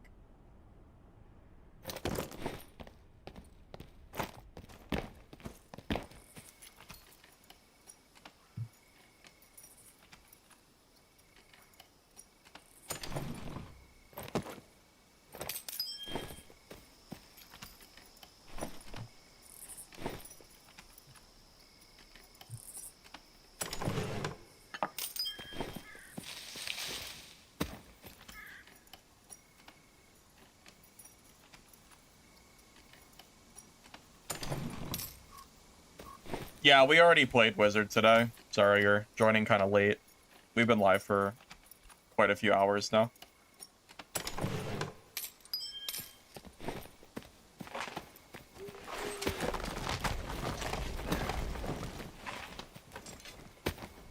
I died to enough barbarians on Wizard. Actually, even my Cleric. I'm seeing so many barbs, like, and it's always, it seems like it's the barbs primarily that are killing me, so figured I just join them. Not surprising at all, by any means, considering how good Barbarian is early wipe, especially with being against caster-heavy classes.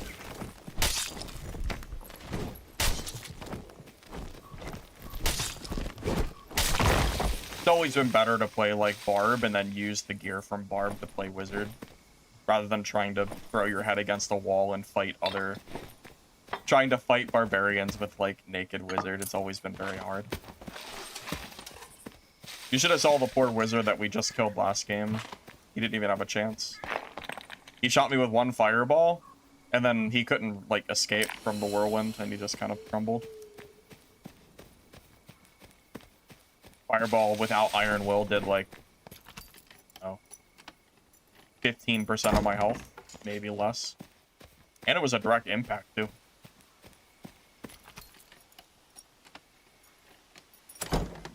Yeah, Whirlwind hitting through doors, walls, etc. is definitely like one of like the bigger parts of what makes it so strong, for sure.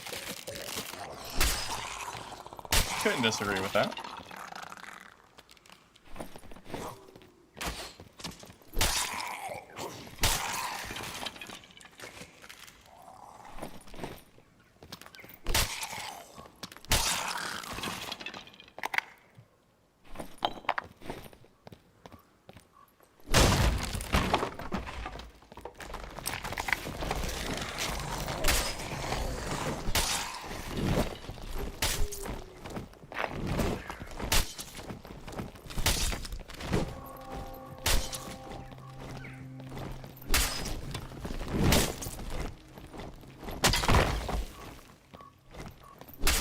Pretty sure these guys have a very high chance to drop Bardishas, so they're probably always worth killing.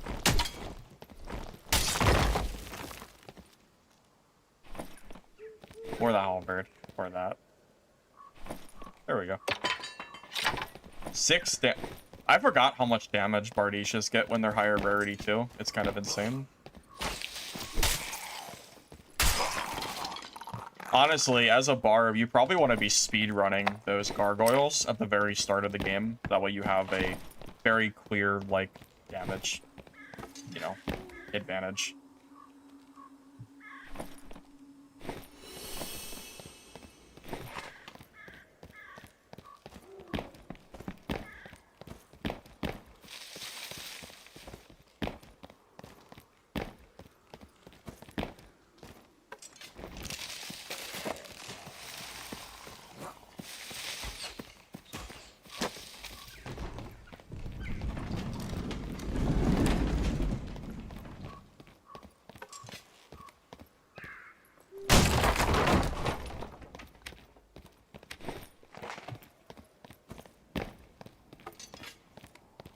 I saw that longsword has to hit, you have to hit a certain part of it in order to parry now. So, Barbarian getting countered by longsword might not, like, really be a thing anymore. Like, countered as in specifically the quarterstaff, because My quarterstaff build from like previous seasons were always pretty good, but against longsword it was a free kill for them because, you know, it was basically dead free carrying a quarterstaff. So with that build gone, quarterstaff barb might actually be like really good, but I would not use whirlwind for quarterstaff. I would use I would probably just use roar and I don't know. Roar and grapple? Roar and rage. One or the other, probably.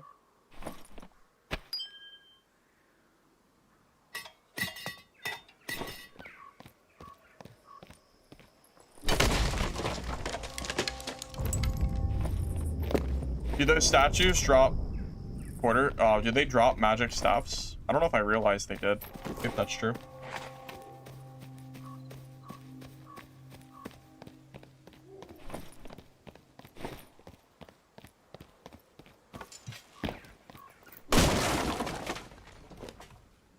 Oh, that's actually a quest item I've been needing. Yeah, finding white gear is really hard to do, for whatever reason.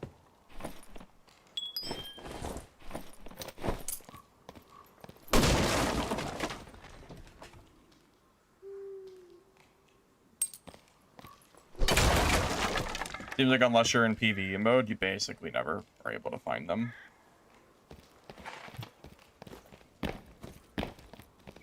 Yeah, you're probably right. If you want shitty white gear for quests, you have to go to PvE mode, which is really like silly, isn't it? Like, oh, if you want this quest, so you gotta go to PvE to do it. That's kind of funny. Oh, I have no healing. I'm not going red. God, I have 0 heals. Also, I'm probably level 5 by now. I should probably get my second perk.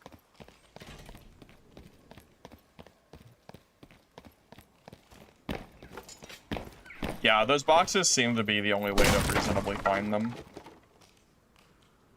Seems to be somewhat consistent, at least.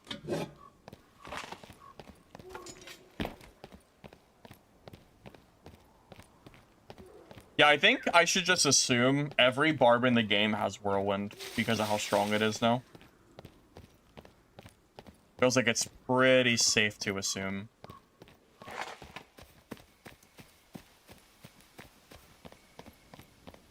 I'm not even sure why a barb would not run whirlwind, being 100% damage.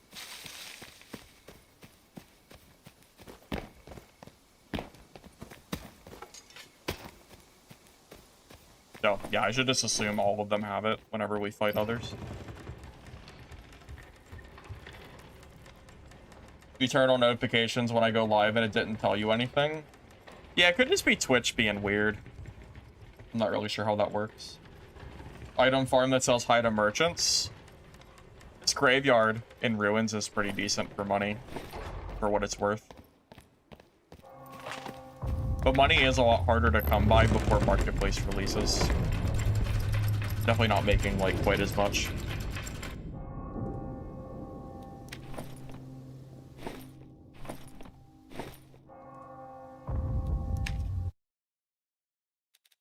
Well, the thing is, trinkets aren't going to net you any money because market isn't out for 2 weeks, right? Yeah, 2 weeks, 13 days. So, I mean, trinkets aren't worth any, unless by trinkets, do you mean like gems and treasure? Or do you mean amulets and rings? Because if you mean amulets and rings, then that's not going to help you at all for money. At least not for 2 weeks, it won't. If you're talking about the other, then yeah, that'll be fine. Yeah, going for just really just raw treasure, it feels like is like really what you want to be going for.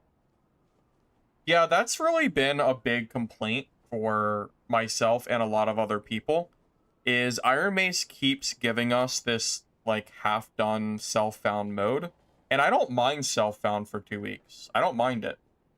I just want to be able to spend my gold, and it feels like there's nothing to really spend your gold on. Like, merchants just don't sell anything that's worth buying. And it feels like all the good stuff that merchants will be able to sell doesn't really release until after like the time gate lifts. So it feels backwards. It's like merchants don't sell items. Eventually you get enough gold you know, to buy everything you want. Like, you get enough gold to fill out your stashes and whatever. So at that point, like, what do you have to spend it on?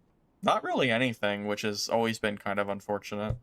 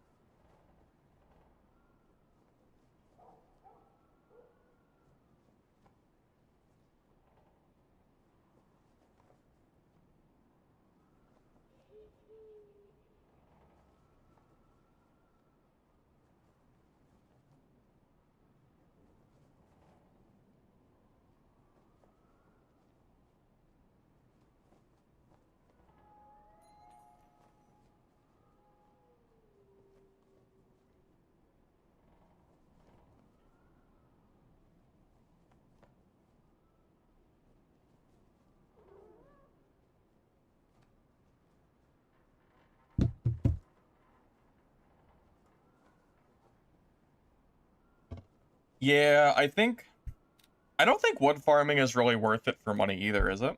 I don't believe it is.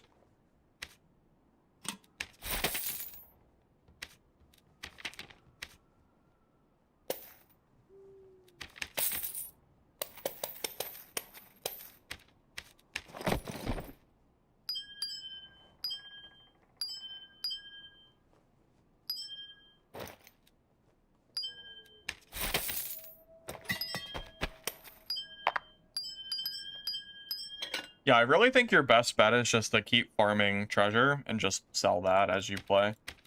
I think that's like more than enough.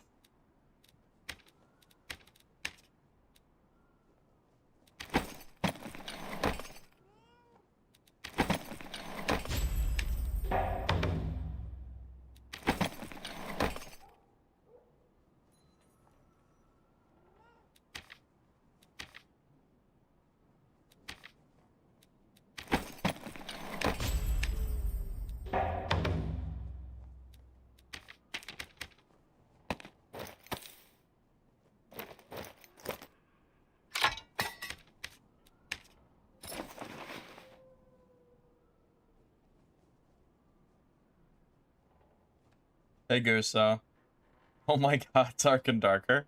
Well, new season released today, and we still have 12 days.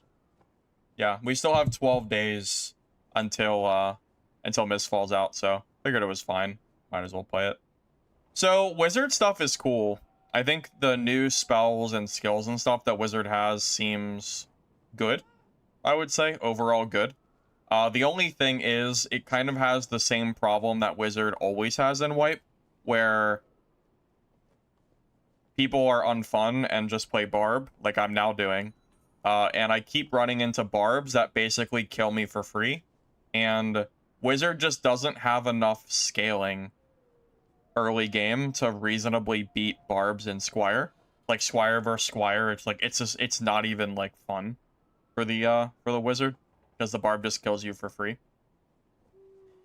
So my plan is that I'll probably farm gold on Barb, and then I'll funnel that to my Wizard, because it's not really fun, like, dying for free because I'm getting class countered. Because, yeah, people are, there's too many Barbs playing right now, to reasonably be able to, like, have fun on, like, Squire Wizard, unfortunately.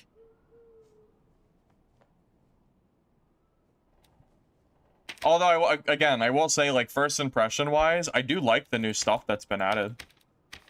I like it, for what it, you know, for what it's worth. Also, someone mentioned earlier, you can probably just stack all of the magic resistance gear and just basically never ever die to a single caster. I'm curious what it looks like when you do that. Here, I'll even take off the skin.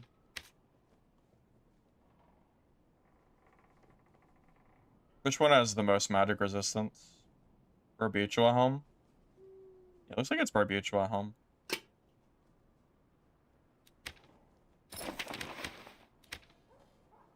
Like, wait, it's not even done yet. Wait, it's not even done. Like,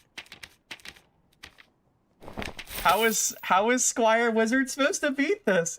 I'm at 48% magic resistance. It's like, I'm in whites. Or I'm in gray. I'm not even in whites, I'm in grays. How is a wizard ever gonna kill this? I don't know. I don't really know. I don't think they can. This is the problem. This is the problem with Squire Wizard. It's like, oh my goodness. I mean, I guess I'm slow. So, like, but that's fine. I can just throw on the elf skin to gain a little speed. But, like, I am slow with this kit, so I guess there's the downside. But, like, oh my god. 48 PDR, MDR? I don't think I'm dying to a single caster, like, ever. Like, I can probably out-heal that damage with, like, meds. I don't think I'm ever dying.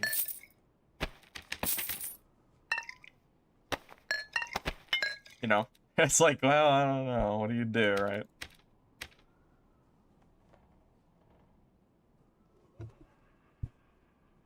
I promise you, Squire Wizard is not melting barbs. I promise. Because I just killed a Rondell Wizard earlier, and he barely did anything. I promise. Maybe in gear, it might be able to. But in Squire, in Grays, Wizard just has the same, like, scaling problem they always have.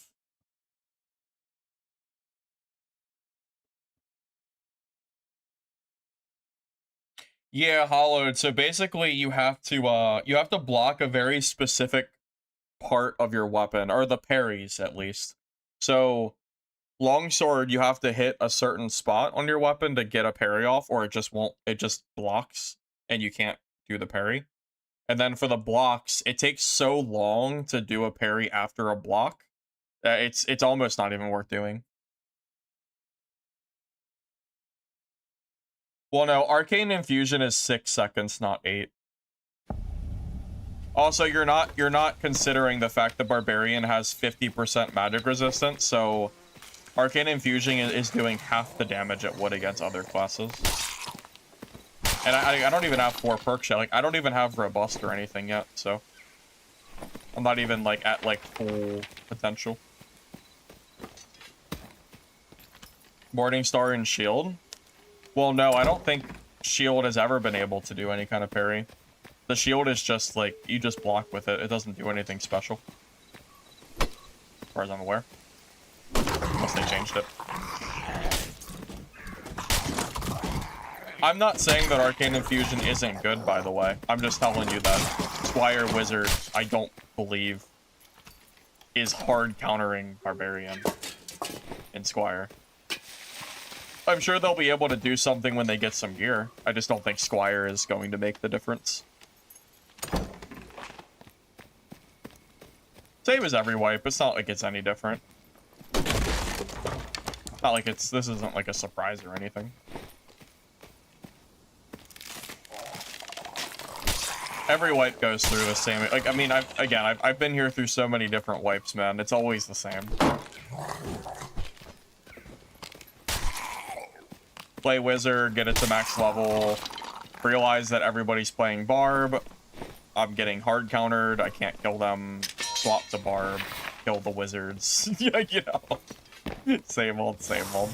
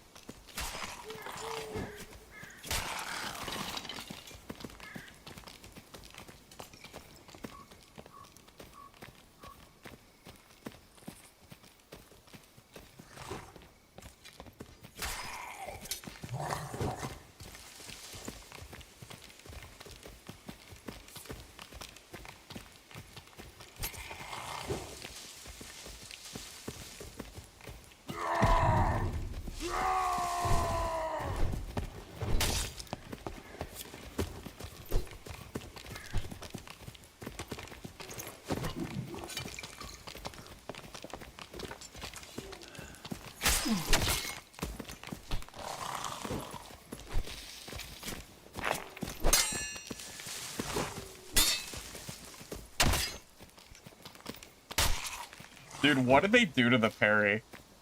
What did they do to it? It doesn't work anymore. He parried it like 3 times and it just didn't, like, hit. What did they do? I genuinely think they, like, messed up the parry. Like, something went very wrong with whatever they did. Because it doesn't seem like it's working anymore.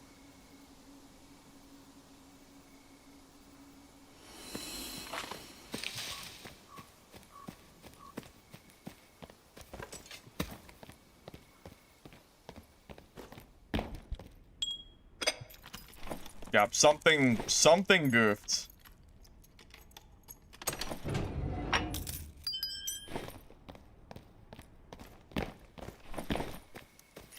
Because remember, that barb earlier tried to block, and I just kind of, like, kept hitting him, and the parry just wasn't coming.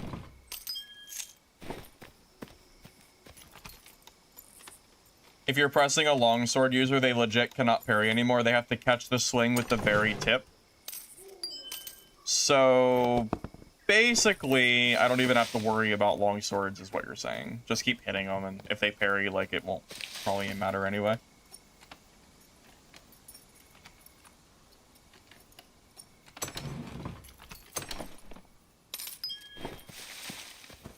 It's 1:30 a.m. here. Oh yeah, you should probably go to sleep for sure then. Well, thanks for stopping by. Appreciate you. It's good, but...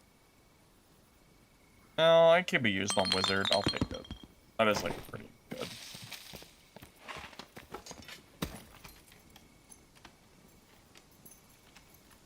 You cannot riposte while staggered. So what exactly causes the stagger, then? Is crush, is the impact rating what makes it so someone can't parry? Is that what's causing, like, that weird, like, thing where it looks like they should be able to parry, but they can't? So they just sit there and, like, die? Oh, I misclicked. Yeah, I just don't exactly understand, like, what is happening, because it feels like every time I fight someone that is trying to parry, they just die. Like, it doesn't work anymore. Impact of the weapon versus blocking. So, if my weapon has more impact than the weapon that you are blocking with, it basically doesn't let you parry. Is that what's going on? Try the new Cleric skill that lets you stun undead. If you stun a skeleton archer, it shoots you anyway. That's just classic Iron Mace, man. That's classic.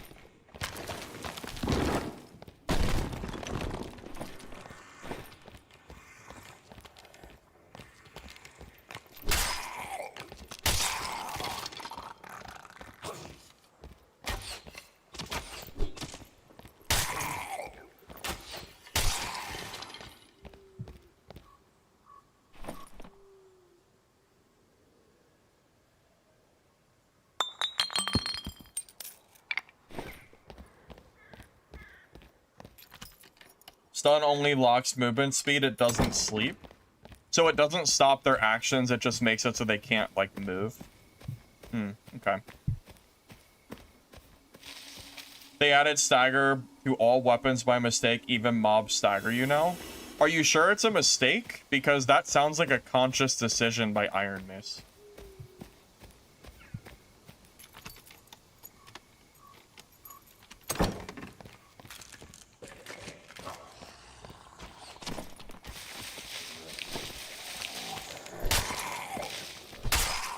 Oh, you know what? I'm probably level 10 by now.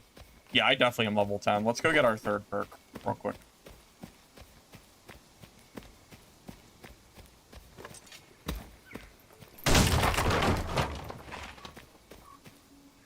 You know, with 50% magic resistance in Squire gear, Barbarian is probably not going to be dying to that Judgment Cleric nuclear build. Because Judgment, if it does 60 damage Squire and I'm hitting 50% MDR, the Judgment's only going to do 30 to me. And with my other perk, I'm going to have 150 health. So I'm still going to have 3/4 of my health pool. And then I'm gonna use my Savage Roar and Whirlwind, and it's gonna do way more than his Judgment will. I'm not sure if this build will even lose to the Judgment Cleric build. Not once I get, like, full perks and all that.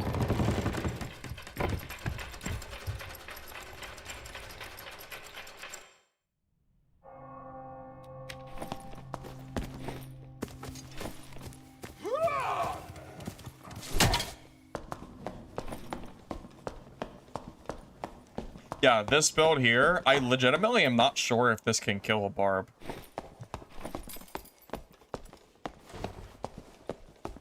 Smite DP? What year is this?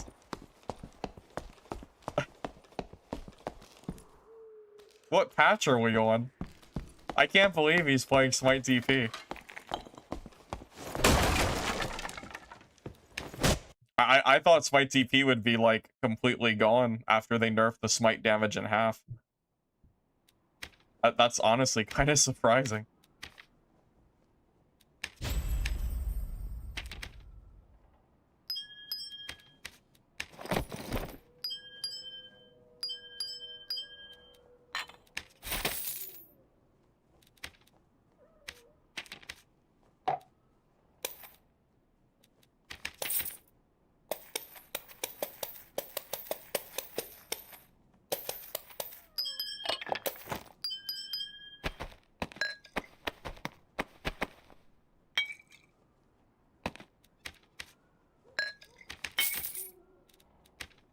Well, I'm level 11 now, so now we'll have Robust.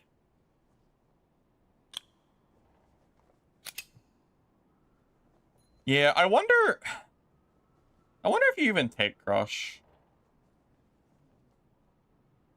I feel like you just lose a lot of stats by having, like, Crush feels like more of a convenience perk, but it's a really, really good convenience perk. It's like if you don't have it, everyone just plays the door game on you, which is, like, really annoying. Play a lot of druids. I don't think I've seen a single druid today. So that is kind of surprising. I've been seeing a lot of barbs. But that's been like my common class.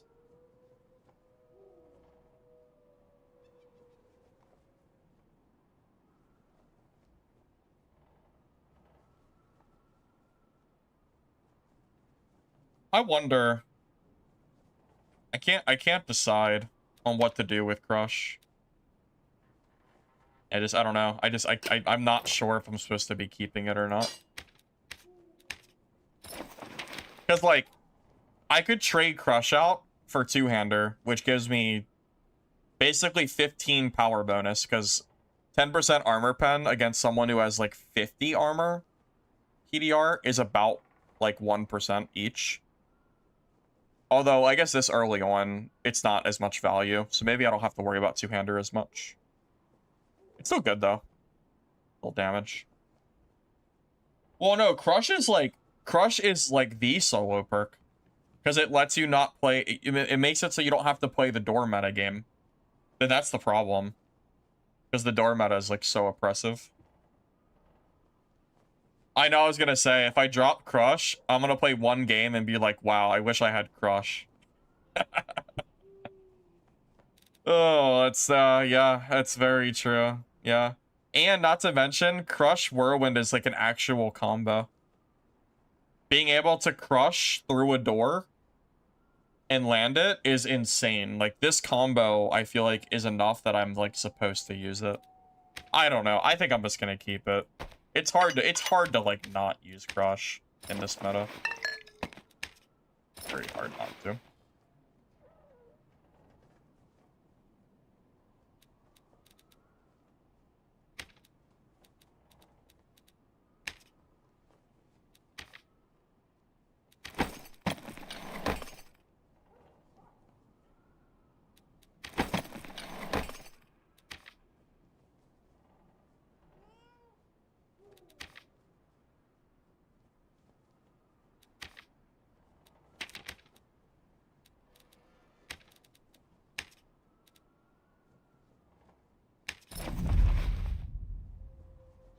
Well, that's that too, yeah. The fact that Crush now doubles down on the new update to pretty much stop people from ever countering with an attack. Yeah, that value on Crush is kind of insane. It's hard to imagine not using it.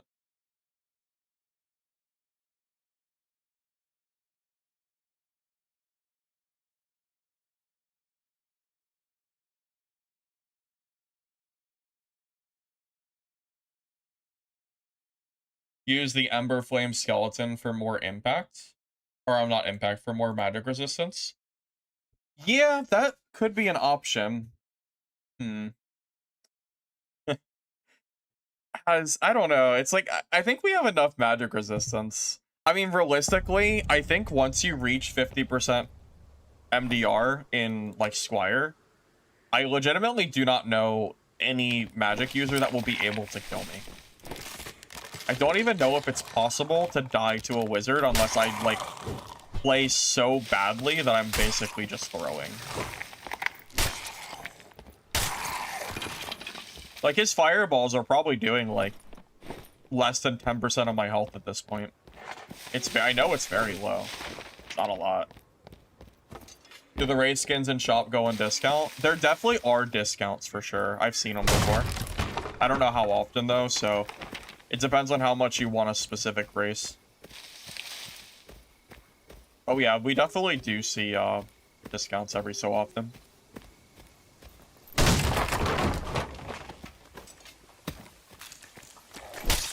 You know, regardless of, like, the content of the season, I'm at least glad to be, like, streaming again. I haven't, like, streamed a whole lot recently. Just because I've been just kind of, like, chilling. Till the end of the month. But it is nice to, like, you know, be able to just check this out and all that.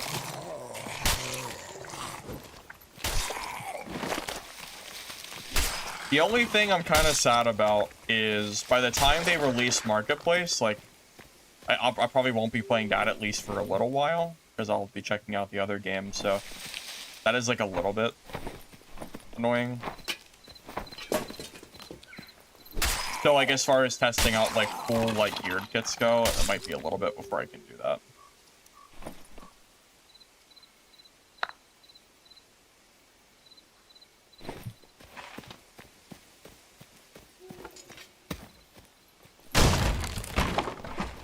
Because I'm envisioning some really crazy, like, Cleric and Wizard builds, but I would really, like, need the Marketplace to make them is the only thing.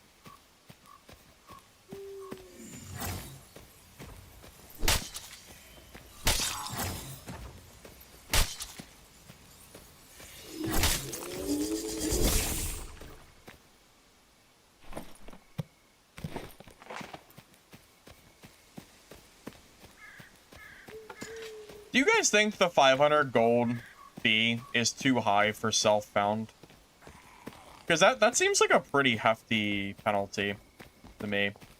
I think during Marketplace, that's like a it's pretty reasonable, but...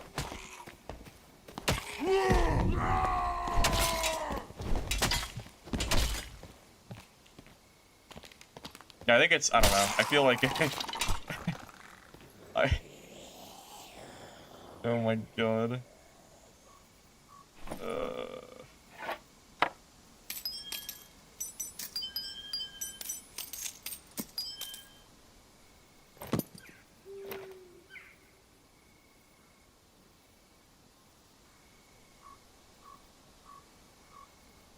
Poor wizard, man. Poor...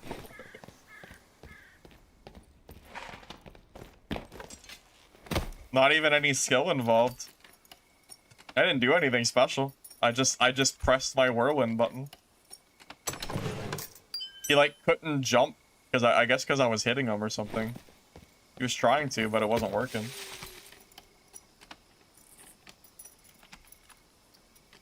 Gold is more than 5 times easier to acquire than it was 100 gold ante.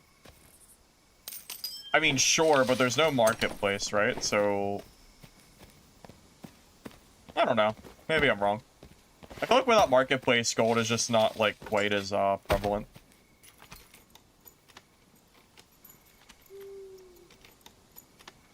Because a lot of your inventory is being filled with, you know, gear that isn't being sold for a couple weeks. I think the 500 gold is perfectly fine. I'm just not really sure if the 500 gold is needed for self-found. Like, they already reduced the gear store number. I feel like 250 for self-found would have been more than enough, personally, but I don't know.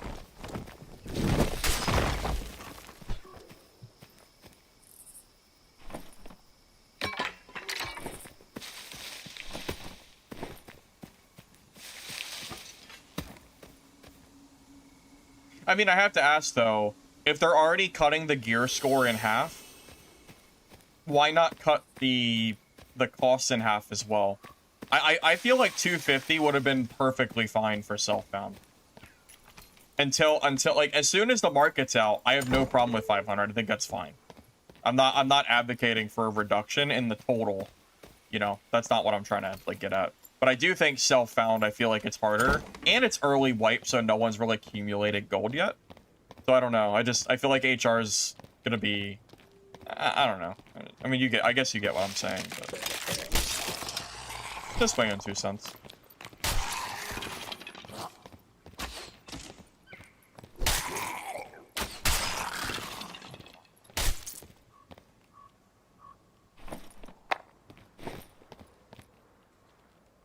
Realistically, it probably won't matter after... I don't know. Probably won't matter after a few days anyway. Book on the table. Oh, the sellable book. Did I miss one? Oh yeah, good call.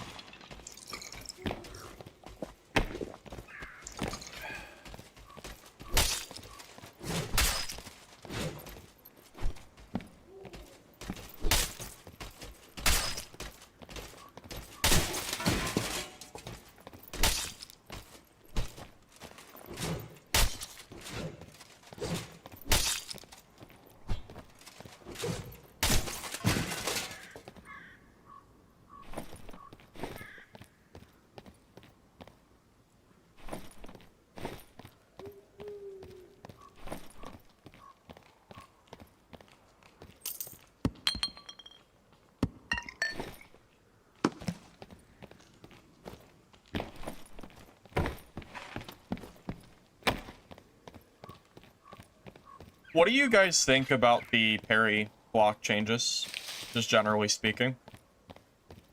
Because longsword and, like, other, like, you know, like Bardiche and... Well, every weapon, pretty much, that blocks has been updated. Anyone that has played over the last, like, 12, 18 hours or so, what do you think of the, like, update? I've seen a lot of people complaining about it and saying they don't like it, so I'm kind of curious. So, longsword can only parry on tip now. So you can't just, like, bait on longsword like you used to be able to. It's completely different.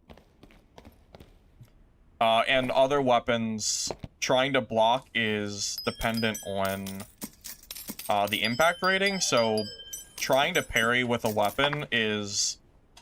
It's not very often. It's kind of hard to do.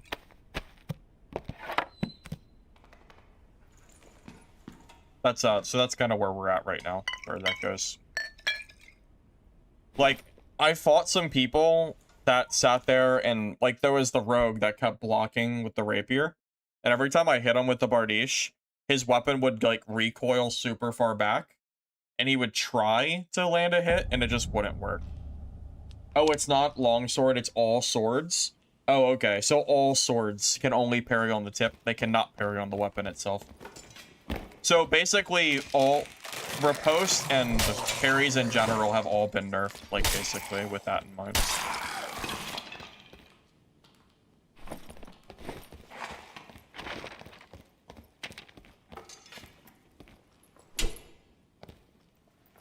I'm kind of torn, because, like, I feel like parrying, riposting, etc. is one of the more skill-based parts of the game. So now that you're more heavily punished for trying to parry, block, etc., I don't know, I just can't help but, like, wonder... I don't know. It's hard to imagine if it's, like, good or not. I don't know if I've seen Lance here yet today, but he always plays Longsword and Wipe, so I'll have to see if he's still playing Longsword or not after the changes.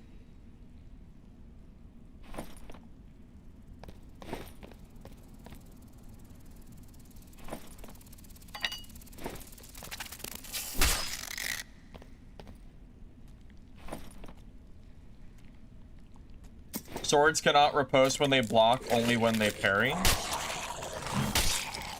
Not sure if I understand what you mean by that. Oh no, I get it, yeah. Because if the sword blocks in not, like, the tip, it won't work, right? Yeah. Oh, I see what you're saying. So when I was fighting that rogue, he was probably blocking the sword, not the tip, so it didn't give him a riposte. Right? Something like that. I mean, that's probably right. I have to rewatch the fight to know for sure, but that is probably what happened, yeah.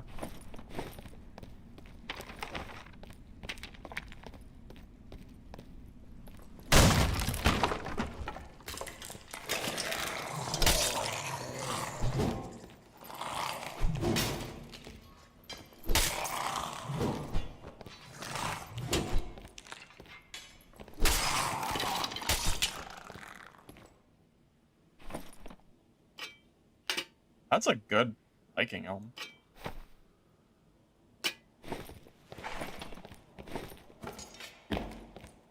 Also, just remember, daggers have parry too.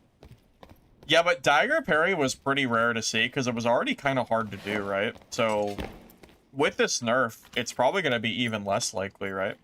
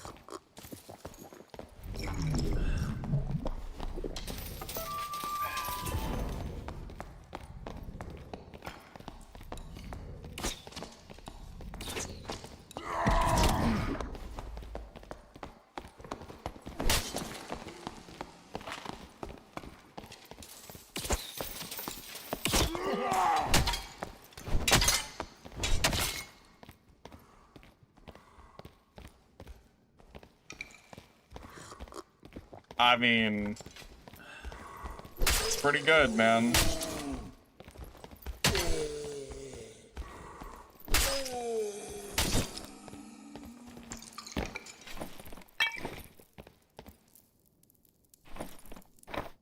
I cannot believe they brought back unnerfed Whirlwind. Actually, no, I can believe it, but...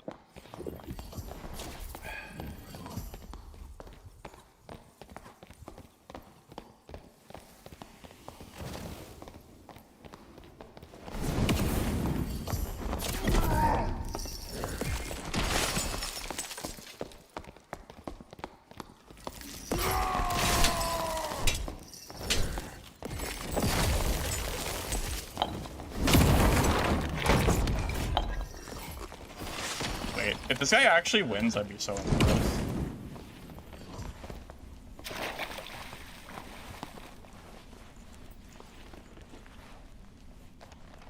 I am kind of slow and I don't have rage, so like it is a little hard to close the gap, but I just have such a large health pool. Him winning this fight is going to be so hard. He's going to have to, it's going to take him every spell he has to beat me. It's possible, but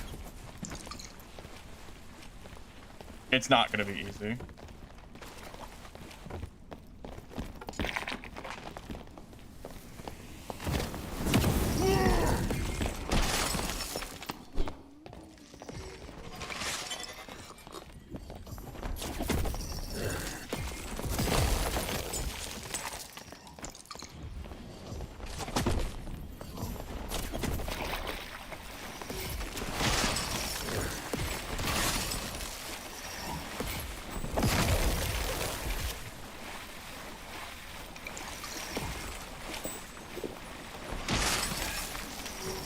Like, how much I'm eating?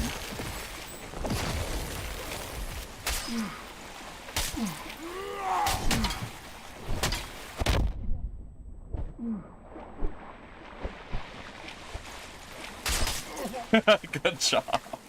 That was good. I'm impressed. You actually beat me. I'm too slow. Too slow with Savage Roar. Too slow. I need my 4th perk. I need Berserker so I can actually catch up to him when I'm low health.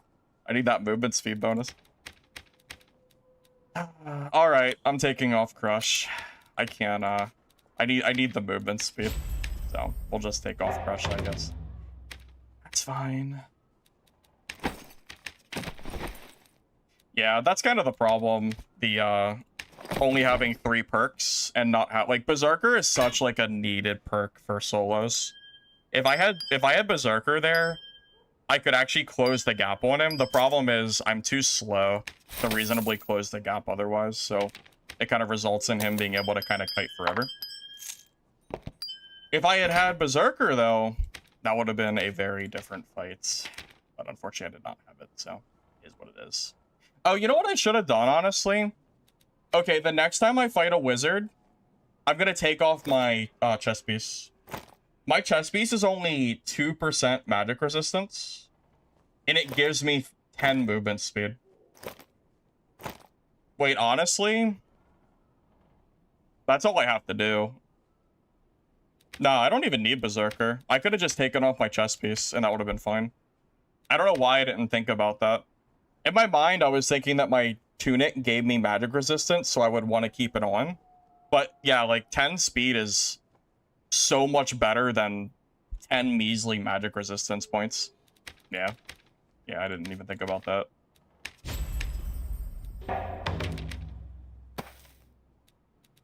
Yeah, if I took off my chest piece, that would have been a very different fight. I need to get level 15 so I have access to 4 perks, because I can't drop Crush. I can't do it, but I need Berserker. So as soon as I get there, that'll be a lot easier. So yeah, we'll focus on getting our 4th perk slot, so I have more movement speed when I'm low health, and then I'll make sure I take off my chest whenever I fight, you know, whenever I fight like a wizard or whatever.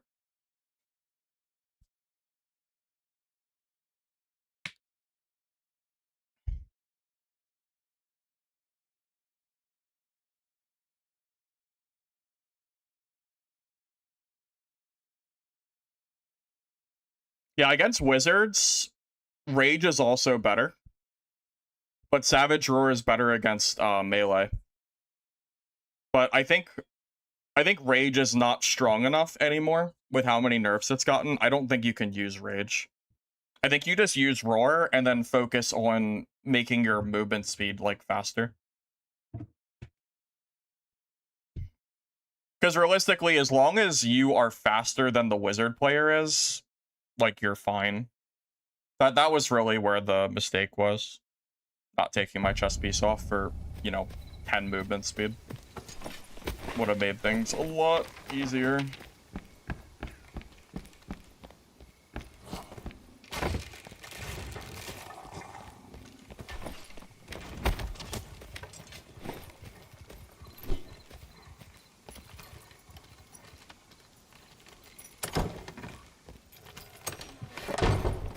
But yeah, I'm imagining trying to, like, chase a single person without Crush, and I just can't. I can't picture a world where I can, like, drop this perk.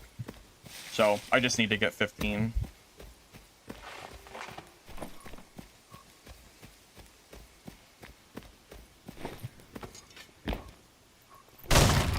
I mean, Peak DB was unbelievably fun.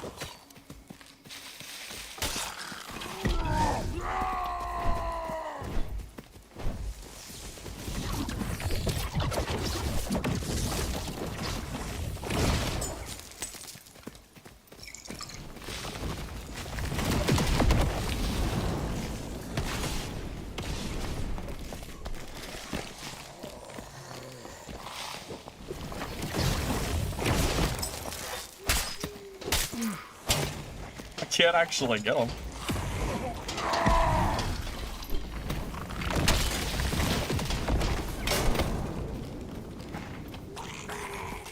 Oh, he's dead, okay.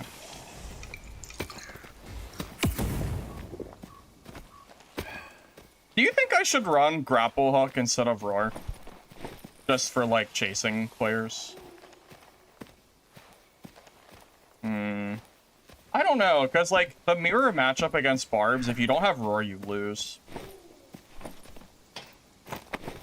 Like, Roar is, like, actually, like, a required, like, skill against other Barbs. Because if someone has it and you don't, you just lose. Because 30% resistance is insanely strong.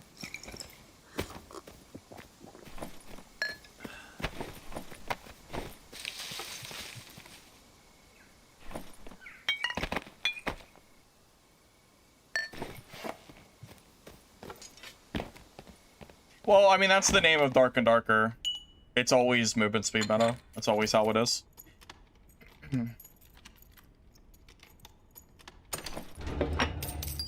There's never a meta in Dad that doesn't revolve around movement speed for solos.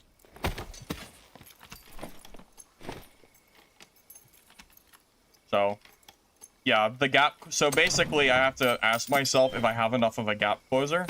And if I don't, then I have to change the kit, pretty much. So there's a few options. Either A, I can run Rage, but Rage kind of sucks now. Because it doesn't give vigor. It gives less strength than it used to. Like, it got, like, super nerfed. It got nerfed by, like, 80%. Because it used to give 30 stats, and now it gives 10. So it got, like, 66% nerf, whatever. Very, very big. So it's like, do you use, like, super nerfed Rage? But then, like, Rage is terrible against Barb. Because, again, like, Roar is just better. But I guess you can just play around Barbarian and use Rage to just run from Barbs. You just don't have it for, like, fighters, like, straight-up fights. Maybe, I don't know, maybe I do need Rage or Grapple.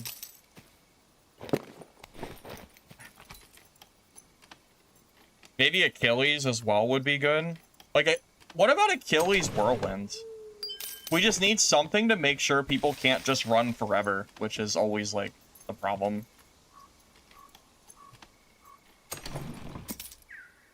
Once we resolve the movement speed, like, problem, then, like, we're chilling. We just have to figure out how to stop people from running forever. So, we have a few options. So it's just which one is the best option. Is it Rage? Is it Grapple? Or is it Achilles Strike? Well, yeah, Mistfall's movement speed is solid across the board. So you don't have to worry about wearing, like, the wrong piece of gear because it doesn't give you enough movement speed. Yeah, they've completely neutralized? No. They made everything equal, so you don't have to worry about that kind of thing. That's all I was trying to say. Pearl weapon? I don't think so. I don't think so. If I didn't have to fill my inventory with, you know, 20% space Bardishas, I might consider it. But that is like a pretty big downside. You know, the more I think about it, the more I'm thinking, like, maybe you just have to run Rage, even though I don't really like it anymore. Just, like, to have the speed to close the gap. Normalized? Yeah, that's it. Neutralized was not the right word. Yeah, normalized is right.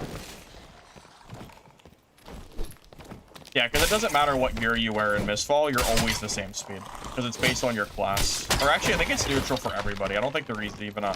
I don't even think there's a class diff. I think it's just the same. There is one affix that can give you a speed boost, but it's not, like, all speed. It's only if you hit someone, so it's not, like, quite the same.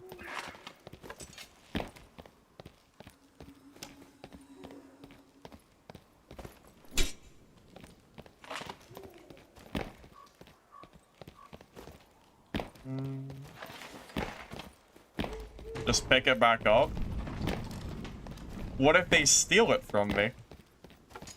Leozide. What if they steal it? They, you know, what if they just pick it up and yoink it?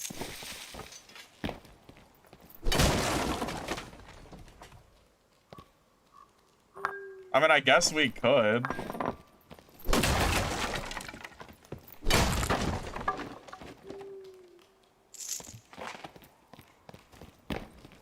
Do we really use hurl weapon plus whirlwind? Just get rid of the Viking sword and grab like a double axe or something. I feel like hurl weapon just has never been good. I feel like it's been bad since they first released it, and they keep buffing it, trying to make it good, and no one uses it.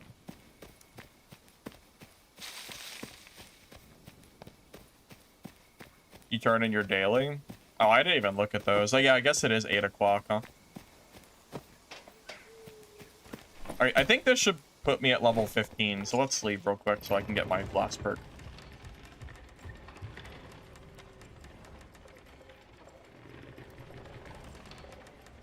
You were trying out the Cleric build from earlier, and it's the only one you like since Smite nerf. Yeah, no, that Cleric build seems very good. I'm just not sure how to beat barbs with it that are running, like, decent magic resistance. It's the only real issue. I think once you get gear, though, barbs will actually probably melt. Probably.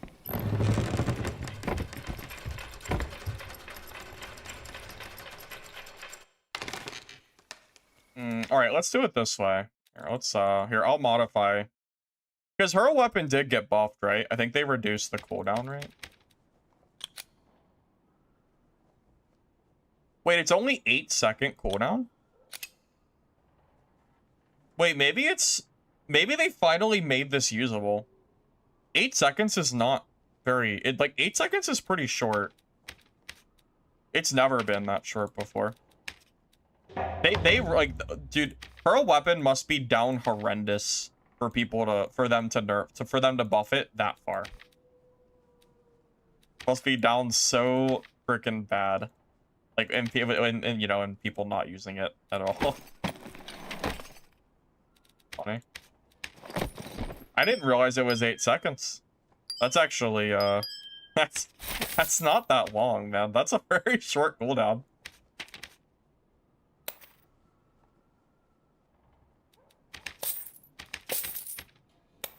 Maybe we're actually so back? Maybe.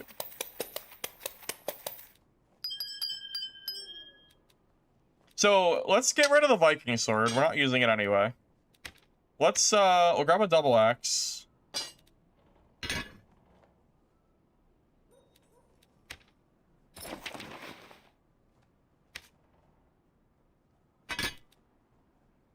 I don't want to pay 60 for that. I guess I have to. Fine. This is so stupid. Alright, we'll try her weapon. Alright. That's fine, I guess. Whatever. Oh, good. I have my 4th perk now, too. Alright, so now we have Berserker as well. Berserker was like... Berserker is honestly one of the best barb perks, and I was really hurting that we didn't have it.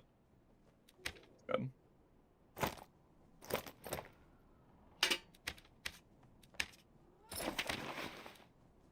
You know, this might... Maybe this will work. Maybe this can actually work.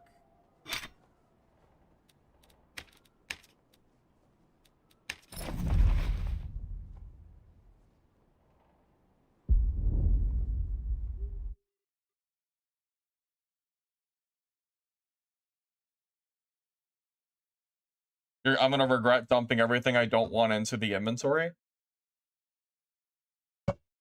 Do you mean the fact that I have to keep two-handed weapons to throw? You know what it reminds me of? It reminds me of Swordmaster gameplay.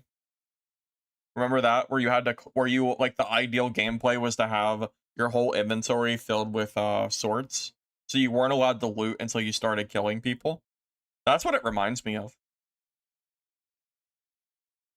And I didn't like playing Swordmaster either, because of that mechanic.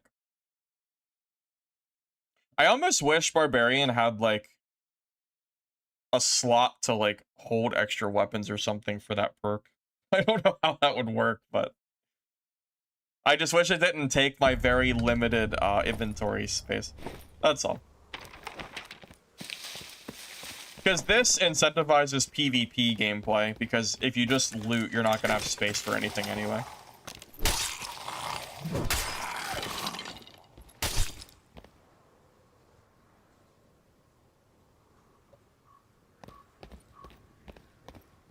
However, it will be nice when people are like sitting in spots where they think I can't touch them. I want to test it real quick. I haven't used this in a long time. Oh, how accurate is it? That is a pretty big arch. I wonder how good that's like really gonna be.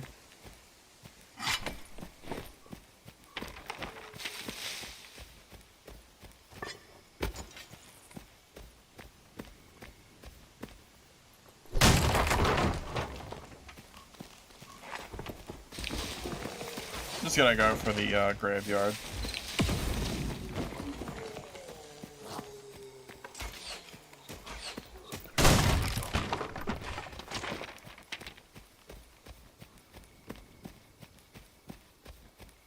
I tell you what, not a single person in the game is gonna expect me to have her weapon. We're gonna get the... I'm telling you, nobody's gonna expect this, man. I haven't seen her weapon all day. Nobody uses this.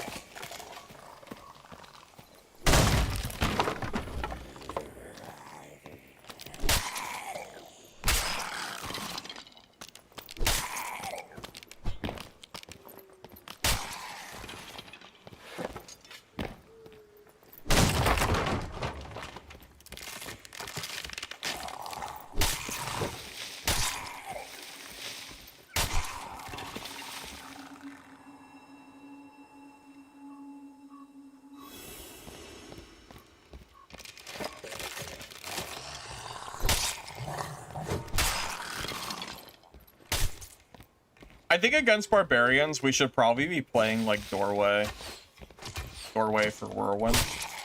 Well, I guess if they'll probably have whirlwind too, so it won't matter. So maybe that doesn't matter. You haven't seen barbarian all day? That's crazy. NA is full of barbs. That's very, very crazy.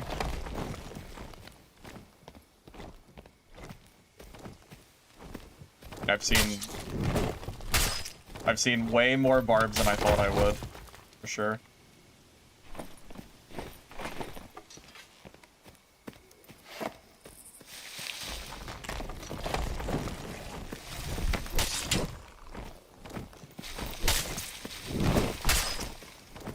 I guess EU's a different beast, I suppose.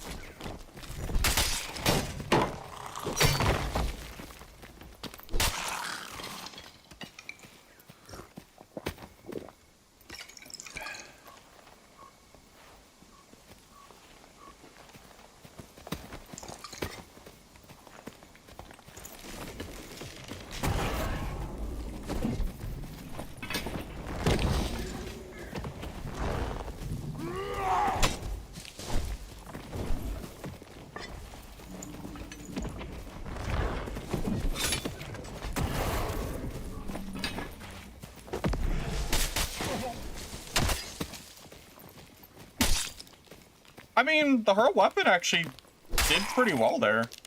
I mean, it gave me some pressure on him. Like, he couldn't just sit there and cast for free. He actually, like, took some damage. I wish I could see the kill feed to see how much damage he took when I threw the weapon on him here. But he died in 2 hits, which is pretty fast. So I feel like he actually took a lot of damage there. Maybe we're actually cooking. Her weapon actually good, maybe?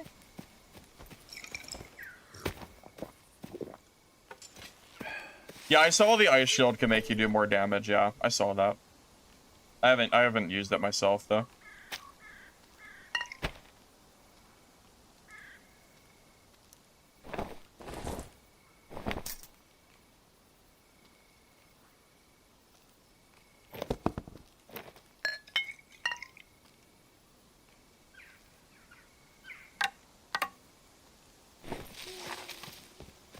I know, well, it's 150%, plus it's an 8-second cooldown, so you can just keep, like, throwing more weapons from your inventory.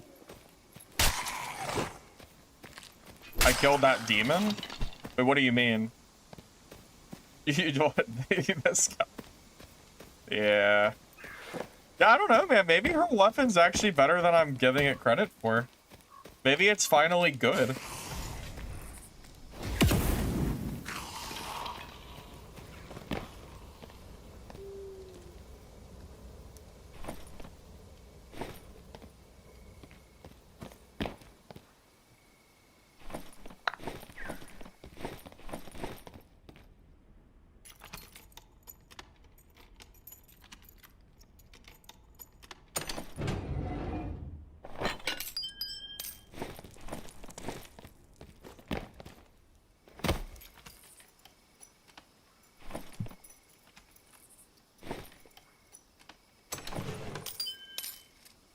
Can... Wait a minute. Random thought. Can hurl weapon one-shot a door without crush? Has anyone ever tried it? I don't know why, but that just sounds like something that would randomly work that people wouldn't know because no one ever tries it. I don't know. Am I dreaming? Because if hurl weapon can break doors, I could actually get an extra perk and not need crush. It can? Nah, don't get me too excited now. Don't get me too excited. Is that true?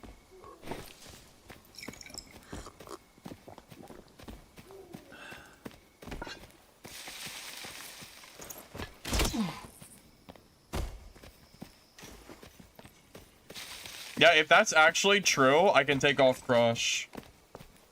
Yeah, I'm gonna try it next game. I want to bait this guy at the door. Maybe not, he won't. You think it can? Well, 2 people have now said that it can. Wow, that's actually so big brain, if that's true. Alright, so next game, I'm gonna take off crush. And I'm gonna try to break a door with that throw. Because that actually sounds insane.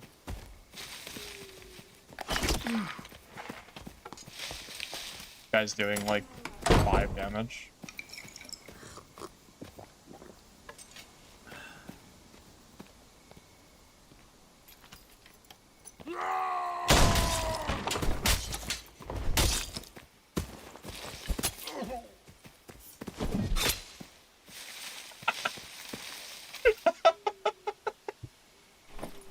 Come on, that's funny. Come on, that's funny, man. Oh my god. Oh boy. We got him.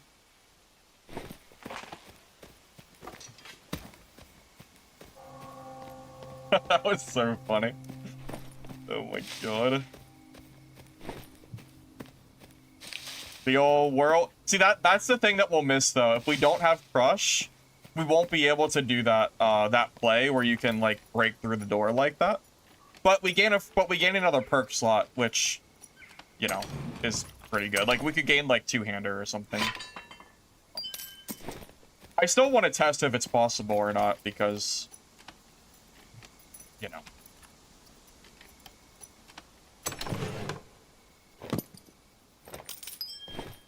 So I'm gonna leave this game, change my kit, and then we'll try.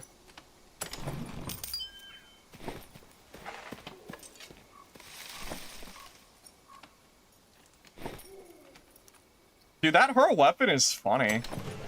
Maybe it's good. Underused, actually good? Maybe. I hope so.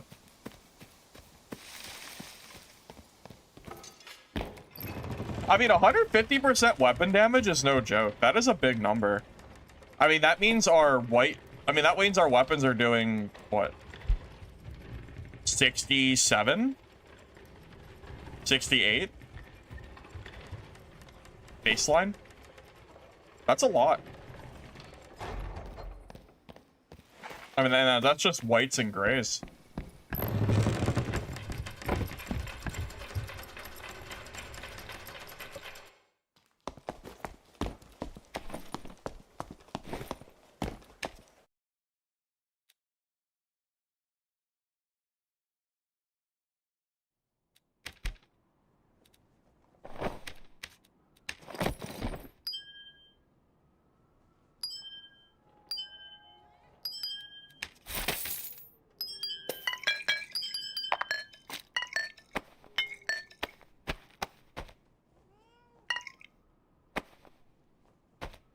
Okay, so crush is gone. I will grab 2-hander.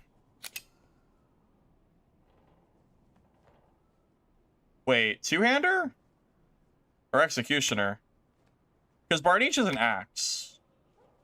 What's better, 20% headshot damage or 5% fizz damage and 10 armor pen? I think 2-hander is better. Because the armor pen is really useful, I think.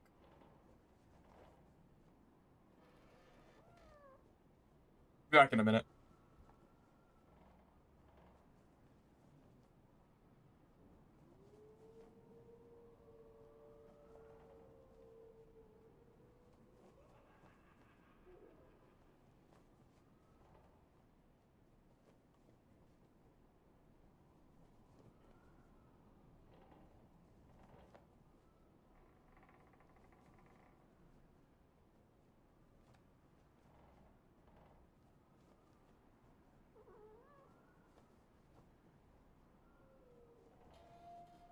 Oh, you were able to do it, Zeozine? So that thought actually works? That's crazy. I can't believe I never considered that. I mean, her weapon's always been so mid that, like, it didn't matter. But, I mean...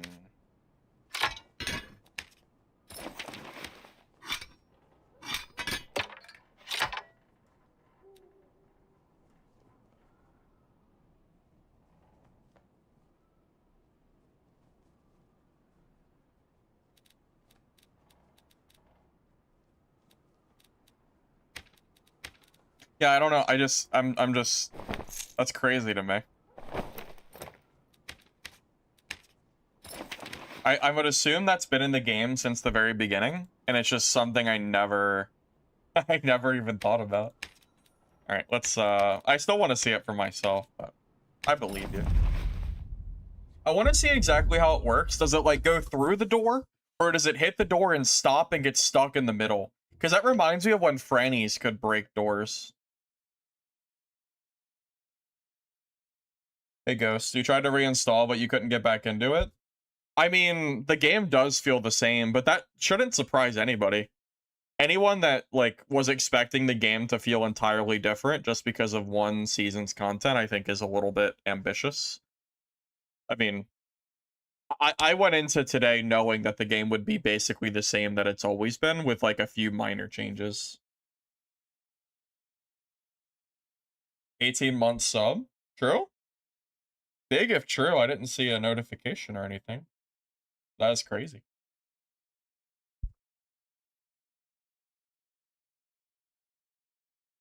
Yeah, you're right. I can see the little sub badge. Actually, you know what I gotta get, brother Jebediah? I gotta get oh, there it is. Twitch took a minute to make it pop up. I gotta get sub badges. I got emotes finally. So now next on the list is gonna be badges.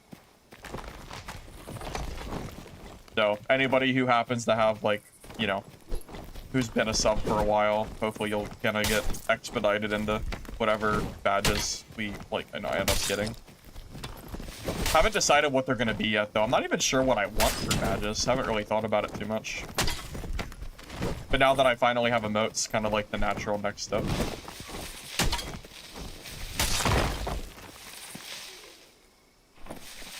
Oh, sick. Alright.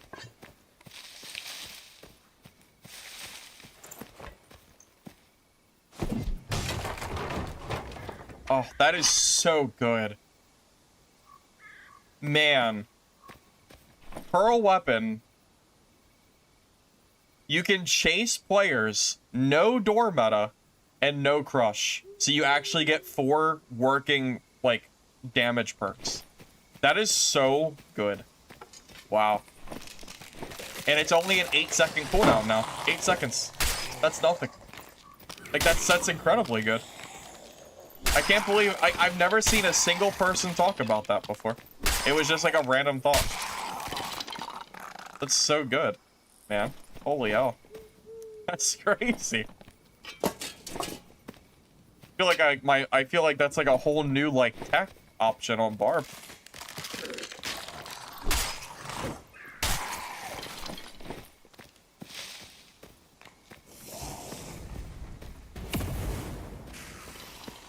I know.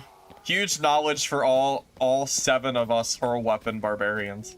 Huge. All 7 of us are very happy about it. Yeah, realistically, I don't imagine there's that many of us that, you know, that are using it, but whatever. It's still cool tech. I'll make use of it for sure. Hey, Whisper. Drops? Are drops already open? I didn't think drops were open until tomorrow, unless I'm mistaken. I didn't realize that my Twitch already had drops.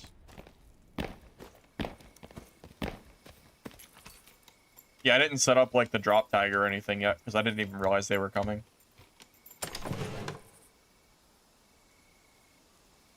See, this is the downside to this perk. You don't have any looting spots. That's the downside.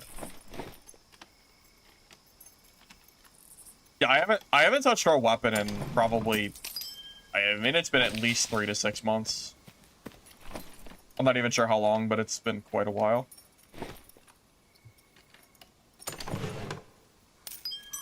That's such good tech, man. I can't believe I didn't know about that till now.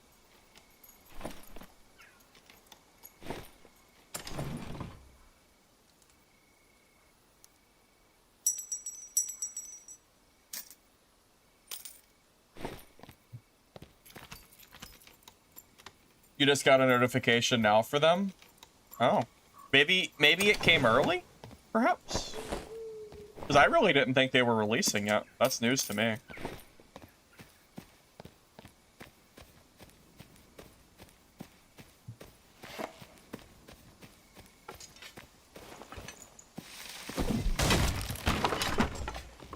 That's so nice.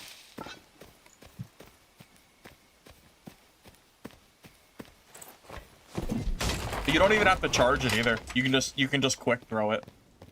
Wow. Cool. That's gonna be so good for chasing players.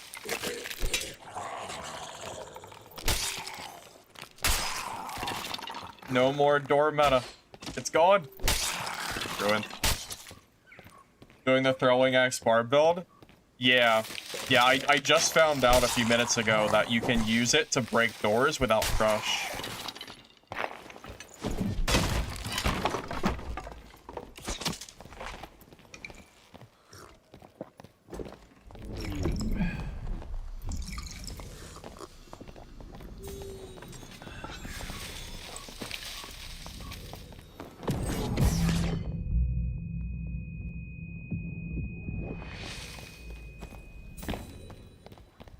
My red pot is like out healing all of his damage he just did.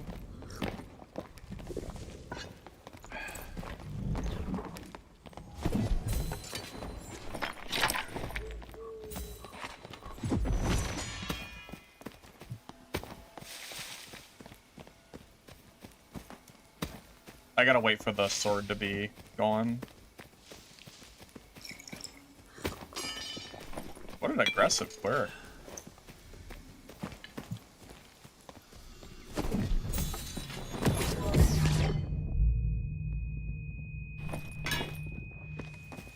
The only downside of this is if you suck and you miss.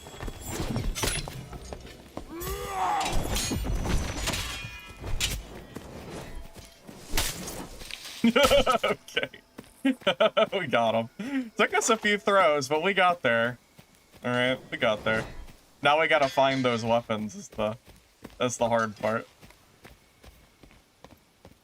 Alright, here's our battle axe.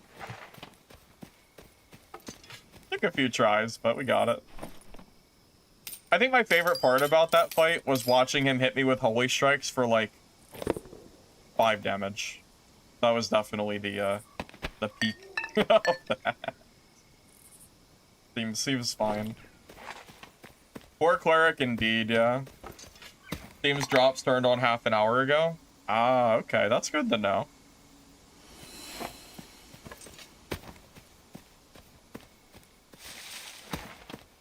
He did so little damage, probably because I have 46% magic resistance. That's probably a part of it.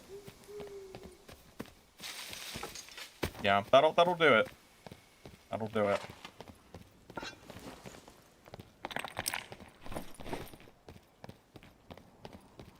Damn, I lost my throwing weapons. I don't really know where they went. Oh, there's one.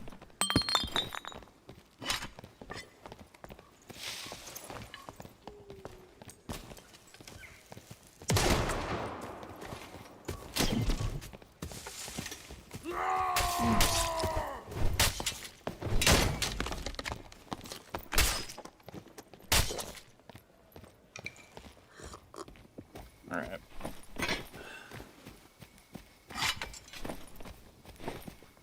You know what? I might not be landing my hurl weapons, but undeniably, it's useful.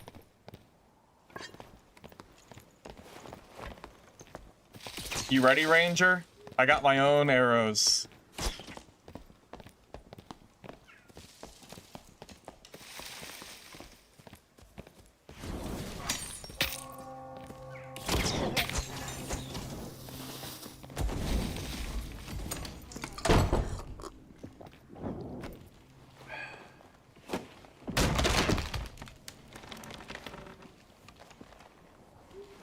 Why did they buff 100% Whirlwind? Great question. Who knows? Couldn't tell you. It is definitely bizarre. Why do his arrows sound like that? Did they change the sound of ranger arrows, or is something else going on? Really weird.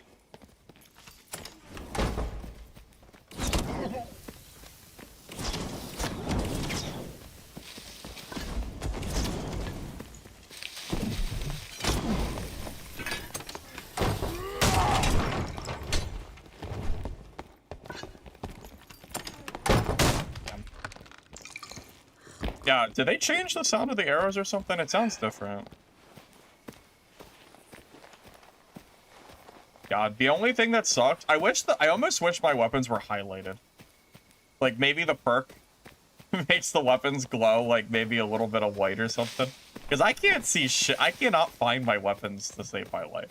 I don't know where the hell that axe I just threw is. It's gone. It's, like, gone. Because it was, like, right here, too, right? That I threw it?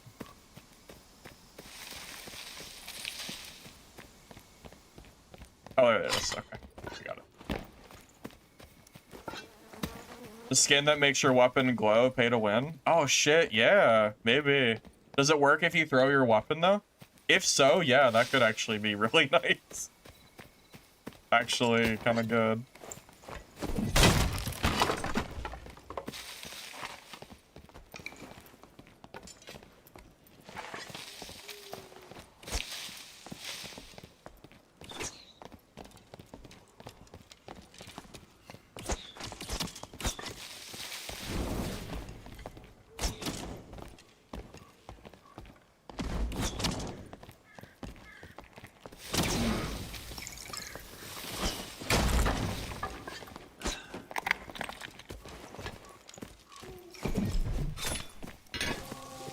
I know that hurt.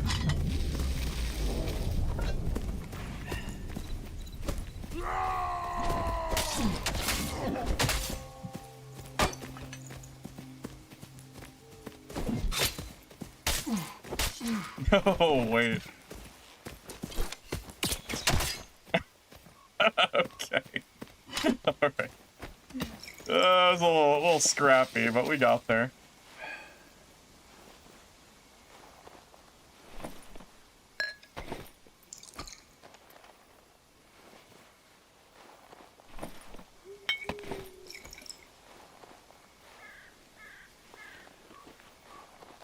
I don't know, man. This build might actually be pretty good. For a weapon whirlwind, huh? I know it's not like a barbarian, like, update. Like, you know, this update isn't really about barb, right? It's about wizard and cleric and whatever, but... I mean, this build is actually kind of playable now, it feels like. You could not play this last patch. It was very, very bad. The cooldown was so long.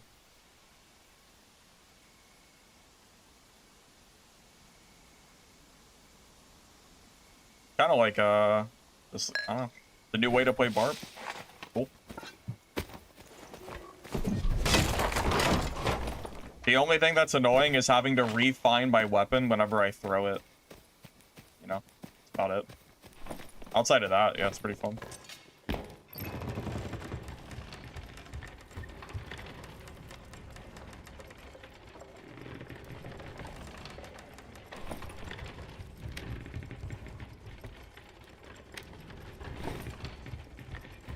Man, imagine if I had hurl weapon against that wizard earlier. That would, oh my god, that would have been so good there. If I did. It would have been like having 2 extra perks, because I wouldn't have had crush. So I would have had, you know, the 2 extra instead. I think I was level 13 too, so I didn't have my full perks yet, but...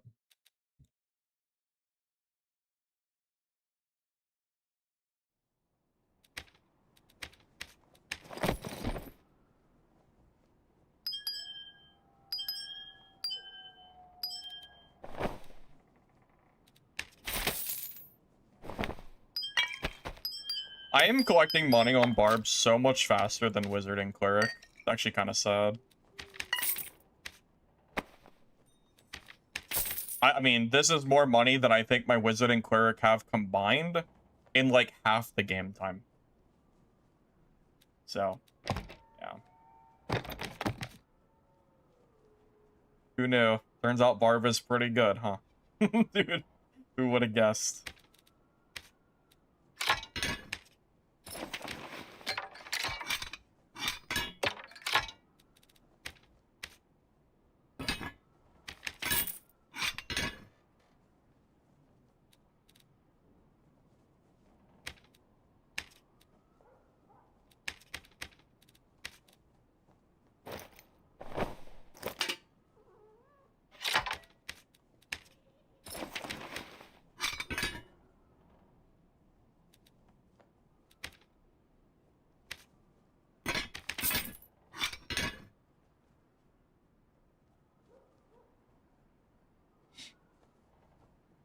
What's the meta for solo? Well, I don't know if Barb is like the meta for solo, but I am trying a new build that I don't think I used a single time last season, which is buffed Whirlwind plus Pearl Weapon, which lets you break doors without crush. So you don't have to deal with the door meta. You have range, which is great, because having range as a Barb is very good. And it's very clearly better than Franny's, because your Franny does 12, whereas my double axe does 66. So it's like 6 Frannies in one, right? And again, Frannies can't break doors. Yeah, I really like this build. This seems really strong.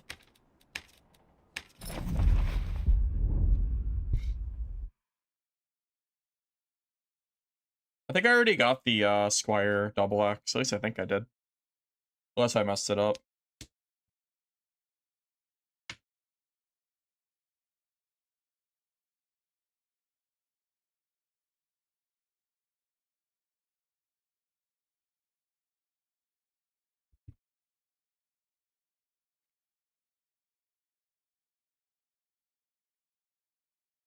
This is kind of like Barb's double judgment build. I don't know if I call it double judgment. It's because judgment's easier to land than the double axe throw, or the, you know, the two-handed throw. At least you have to like aim, whereas the judgment is just like, as long as they're near you, like you'll hit it guaranteed.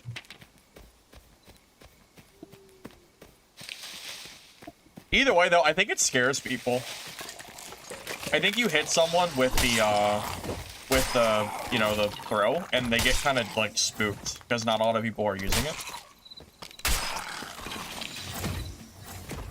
I think underused is a very fair like assessment for sure. And then the whirlwind being like broken again is just like the, you know, the cherry on top, so to speak.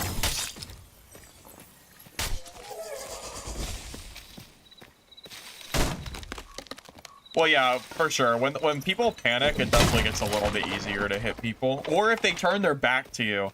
Like, if someone doesn't realize that you have it or, like, isn't really thinking, and they run in a straight line away from you, it's a free axe throw, you know?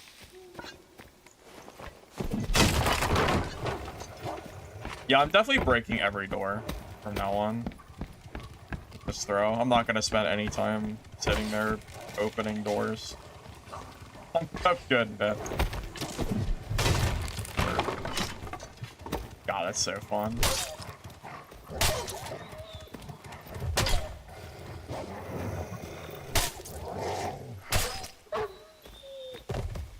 So, the damage is 50. It's 150% of the weapon damage. So, if I throw my double axe, it does 66 base damage, which is pretty good for a throwable. Like that's very good. It's like 2 longbow. It's like, what's that? 2 longbow shots, I think. Probably.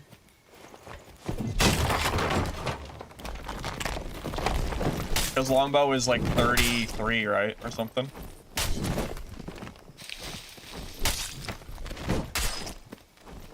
But like again, but you're not a ranger. So, like, you know, it kind of gives you, like, a longbow-esque damage weapon, but you're, like, ultimately a melee class, which is kind of what makes it so good.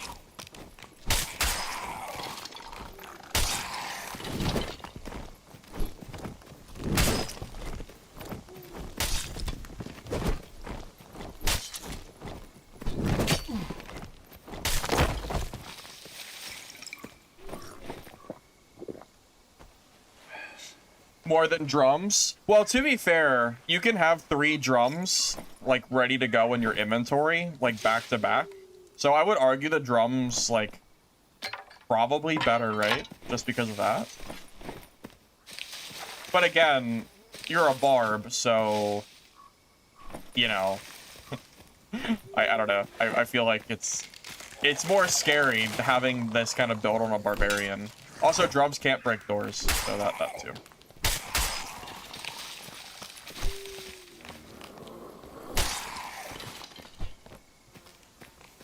No, grappling hook's still available. I was actually gonna play grapple hook, and then I had the idea to do the, you know, do the R weapon instead. Or someone else did. Whoever, I don't know. Maybe someone mentioned it, but... Either way, I was thinking about grapple, but I ended up deciding on this one instead.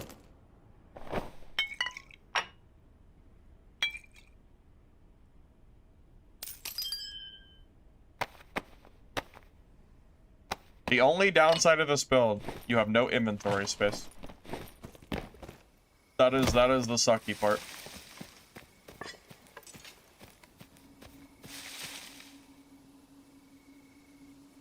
Zeozide, I don't think you... Did you say it before I thought of it? I don't remember.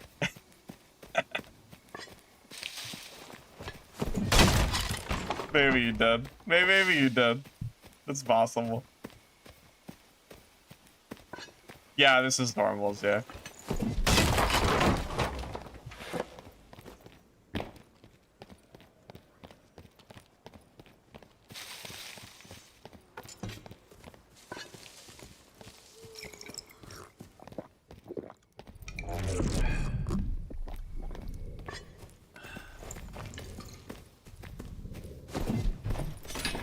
Oh, that hit.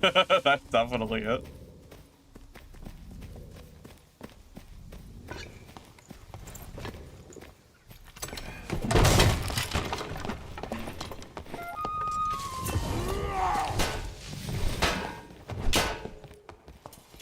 Did he triple block that?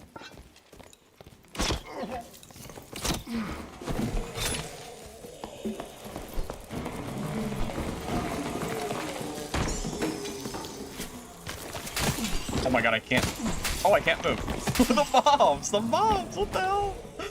Am I gonna die to a bard because the mobs body blocked me? That would just be sad. That definitely hit him for sure.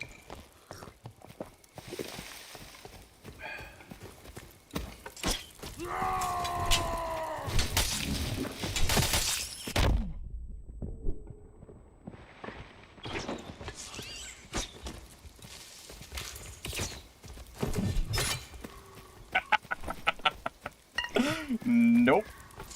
Nope. He had the whole armada, and it did not matter. Blocking God indeed. Blocking God for sure. I can't believe he blocked 3 whirlwind hits with a buckler. That's actually pretty nuts. Those mobs almost screwed me so bad, man.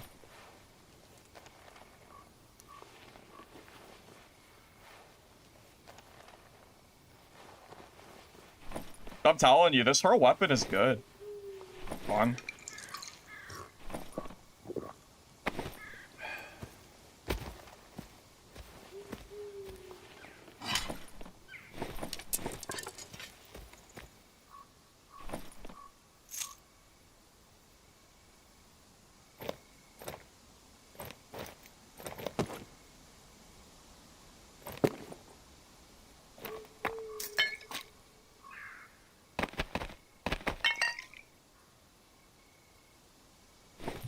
Yeah, when I went to that corner, I literally couldn't move. I got completely body blocked by that dude. That almost screwed me so bad, man. Oh, time to re-download Dark and Darker for the 800th time, right? Yeah. Sounds about right.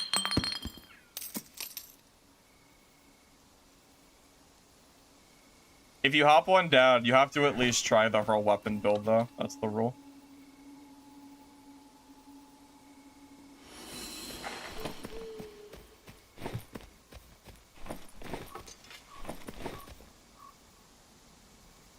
Man, did that bard kill 2 people? He at least killed one of them. Crazy even seeing a bard on the kill feed. Usually bards just crumble and die. I don't see a lot of bards like actually able to like kill other people nowadays. Gosh, this doesn't really seem like that strong. But I mean, he played it like as well as he could have.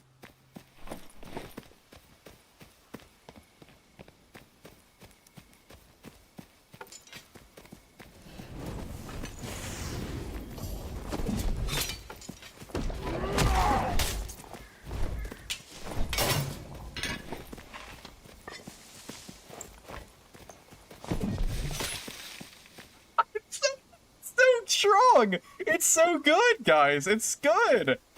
Look at that. Look at those throws. Oh my god, man.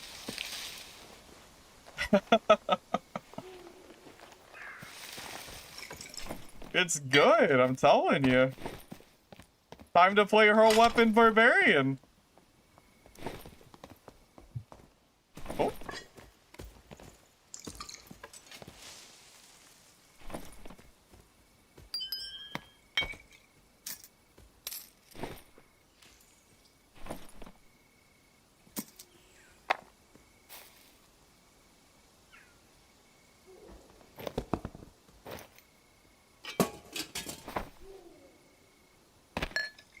I can't believe it.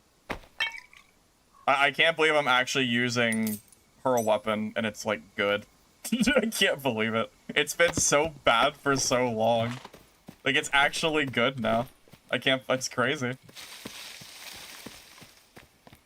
I mean, I've been waiting so long for this skill to actually be usable. It's like so long, but it's finally done.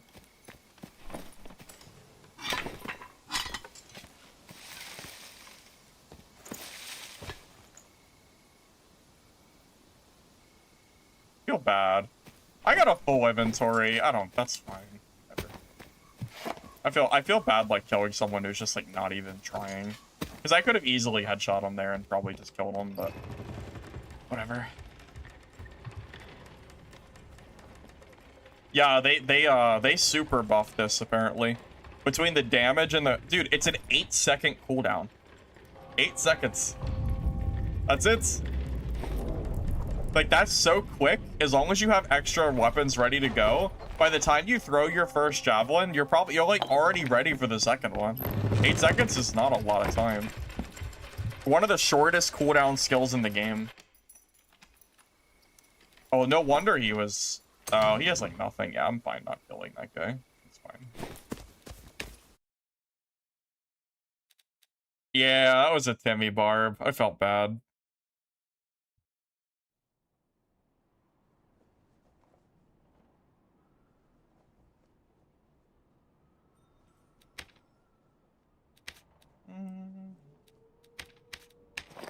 Man.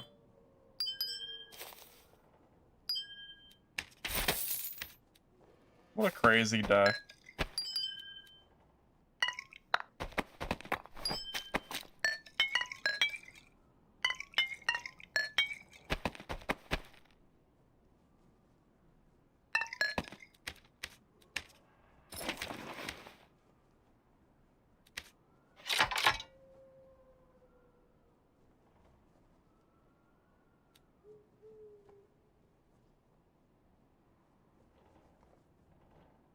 Here, why don't we since I have like the gear basically here, I'll just run this garbage in HR real quick and see if I can like do anything with it.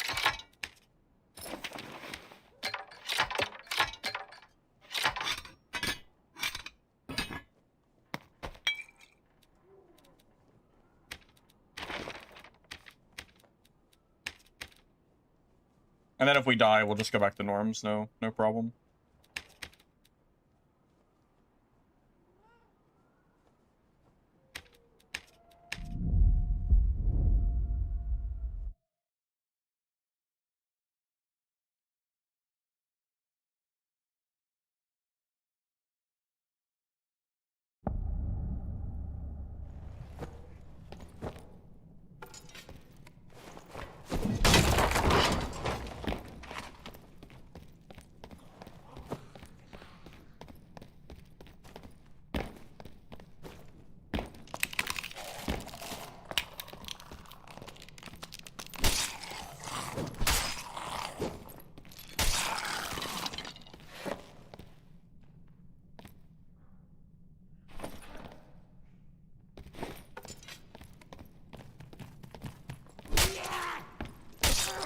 I'm telling you, the only thing this perk needs, or this skill needs, I just need to be able to somehow have these weapons in like an extra like backpack. Like down, like if I could just have the weapons here and it was like a perk or a skill exclusive weapon like sash or something, that would make this skill like so much more like fun, because I wouldn't have to worry about my inventory being full, because like I can't even like loot really. I can loot a little bit, but not much. That's like the biggest downside for sure.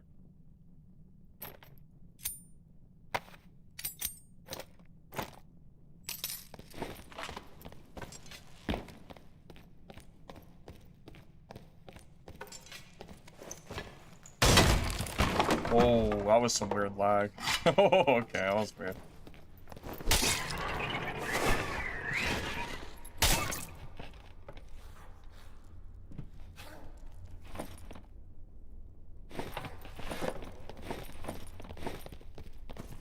Kind of means I'm not even supposed to loot, I'm just supposed to PvP. Because I can't ever drop these, so once my inventory is full, like, I can't loot anymore. Because I don't want to... If I drop the weapons, then my skill is completely useless. I guess I could loot for better weapons. That would be nice to have for throwing.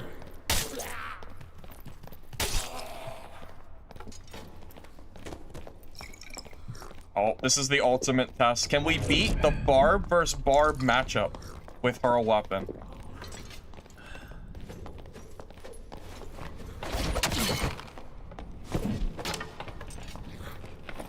Did he just block my button? I think he blocked it.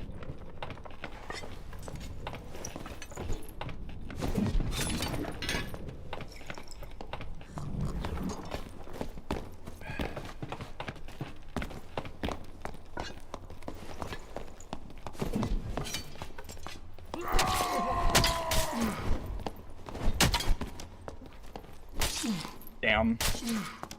That's so sad. Was he low at least? Oh. Alright, well this was never... We were never gonna win this. He has... His gear is so much better than what we had. We were never gonna win this. Yeah. Welcome to High Roller, baby. Yeah, I was never gonna win that. That's fine.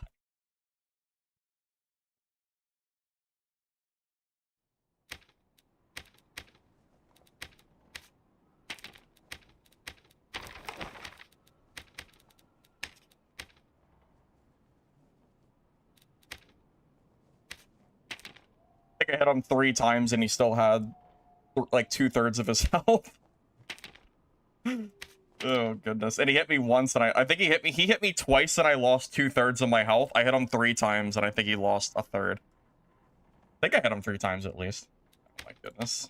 That sounds about right. Geared Barb.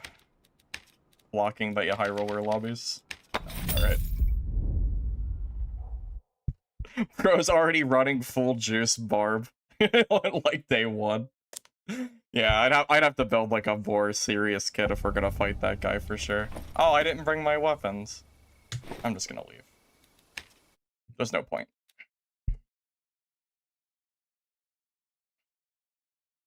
Can't play this spell without weapons.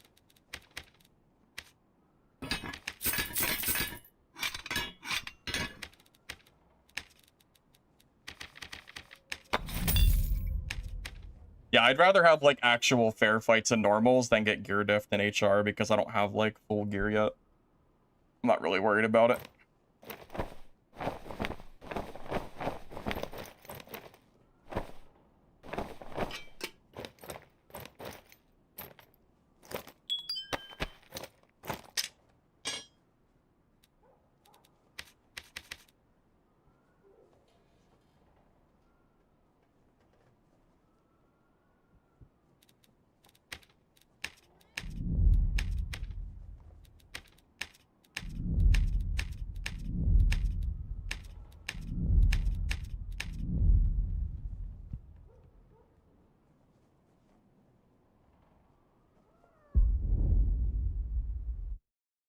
It's funny how different fights look when you start going up against like full purple legendary with jewelry. Like the difference in hits is so crazy. The fact that he hit me twice and I had almost no health remaining, and I hit him, I think 2 or 3 times, and he still had 3/4 of his health is just so funny. I think he had 40 PDR, and I think I had like maybe 20 or 25, something like that. But then his action speed and everything is so much higher than mine. Doesn't even like, it doesn't even matter.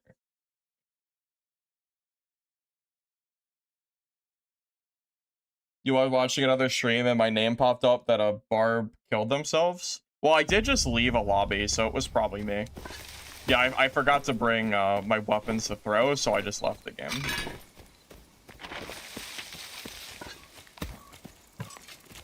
He wasn't even just full purple, he had legendary too. Yeah, it's day 1. Yep, there is.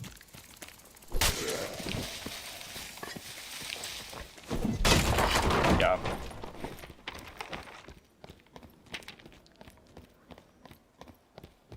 Yeah, I'd rather have even fights that are not influenced by gear. So, I'll just stick here.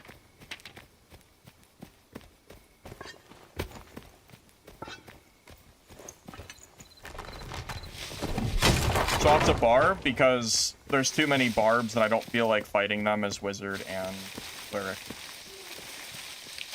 Like, the amount of barbs are actually, like, pretty crazy. It's like they're everywhere, it feels like. There's just enough of them that I was tired of losing my kits. So.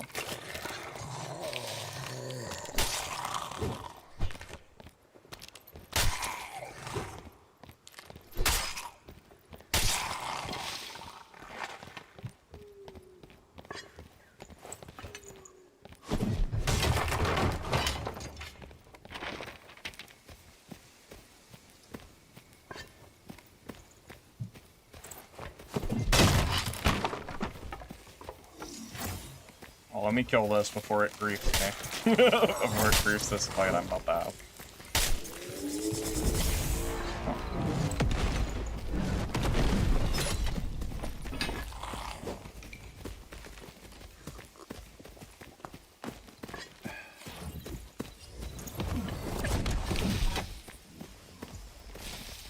Screw it. I don't care about the other weapons.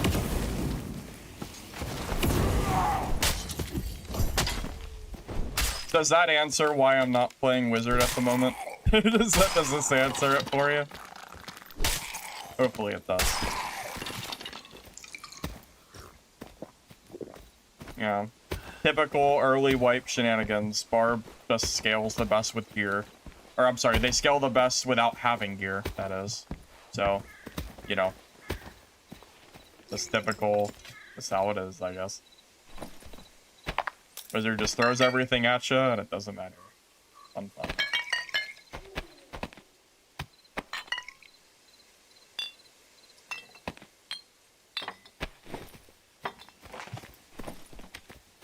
Yeah, we have 50% magic resistance too, so he basically doesn't have a chance. The only wizard that killed me was when I had 3 perks, and I also wasn't using anything for range. Now that I'm using the hurl weapon, I'm not even scared of wizards at all. Like, the fact that I have a range weapon to throw at them is like just so good. Fight's like done before it starts.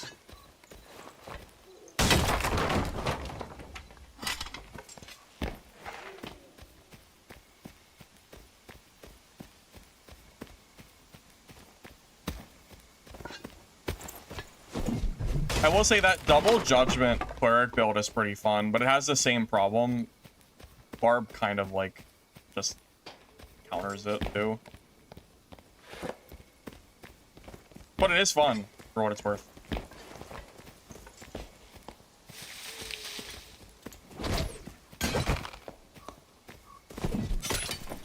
Oh, that hurts so much. I know that shit hurt.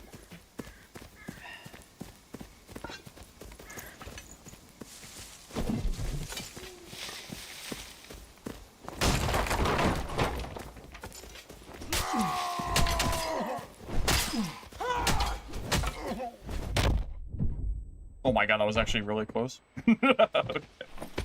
But I got a little greedy there. I didn't think he had crush on, man. I thought he was stuck. I ran out of weapons to throw. Because I lost the ones from that wizard earlier.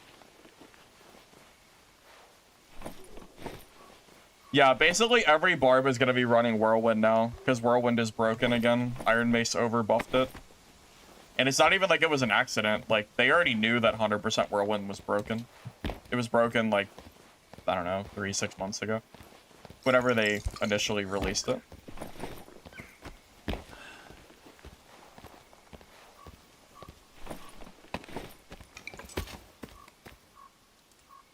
Yeah, so we're we're back to that, I guess.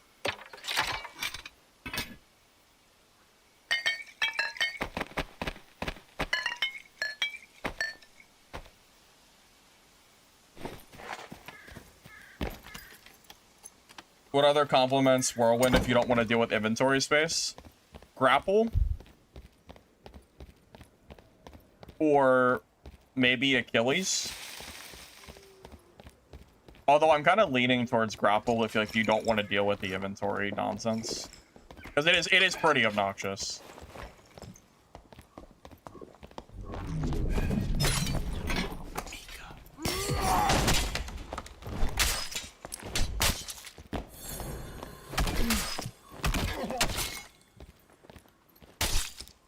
Alright. GG. Yeah, if you don't want to deal with the inventory throw, yeah, probably grapple. But grapple is just like, it just brings someone over towards you.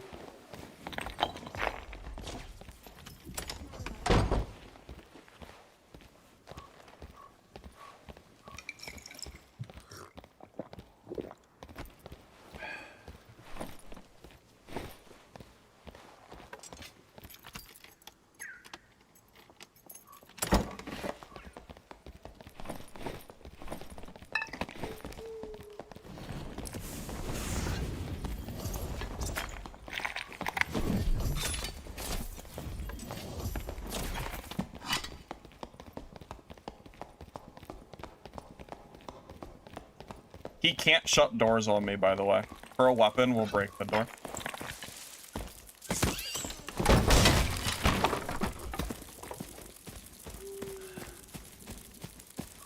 It doesn't work.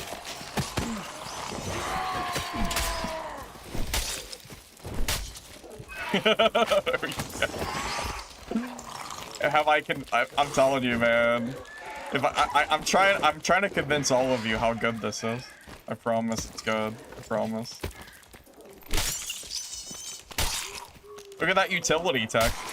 Throw it at people, do damage. Throw it at doors. No door meta. What more could you ask for?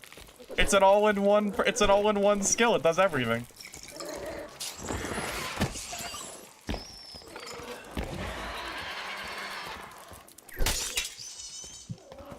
Can you combo Reckless Swing with Whirlwind?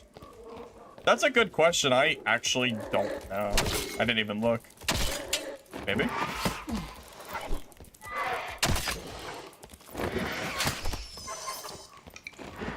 Well, Ruins, well, they ruined the loot for Ruins. You can't even wear any, you can't wear anything higher than white, so there's no gear progression for this, like, mode anymore. If you want to play normal Ruins, you can only ever play whites. You can never play anything higher. So. I basically haven't used gear for, like, most of today.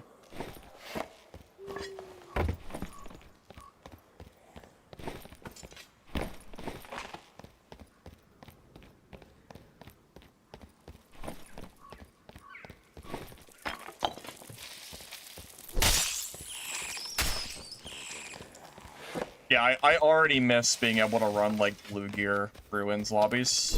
Because blue gear was low enough that it never really felt like you got gear diffed. But now, like, there's nowhere to use the loot. It's like really weird. I don't like that, like, I don't really like that change they did for loot. Not a huge fan.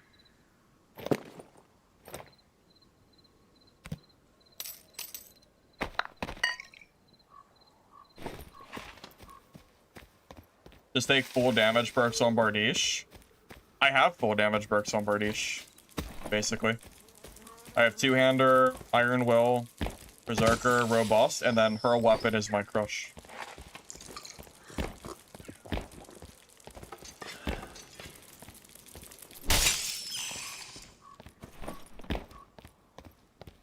This is like such a typical like inventory for this is like so typical. Just nothing but meds. That sounds about right. Killed 4 people. No, not at, like almost no one looted at all. The only loot I got was like 1 or 2 pieces of treasure. It was all just so funny. Oh well. That no, that wizard had already looted the other guy that I killed. It wasn't worth going. I didn't feel like wasting time to go over there. We already knew that his loot was gone. Yeah, this like gear change they did is basically turned ruins into a battle royale or whatever you want to call it. This is basically like, you know, Squire Royale 2.0. Since you can't wear higher than white anyway.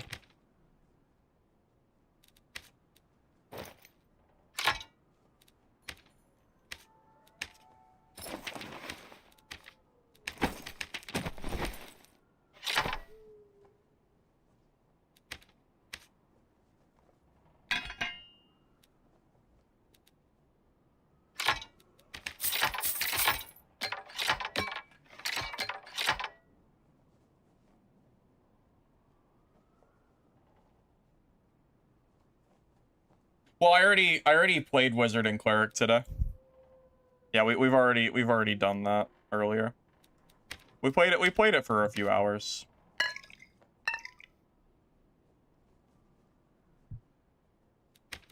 I wanted to try out this her weapon barb stuff. Because her weapon just got buffed this season. Or like today. So between like Whirlwind and her weapon getting buffed, I wanted to see how good this felt, and it feels about as good as I expected it to feel. Like, yeah, this build is extremely solid for sure.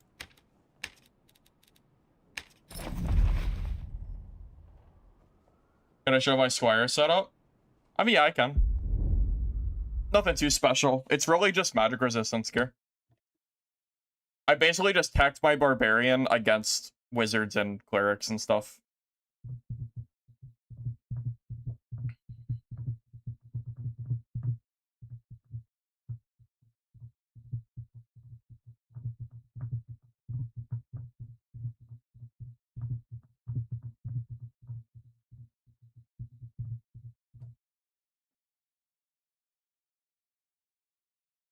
But yeah, no, I died to one too many barbarians abstraction, unfortunately. Yeah, I mean, I tried to have fun, but wizard needs a lot of gear, and cleric's build did feel good, but I'm telling you, man, like, there's only so many barbs I can fight before it's just, like, not even, like, fun, you know? Started playing barb myself instead. Yeah, so I'm running Bardiche, Perpetua, Tunic, Dark Padded Hose, Runestone Glove, and Dashing Boots. So this build has 48% magic resistance in Squire, in Gray Squire. That's like why that's part of why this is so strong. And then I'm using the Hurl weapon to basically accommodate for the range that I don't have.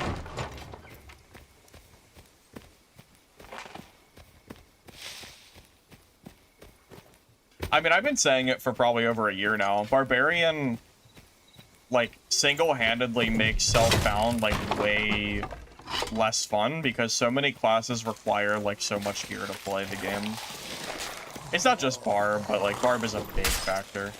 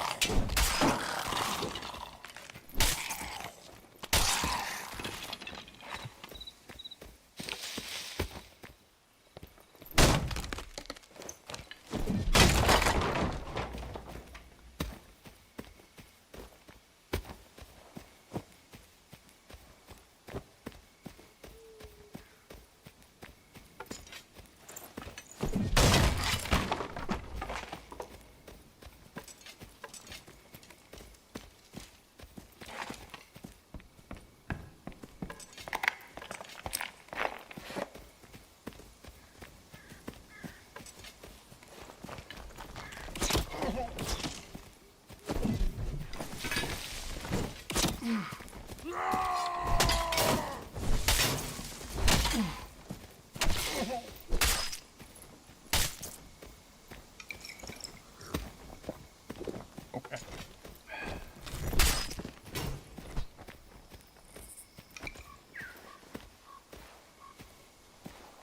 Yeah, Observer, we already played that today.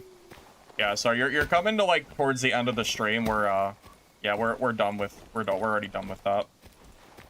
Yeah, I already pretty much tested out like what I wanted to at least for today.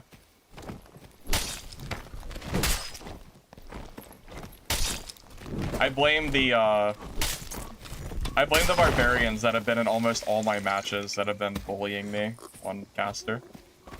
It's very, very hard to fight these magic resistance barbs that keep popping in my lobby when I try to play Wizzy, so I changed over to barb. Yeah, we already played Wizard and Cleric. Yeah, ultimately it's like same old of wipe. Casters feel really weak, Barbarian feels really strong, and that's just like kind of just how it is.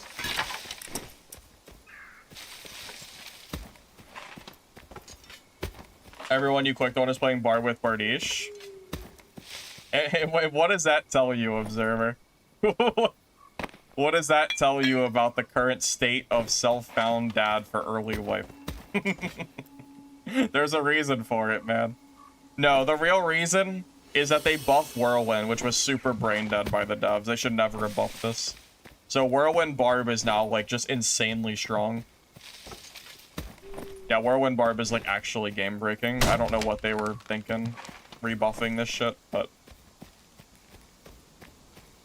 Until they nerf Whirlwind, like, this is, like, gonna be the game, which really actually, like, kind of makes me sad.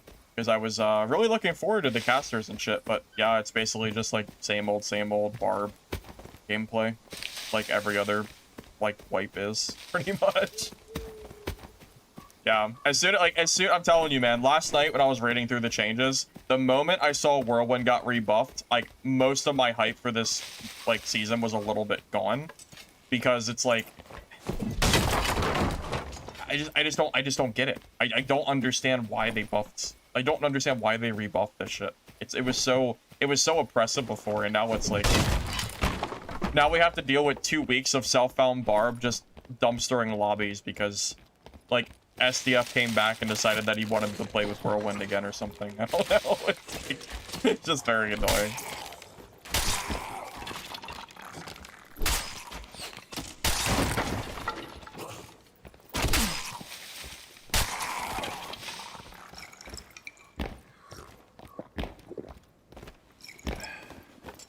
I mean, considering Ruins is capped at white gear now, I'm not even sure what the point of self-found is.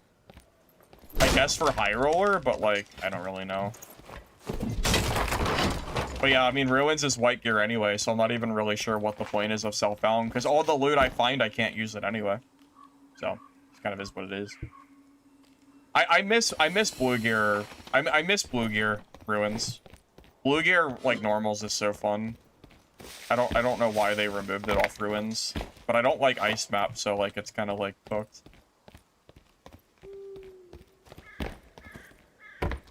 Well, Observer, I will tell you, there is a Cleric build that I've been playing. I can swap back to my Cleric to show you the build, because I do think it's strong. I just think Barb is stronger, but I'm more than happy to show it to you, if you like.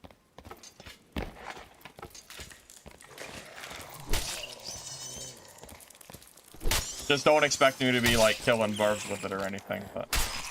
It's, I think it's good.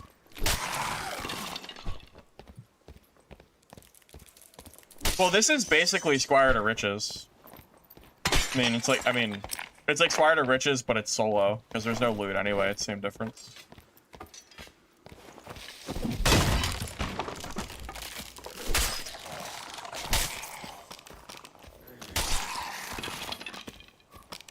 But yeah, I have no idea why they buffed, like, Whirlwind back. It makes no sense whatsoever. I don't know who... I don't think there was a single person asking for Whirlwind to get rebuffed. I think that's, like, pretty fair to say. So, whatever.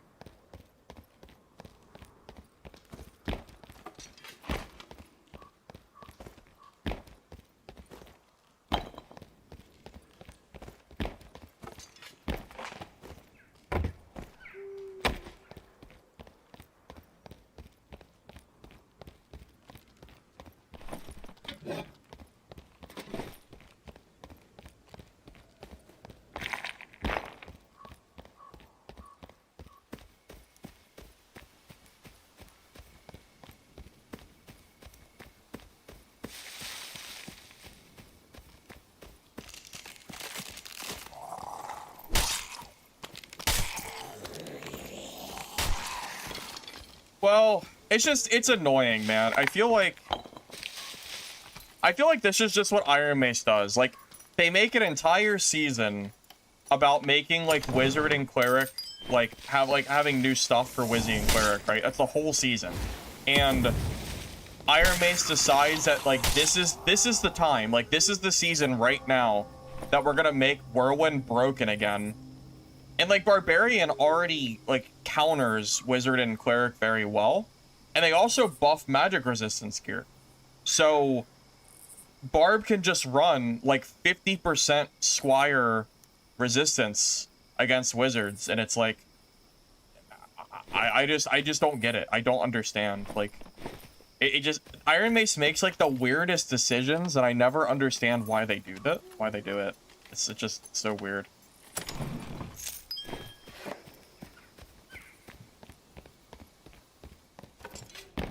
Like, if Iron Mace wanted to push people to play Wizard and Cleric, you know, like how when Fighter and Barb got updated for the season, the classes were just completely broken? Like, so broken that you basically couldn't play any other class? Well, I was kind of expecting Cleric and Wizard to, like, kind of feel like that, at least for the first couple days. But, yeah, it doesn't feel like that at all. It's literally just, like, if you want to play, like, optimal, like, you just play Barb, and it's, like, it kind of sucks. Like, that's the case. But, you know, it is what it is. Well, like, there's nothing I can really do about it. You know what I mean? I'm just playing the game, man. I'm just calling out what I see, I guess.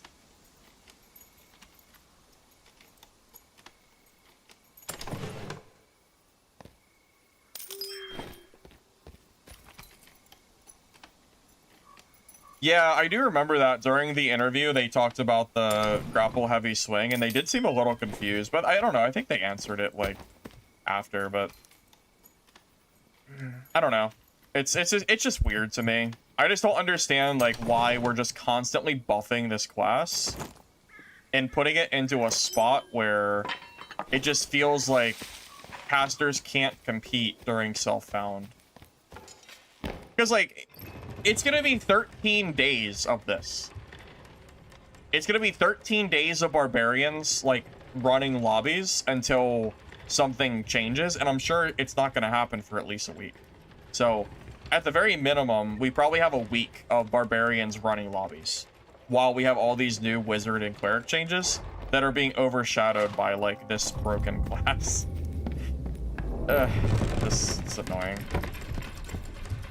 I mean, don't get me wrong. I think this whole weapon Barb is actually, like, fun. I'm just like annoyed that, like, it's just we're like back to Barb, you know?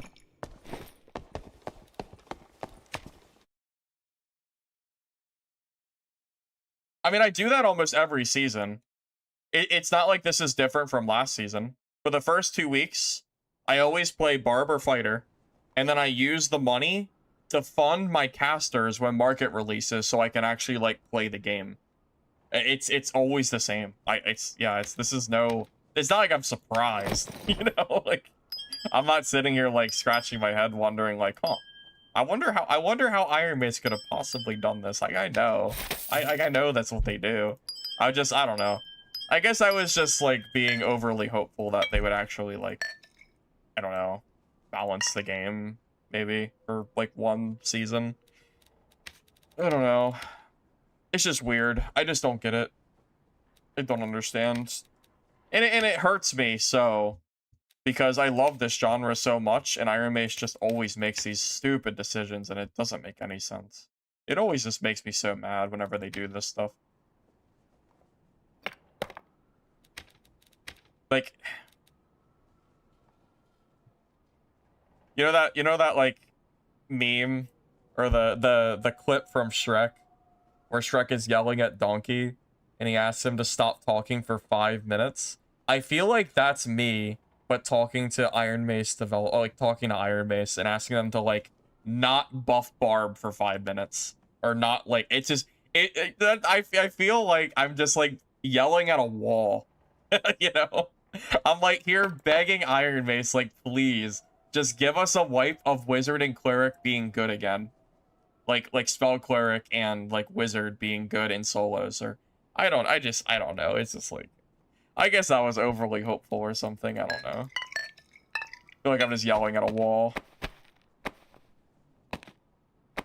So, yeah, so here, I'll show you this build at least, because I actually, like, this build is actually fun. It's just, you know.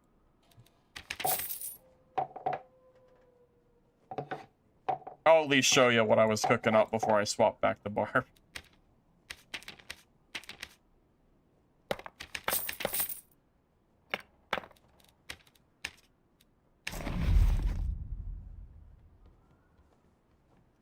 So, the reason Barb is so good in Self-Found is because it's the class that requires the least amount of gear to be good. So, when you have Self-Found, where it's really hard to build caster kits because that kind of requires a marketplace or a lot of game time to get to that point where you have kits that are good enough, what happens is Barbarian is played in the super early, like, time of the wipe, and Barb is naturally good because it's anti-caster. So it's good against Wizard and it's good against Cleric because those are caster classes. So when you have, it's like a mixture of everything. It's Self-Found, it's buffing Barbarian, like buffing Whirlwind again, to the point where it was before, like 6 months ago when it was broken. They rebuffed it back to the broken stats. So like, it's that, and then it's the fact that all the updates came to caster classes. So like, it's those three things. Like that's the big three. Self-Found, buff Barbarian again, like broken buffs, and then buffing the classes or giving new classes stuff that gets countered by the best class in the game for Self-Found, which is Barb. You know, that's the big three. So this build here for Cleric is actually pretty fun. So, Vow of Silence, you can use this to gain 100% magic damage bonus that procs on Judgment. So you can basically do, like, tactical nuke Judgment gameplay. Like, I actually really like this build. I think it's pretty fun. Well, Slayer Fighter is going to feel good because it's mostly casters and whatever. So, like, it just, of course, it's going to feel good. I will say, I think Barb is probably, like, still better, but, like, yeah, you can definitely play, like, Slayer Fighter for sure. You don't want to play Plate Fighter, though. Plate Fighter is going to be dog. You don't want to play that with, like, casters running around. You'll get deleted. This build would actually, like, delete, like, Meteor Fighter.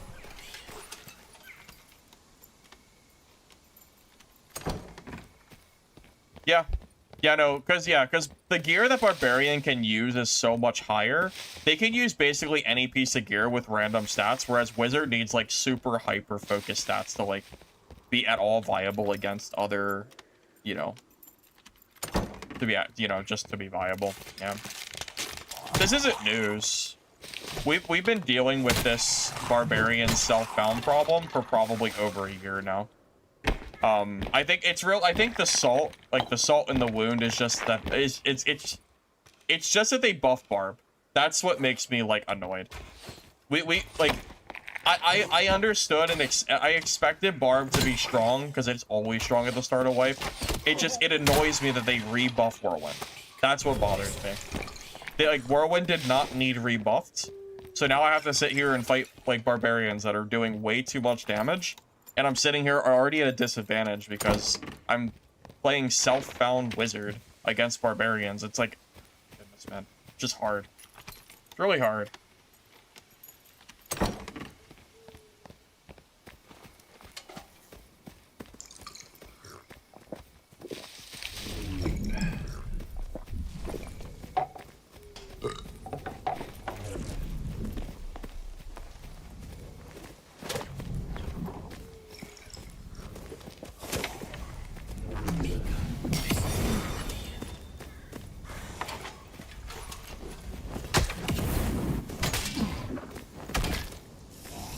That mage did more damage than he did. Yeah, remember when I said that this build shits on PDR fighters? There's your example A. Yeah, if everybody was playing PDR fighter, I actually wouldn't play Barb, I would play this instead. But PDR fighters are like 1 in 50, 1 in 100. No one's playing that build right now except for, like, that guy. So, yeah. Yeah, this build does like really, really good against Meteor Fighter. It's like not even fair for them. But yeah, most people are not playing that, so you know.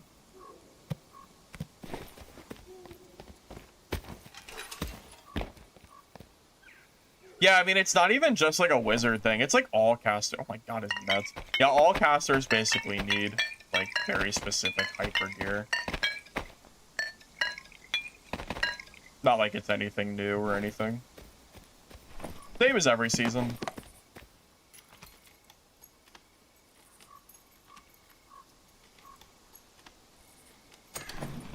Yeah, I'm very excited for Mistfall.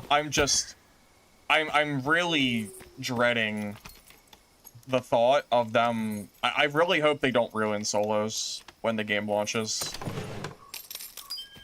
That's what I'm worried about. Because I really like Mistfall's combat, but if they ruin solos, it won't matter. So I really hope they don't, like, screw things up for me. Really hope so.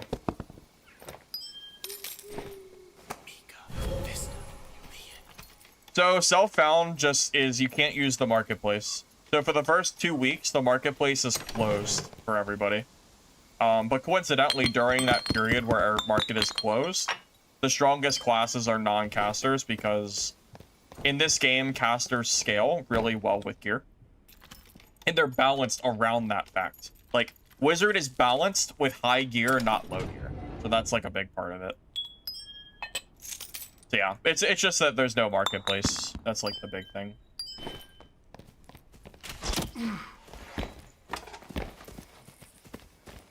Oh, I'm dead. I'm dead. That's so unlucky. I got stuck on the corner. It sucks.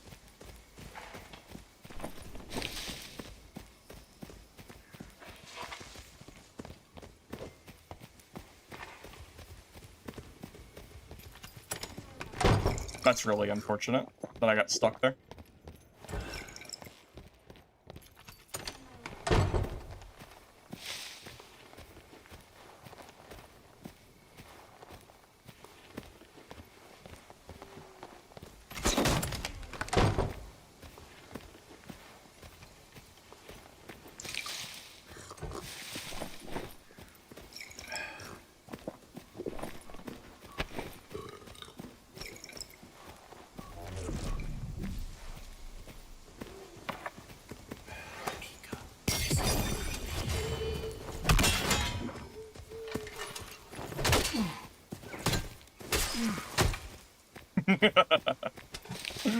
Yeah, he had one chance and he blew it.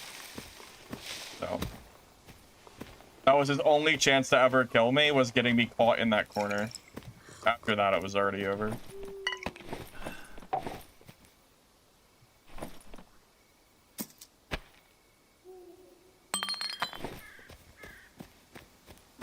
I get to live because of doors. A barb can destroy doors. You know, that's actually a really good, that's a good point. If that was a barbarian, I would be dead. Because I can't use doors to protect myself, because barbarian can kill doors in one hit. So, if that was a barb, I am 100% dead every time. The only reason I get to live there is because he's not barb. Yeah. You're 100% right, unfortunately. I wish you weren't right, but you are. Yeah.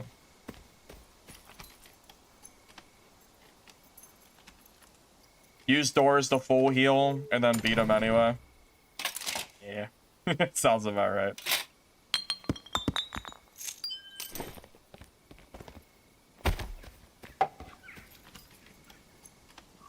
Super lucky of us to find PDR fighters, by the way.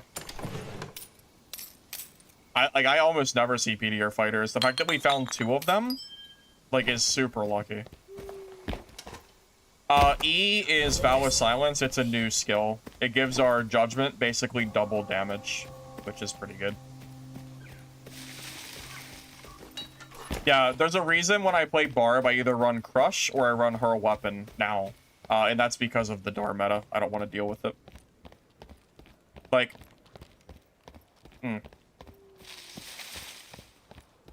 The difference between a good player and a bad player is the class they select at the menu.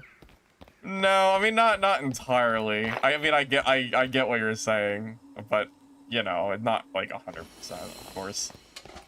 There you can play any class at a high level, but yeah, there's definitely a lot of skill that you can be carried by the class for sure. Like you can be bad at barbarian and still kill people that are playing wizard that are better than you because you're playing barb and they're not, so like you'll win, you know. Yeah, you can get carried a lot by the class you pick. And the gear that you're wearing as well when you're not in ruins. A little bit of both.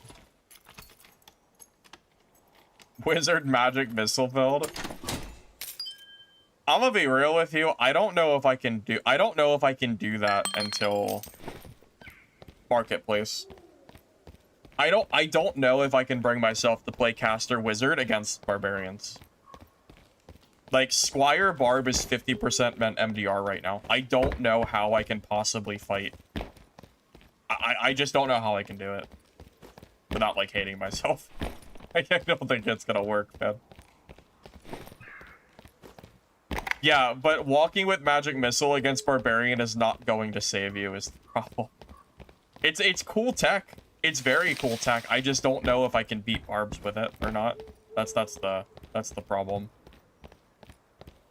Yes, my Squire Barbarian is 50% MDR. Yes. That is why it's so hard for me to die to anybody that's playing caster. It's really hard.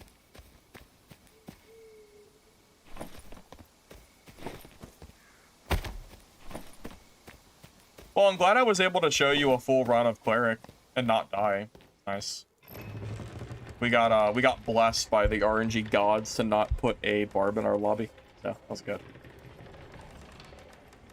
Yeah, it's like 48 point something technically in Gray Squire. In White Squire, I believe it's up to 50.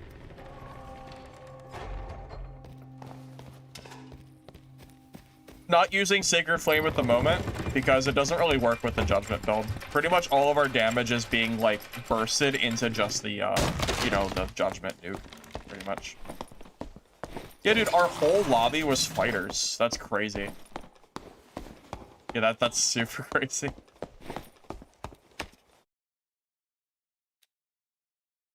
Yeah, here, I'm not gonna play any more Barb, but I will show you my Squire so that way you can actually see what it looks like. Because I am absolutely not joking when I tell you how good the MDR is. Yeah, so let me take this off real quick. Yeah, so our gear, yeah, so right now in Squire, we're 48.4% magic resistance. If I wanted to be like cheeky for fun, I could throw on the white skeleton skin. And now I'm at 50%. 50.4. And this is Squire. So like, I don't know how Wizard is supposed to deal with this reasonably. The only reason I died to that Wizard earlier is because I had 3 perks and I had no mobility, so I couldn't catch him. But now that I have Hurl Weapon on and I also have Berserker, I don't think that Wizard would ever kill me.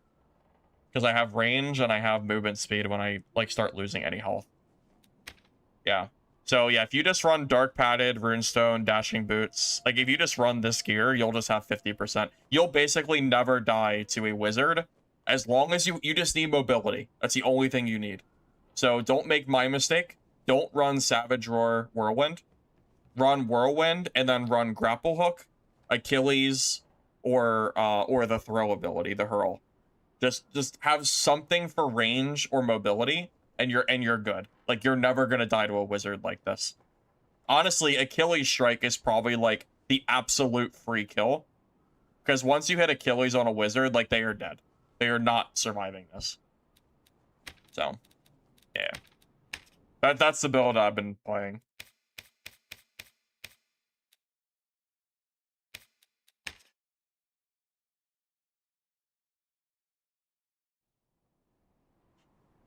Yeah. I wonder how many people have realized, like, how... I'm sure I'm not the only person slash streamer that has expressed this concern, right? Surely. I don't know if any of you guys have been, like, around to other streams. I'm sure some of you have. So I don't entirely know if other streamers have mentioned it, but, yeah, I'm curious if other streamers have mentioned, like, how, like, broken Barbarian currently is. I know it can't be just me that's noticed. There's no way it's just me. Because most of the streamers have more time than me, or the similar time than I do, like the veteran streamers. So I'm sure they've already very quickly realized, like, how, like, busted Barb is. I'm sure.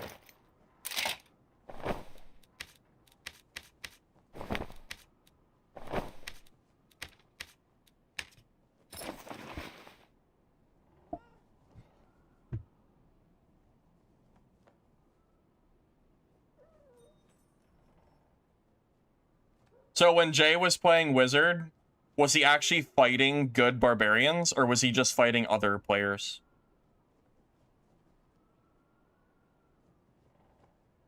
Because I have to imagine he was not fighting 50% MDR barbs. I'm assuming that that's probably accurate. Because if he was, I'd be very surprised to hear that. Also, Jay is probably not playing Squire. He is probably full geared High Roller. So he probably has Wizard to the point where you can actually play the class, most likely. At least I would assume so.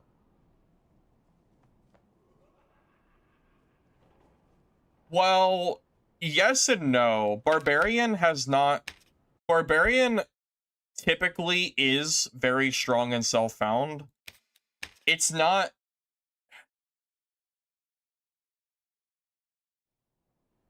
It's not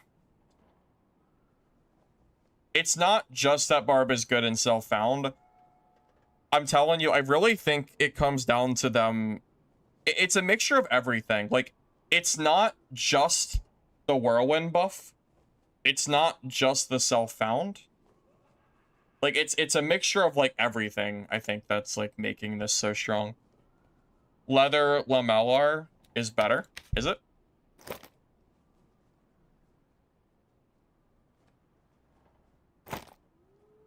Kind of right, honestly. Kind of tanks my, it tanks my PDR, though, so probably not worth it. Because if you need movement speed, you can just take your chest piece off. You don't need to keep it on. Yeah, whenever you fight, like, a wizard or something, just take it off. You don't want to be, like, wearing clothes when you're fighting them. At least your chest piece. Because you don't need physical resistance against wizards and stuff. Not needed. For sure.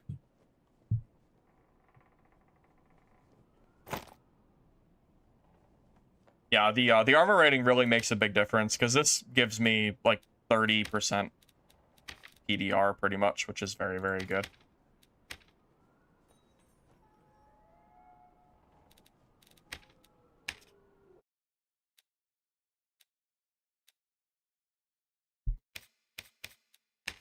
Alright, fellas, it's getting kind of late for me, so I'm gonna go ahead and call it there.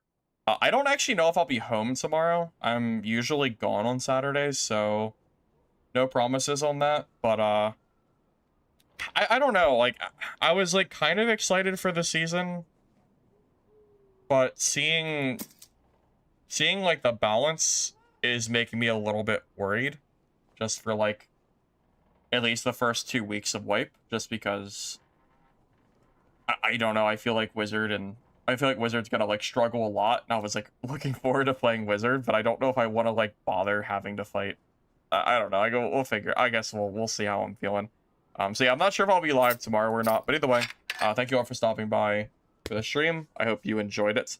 If you are on YouTube, you don't mind liking the video before you go. Appreciate it, helps the VOD, so thanks immense. If you're on Twitch, drop a follow, and, 2 weeks, guys, or a little less than 2 weeks, and we'll be playing Mistfall probably every day for a while, so. See you guys, catch you later. Have a good night.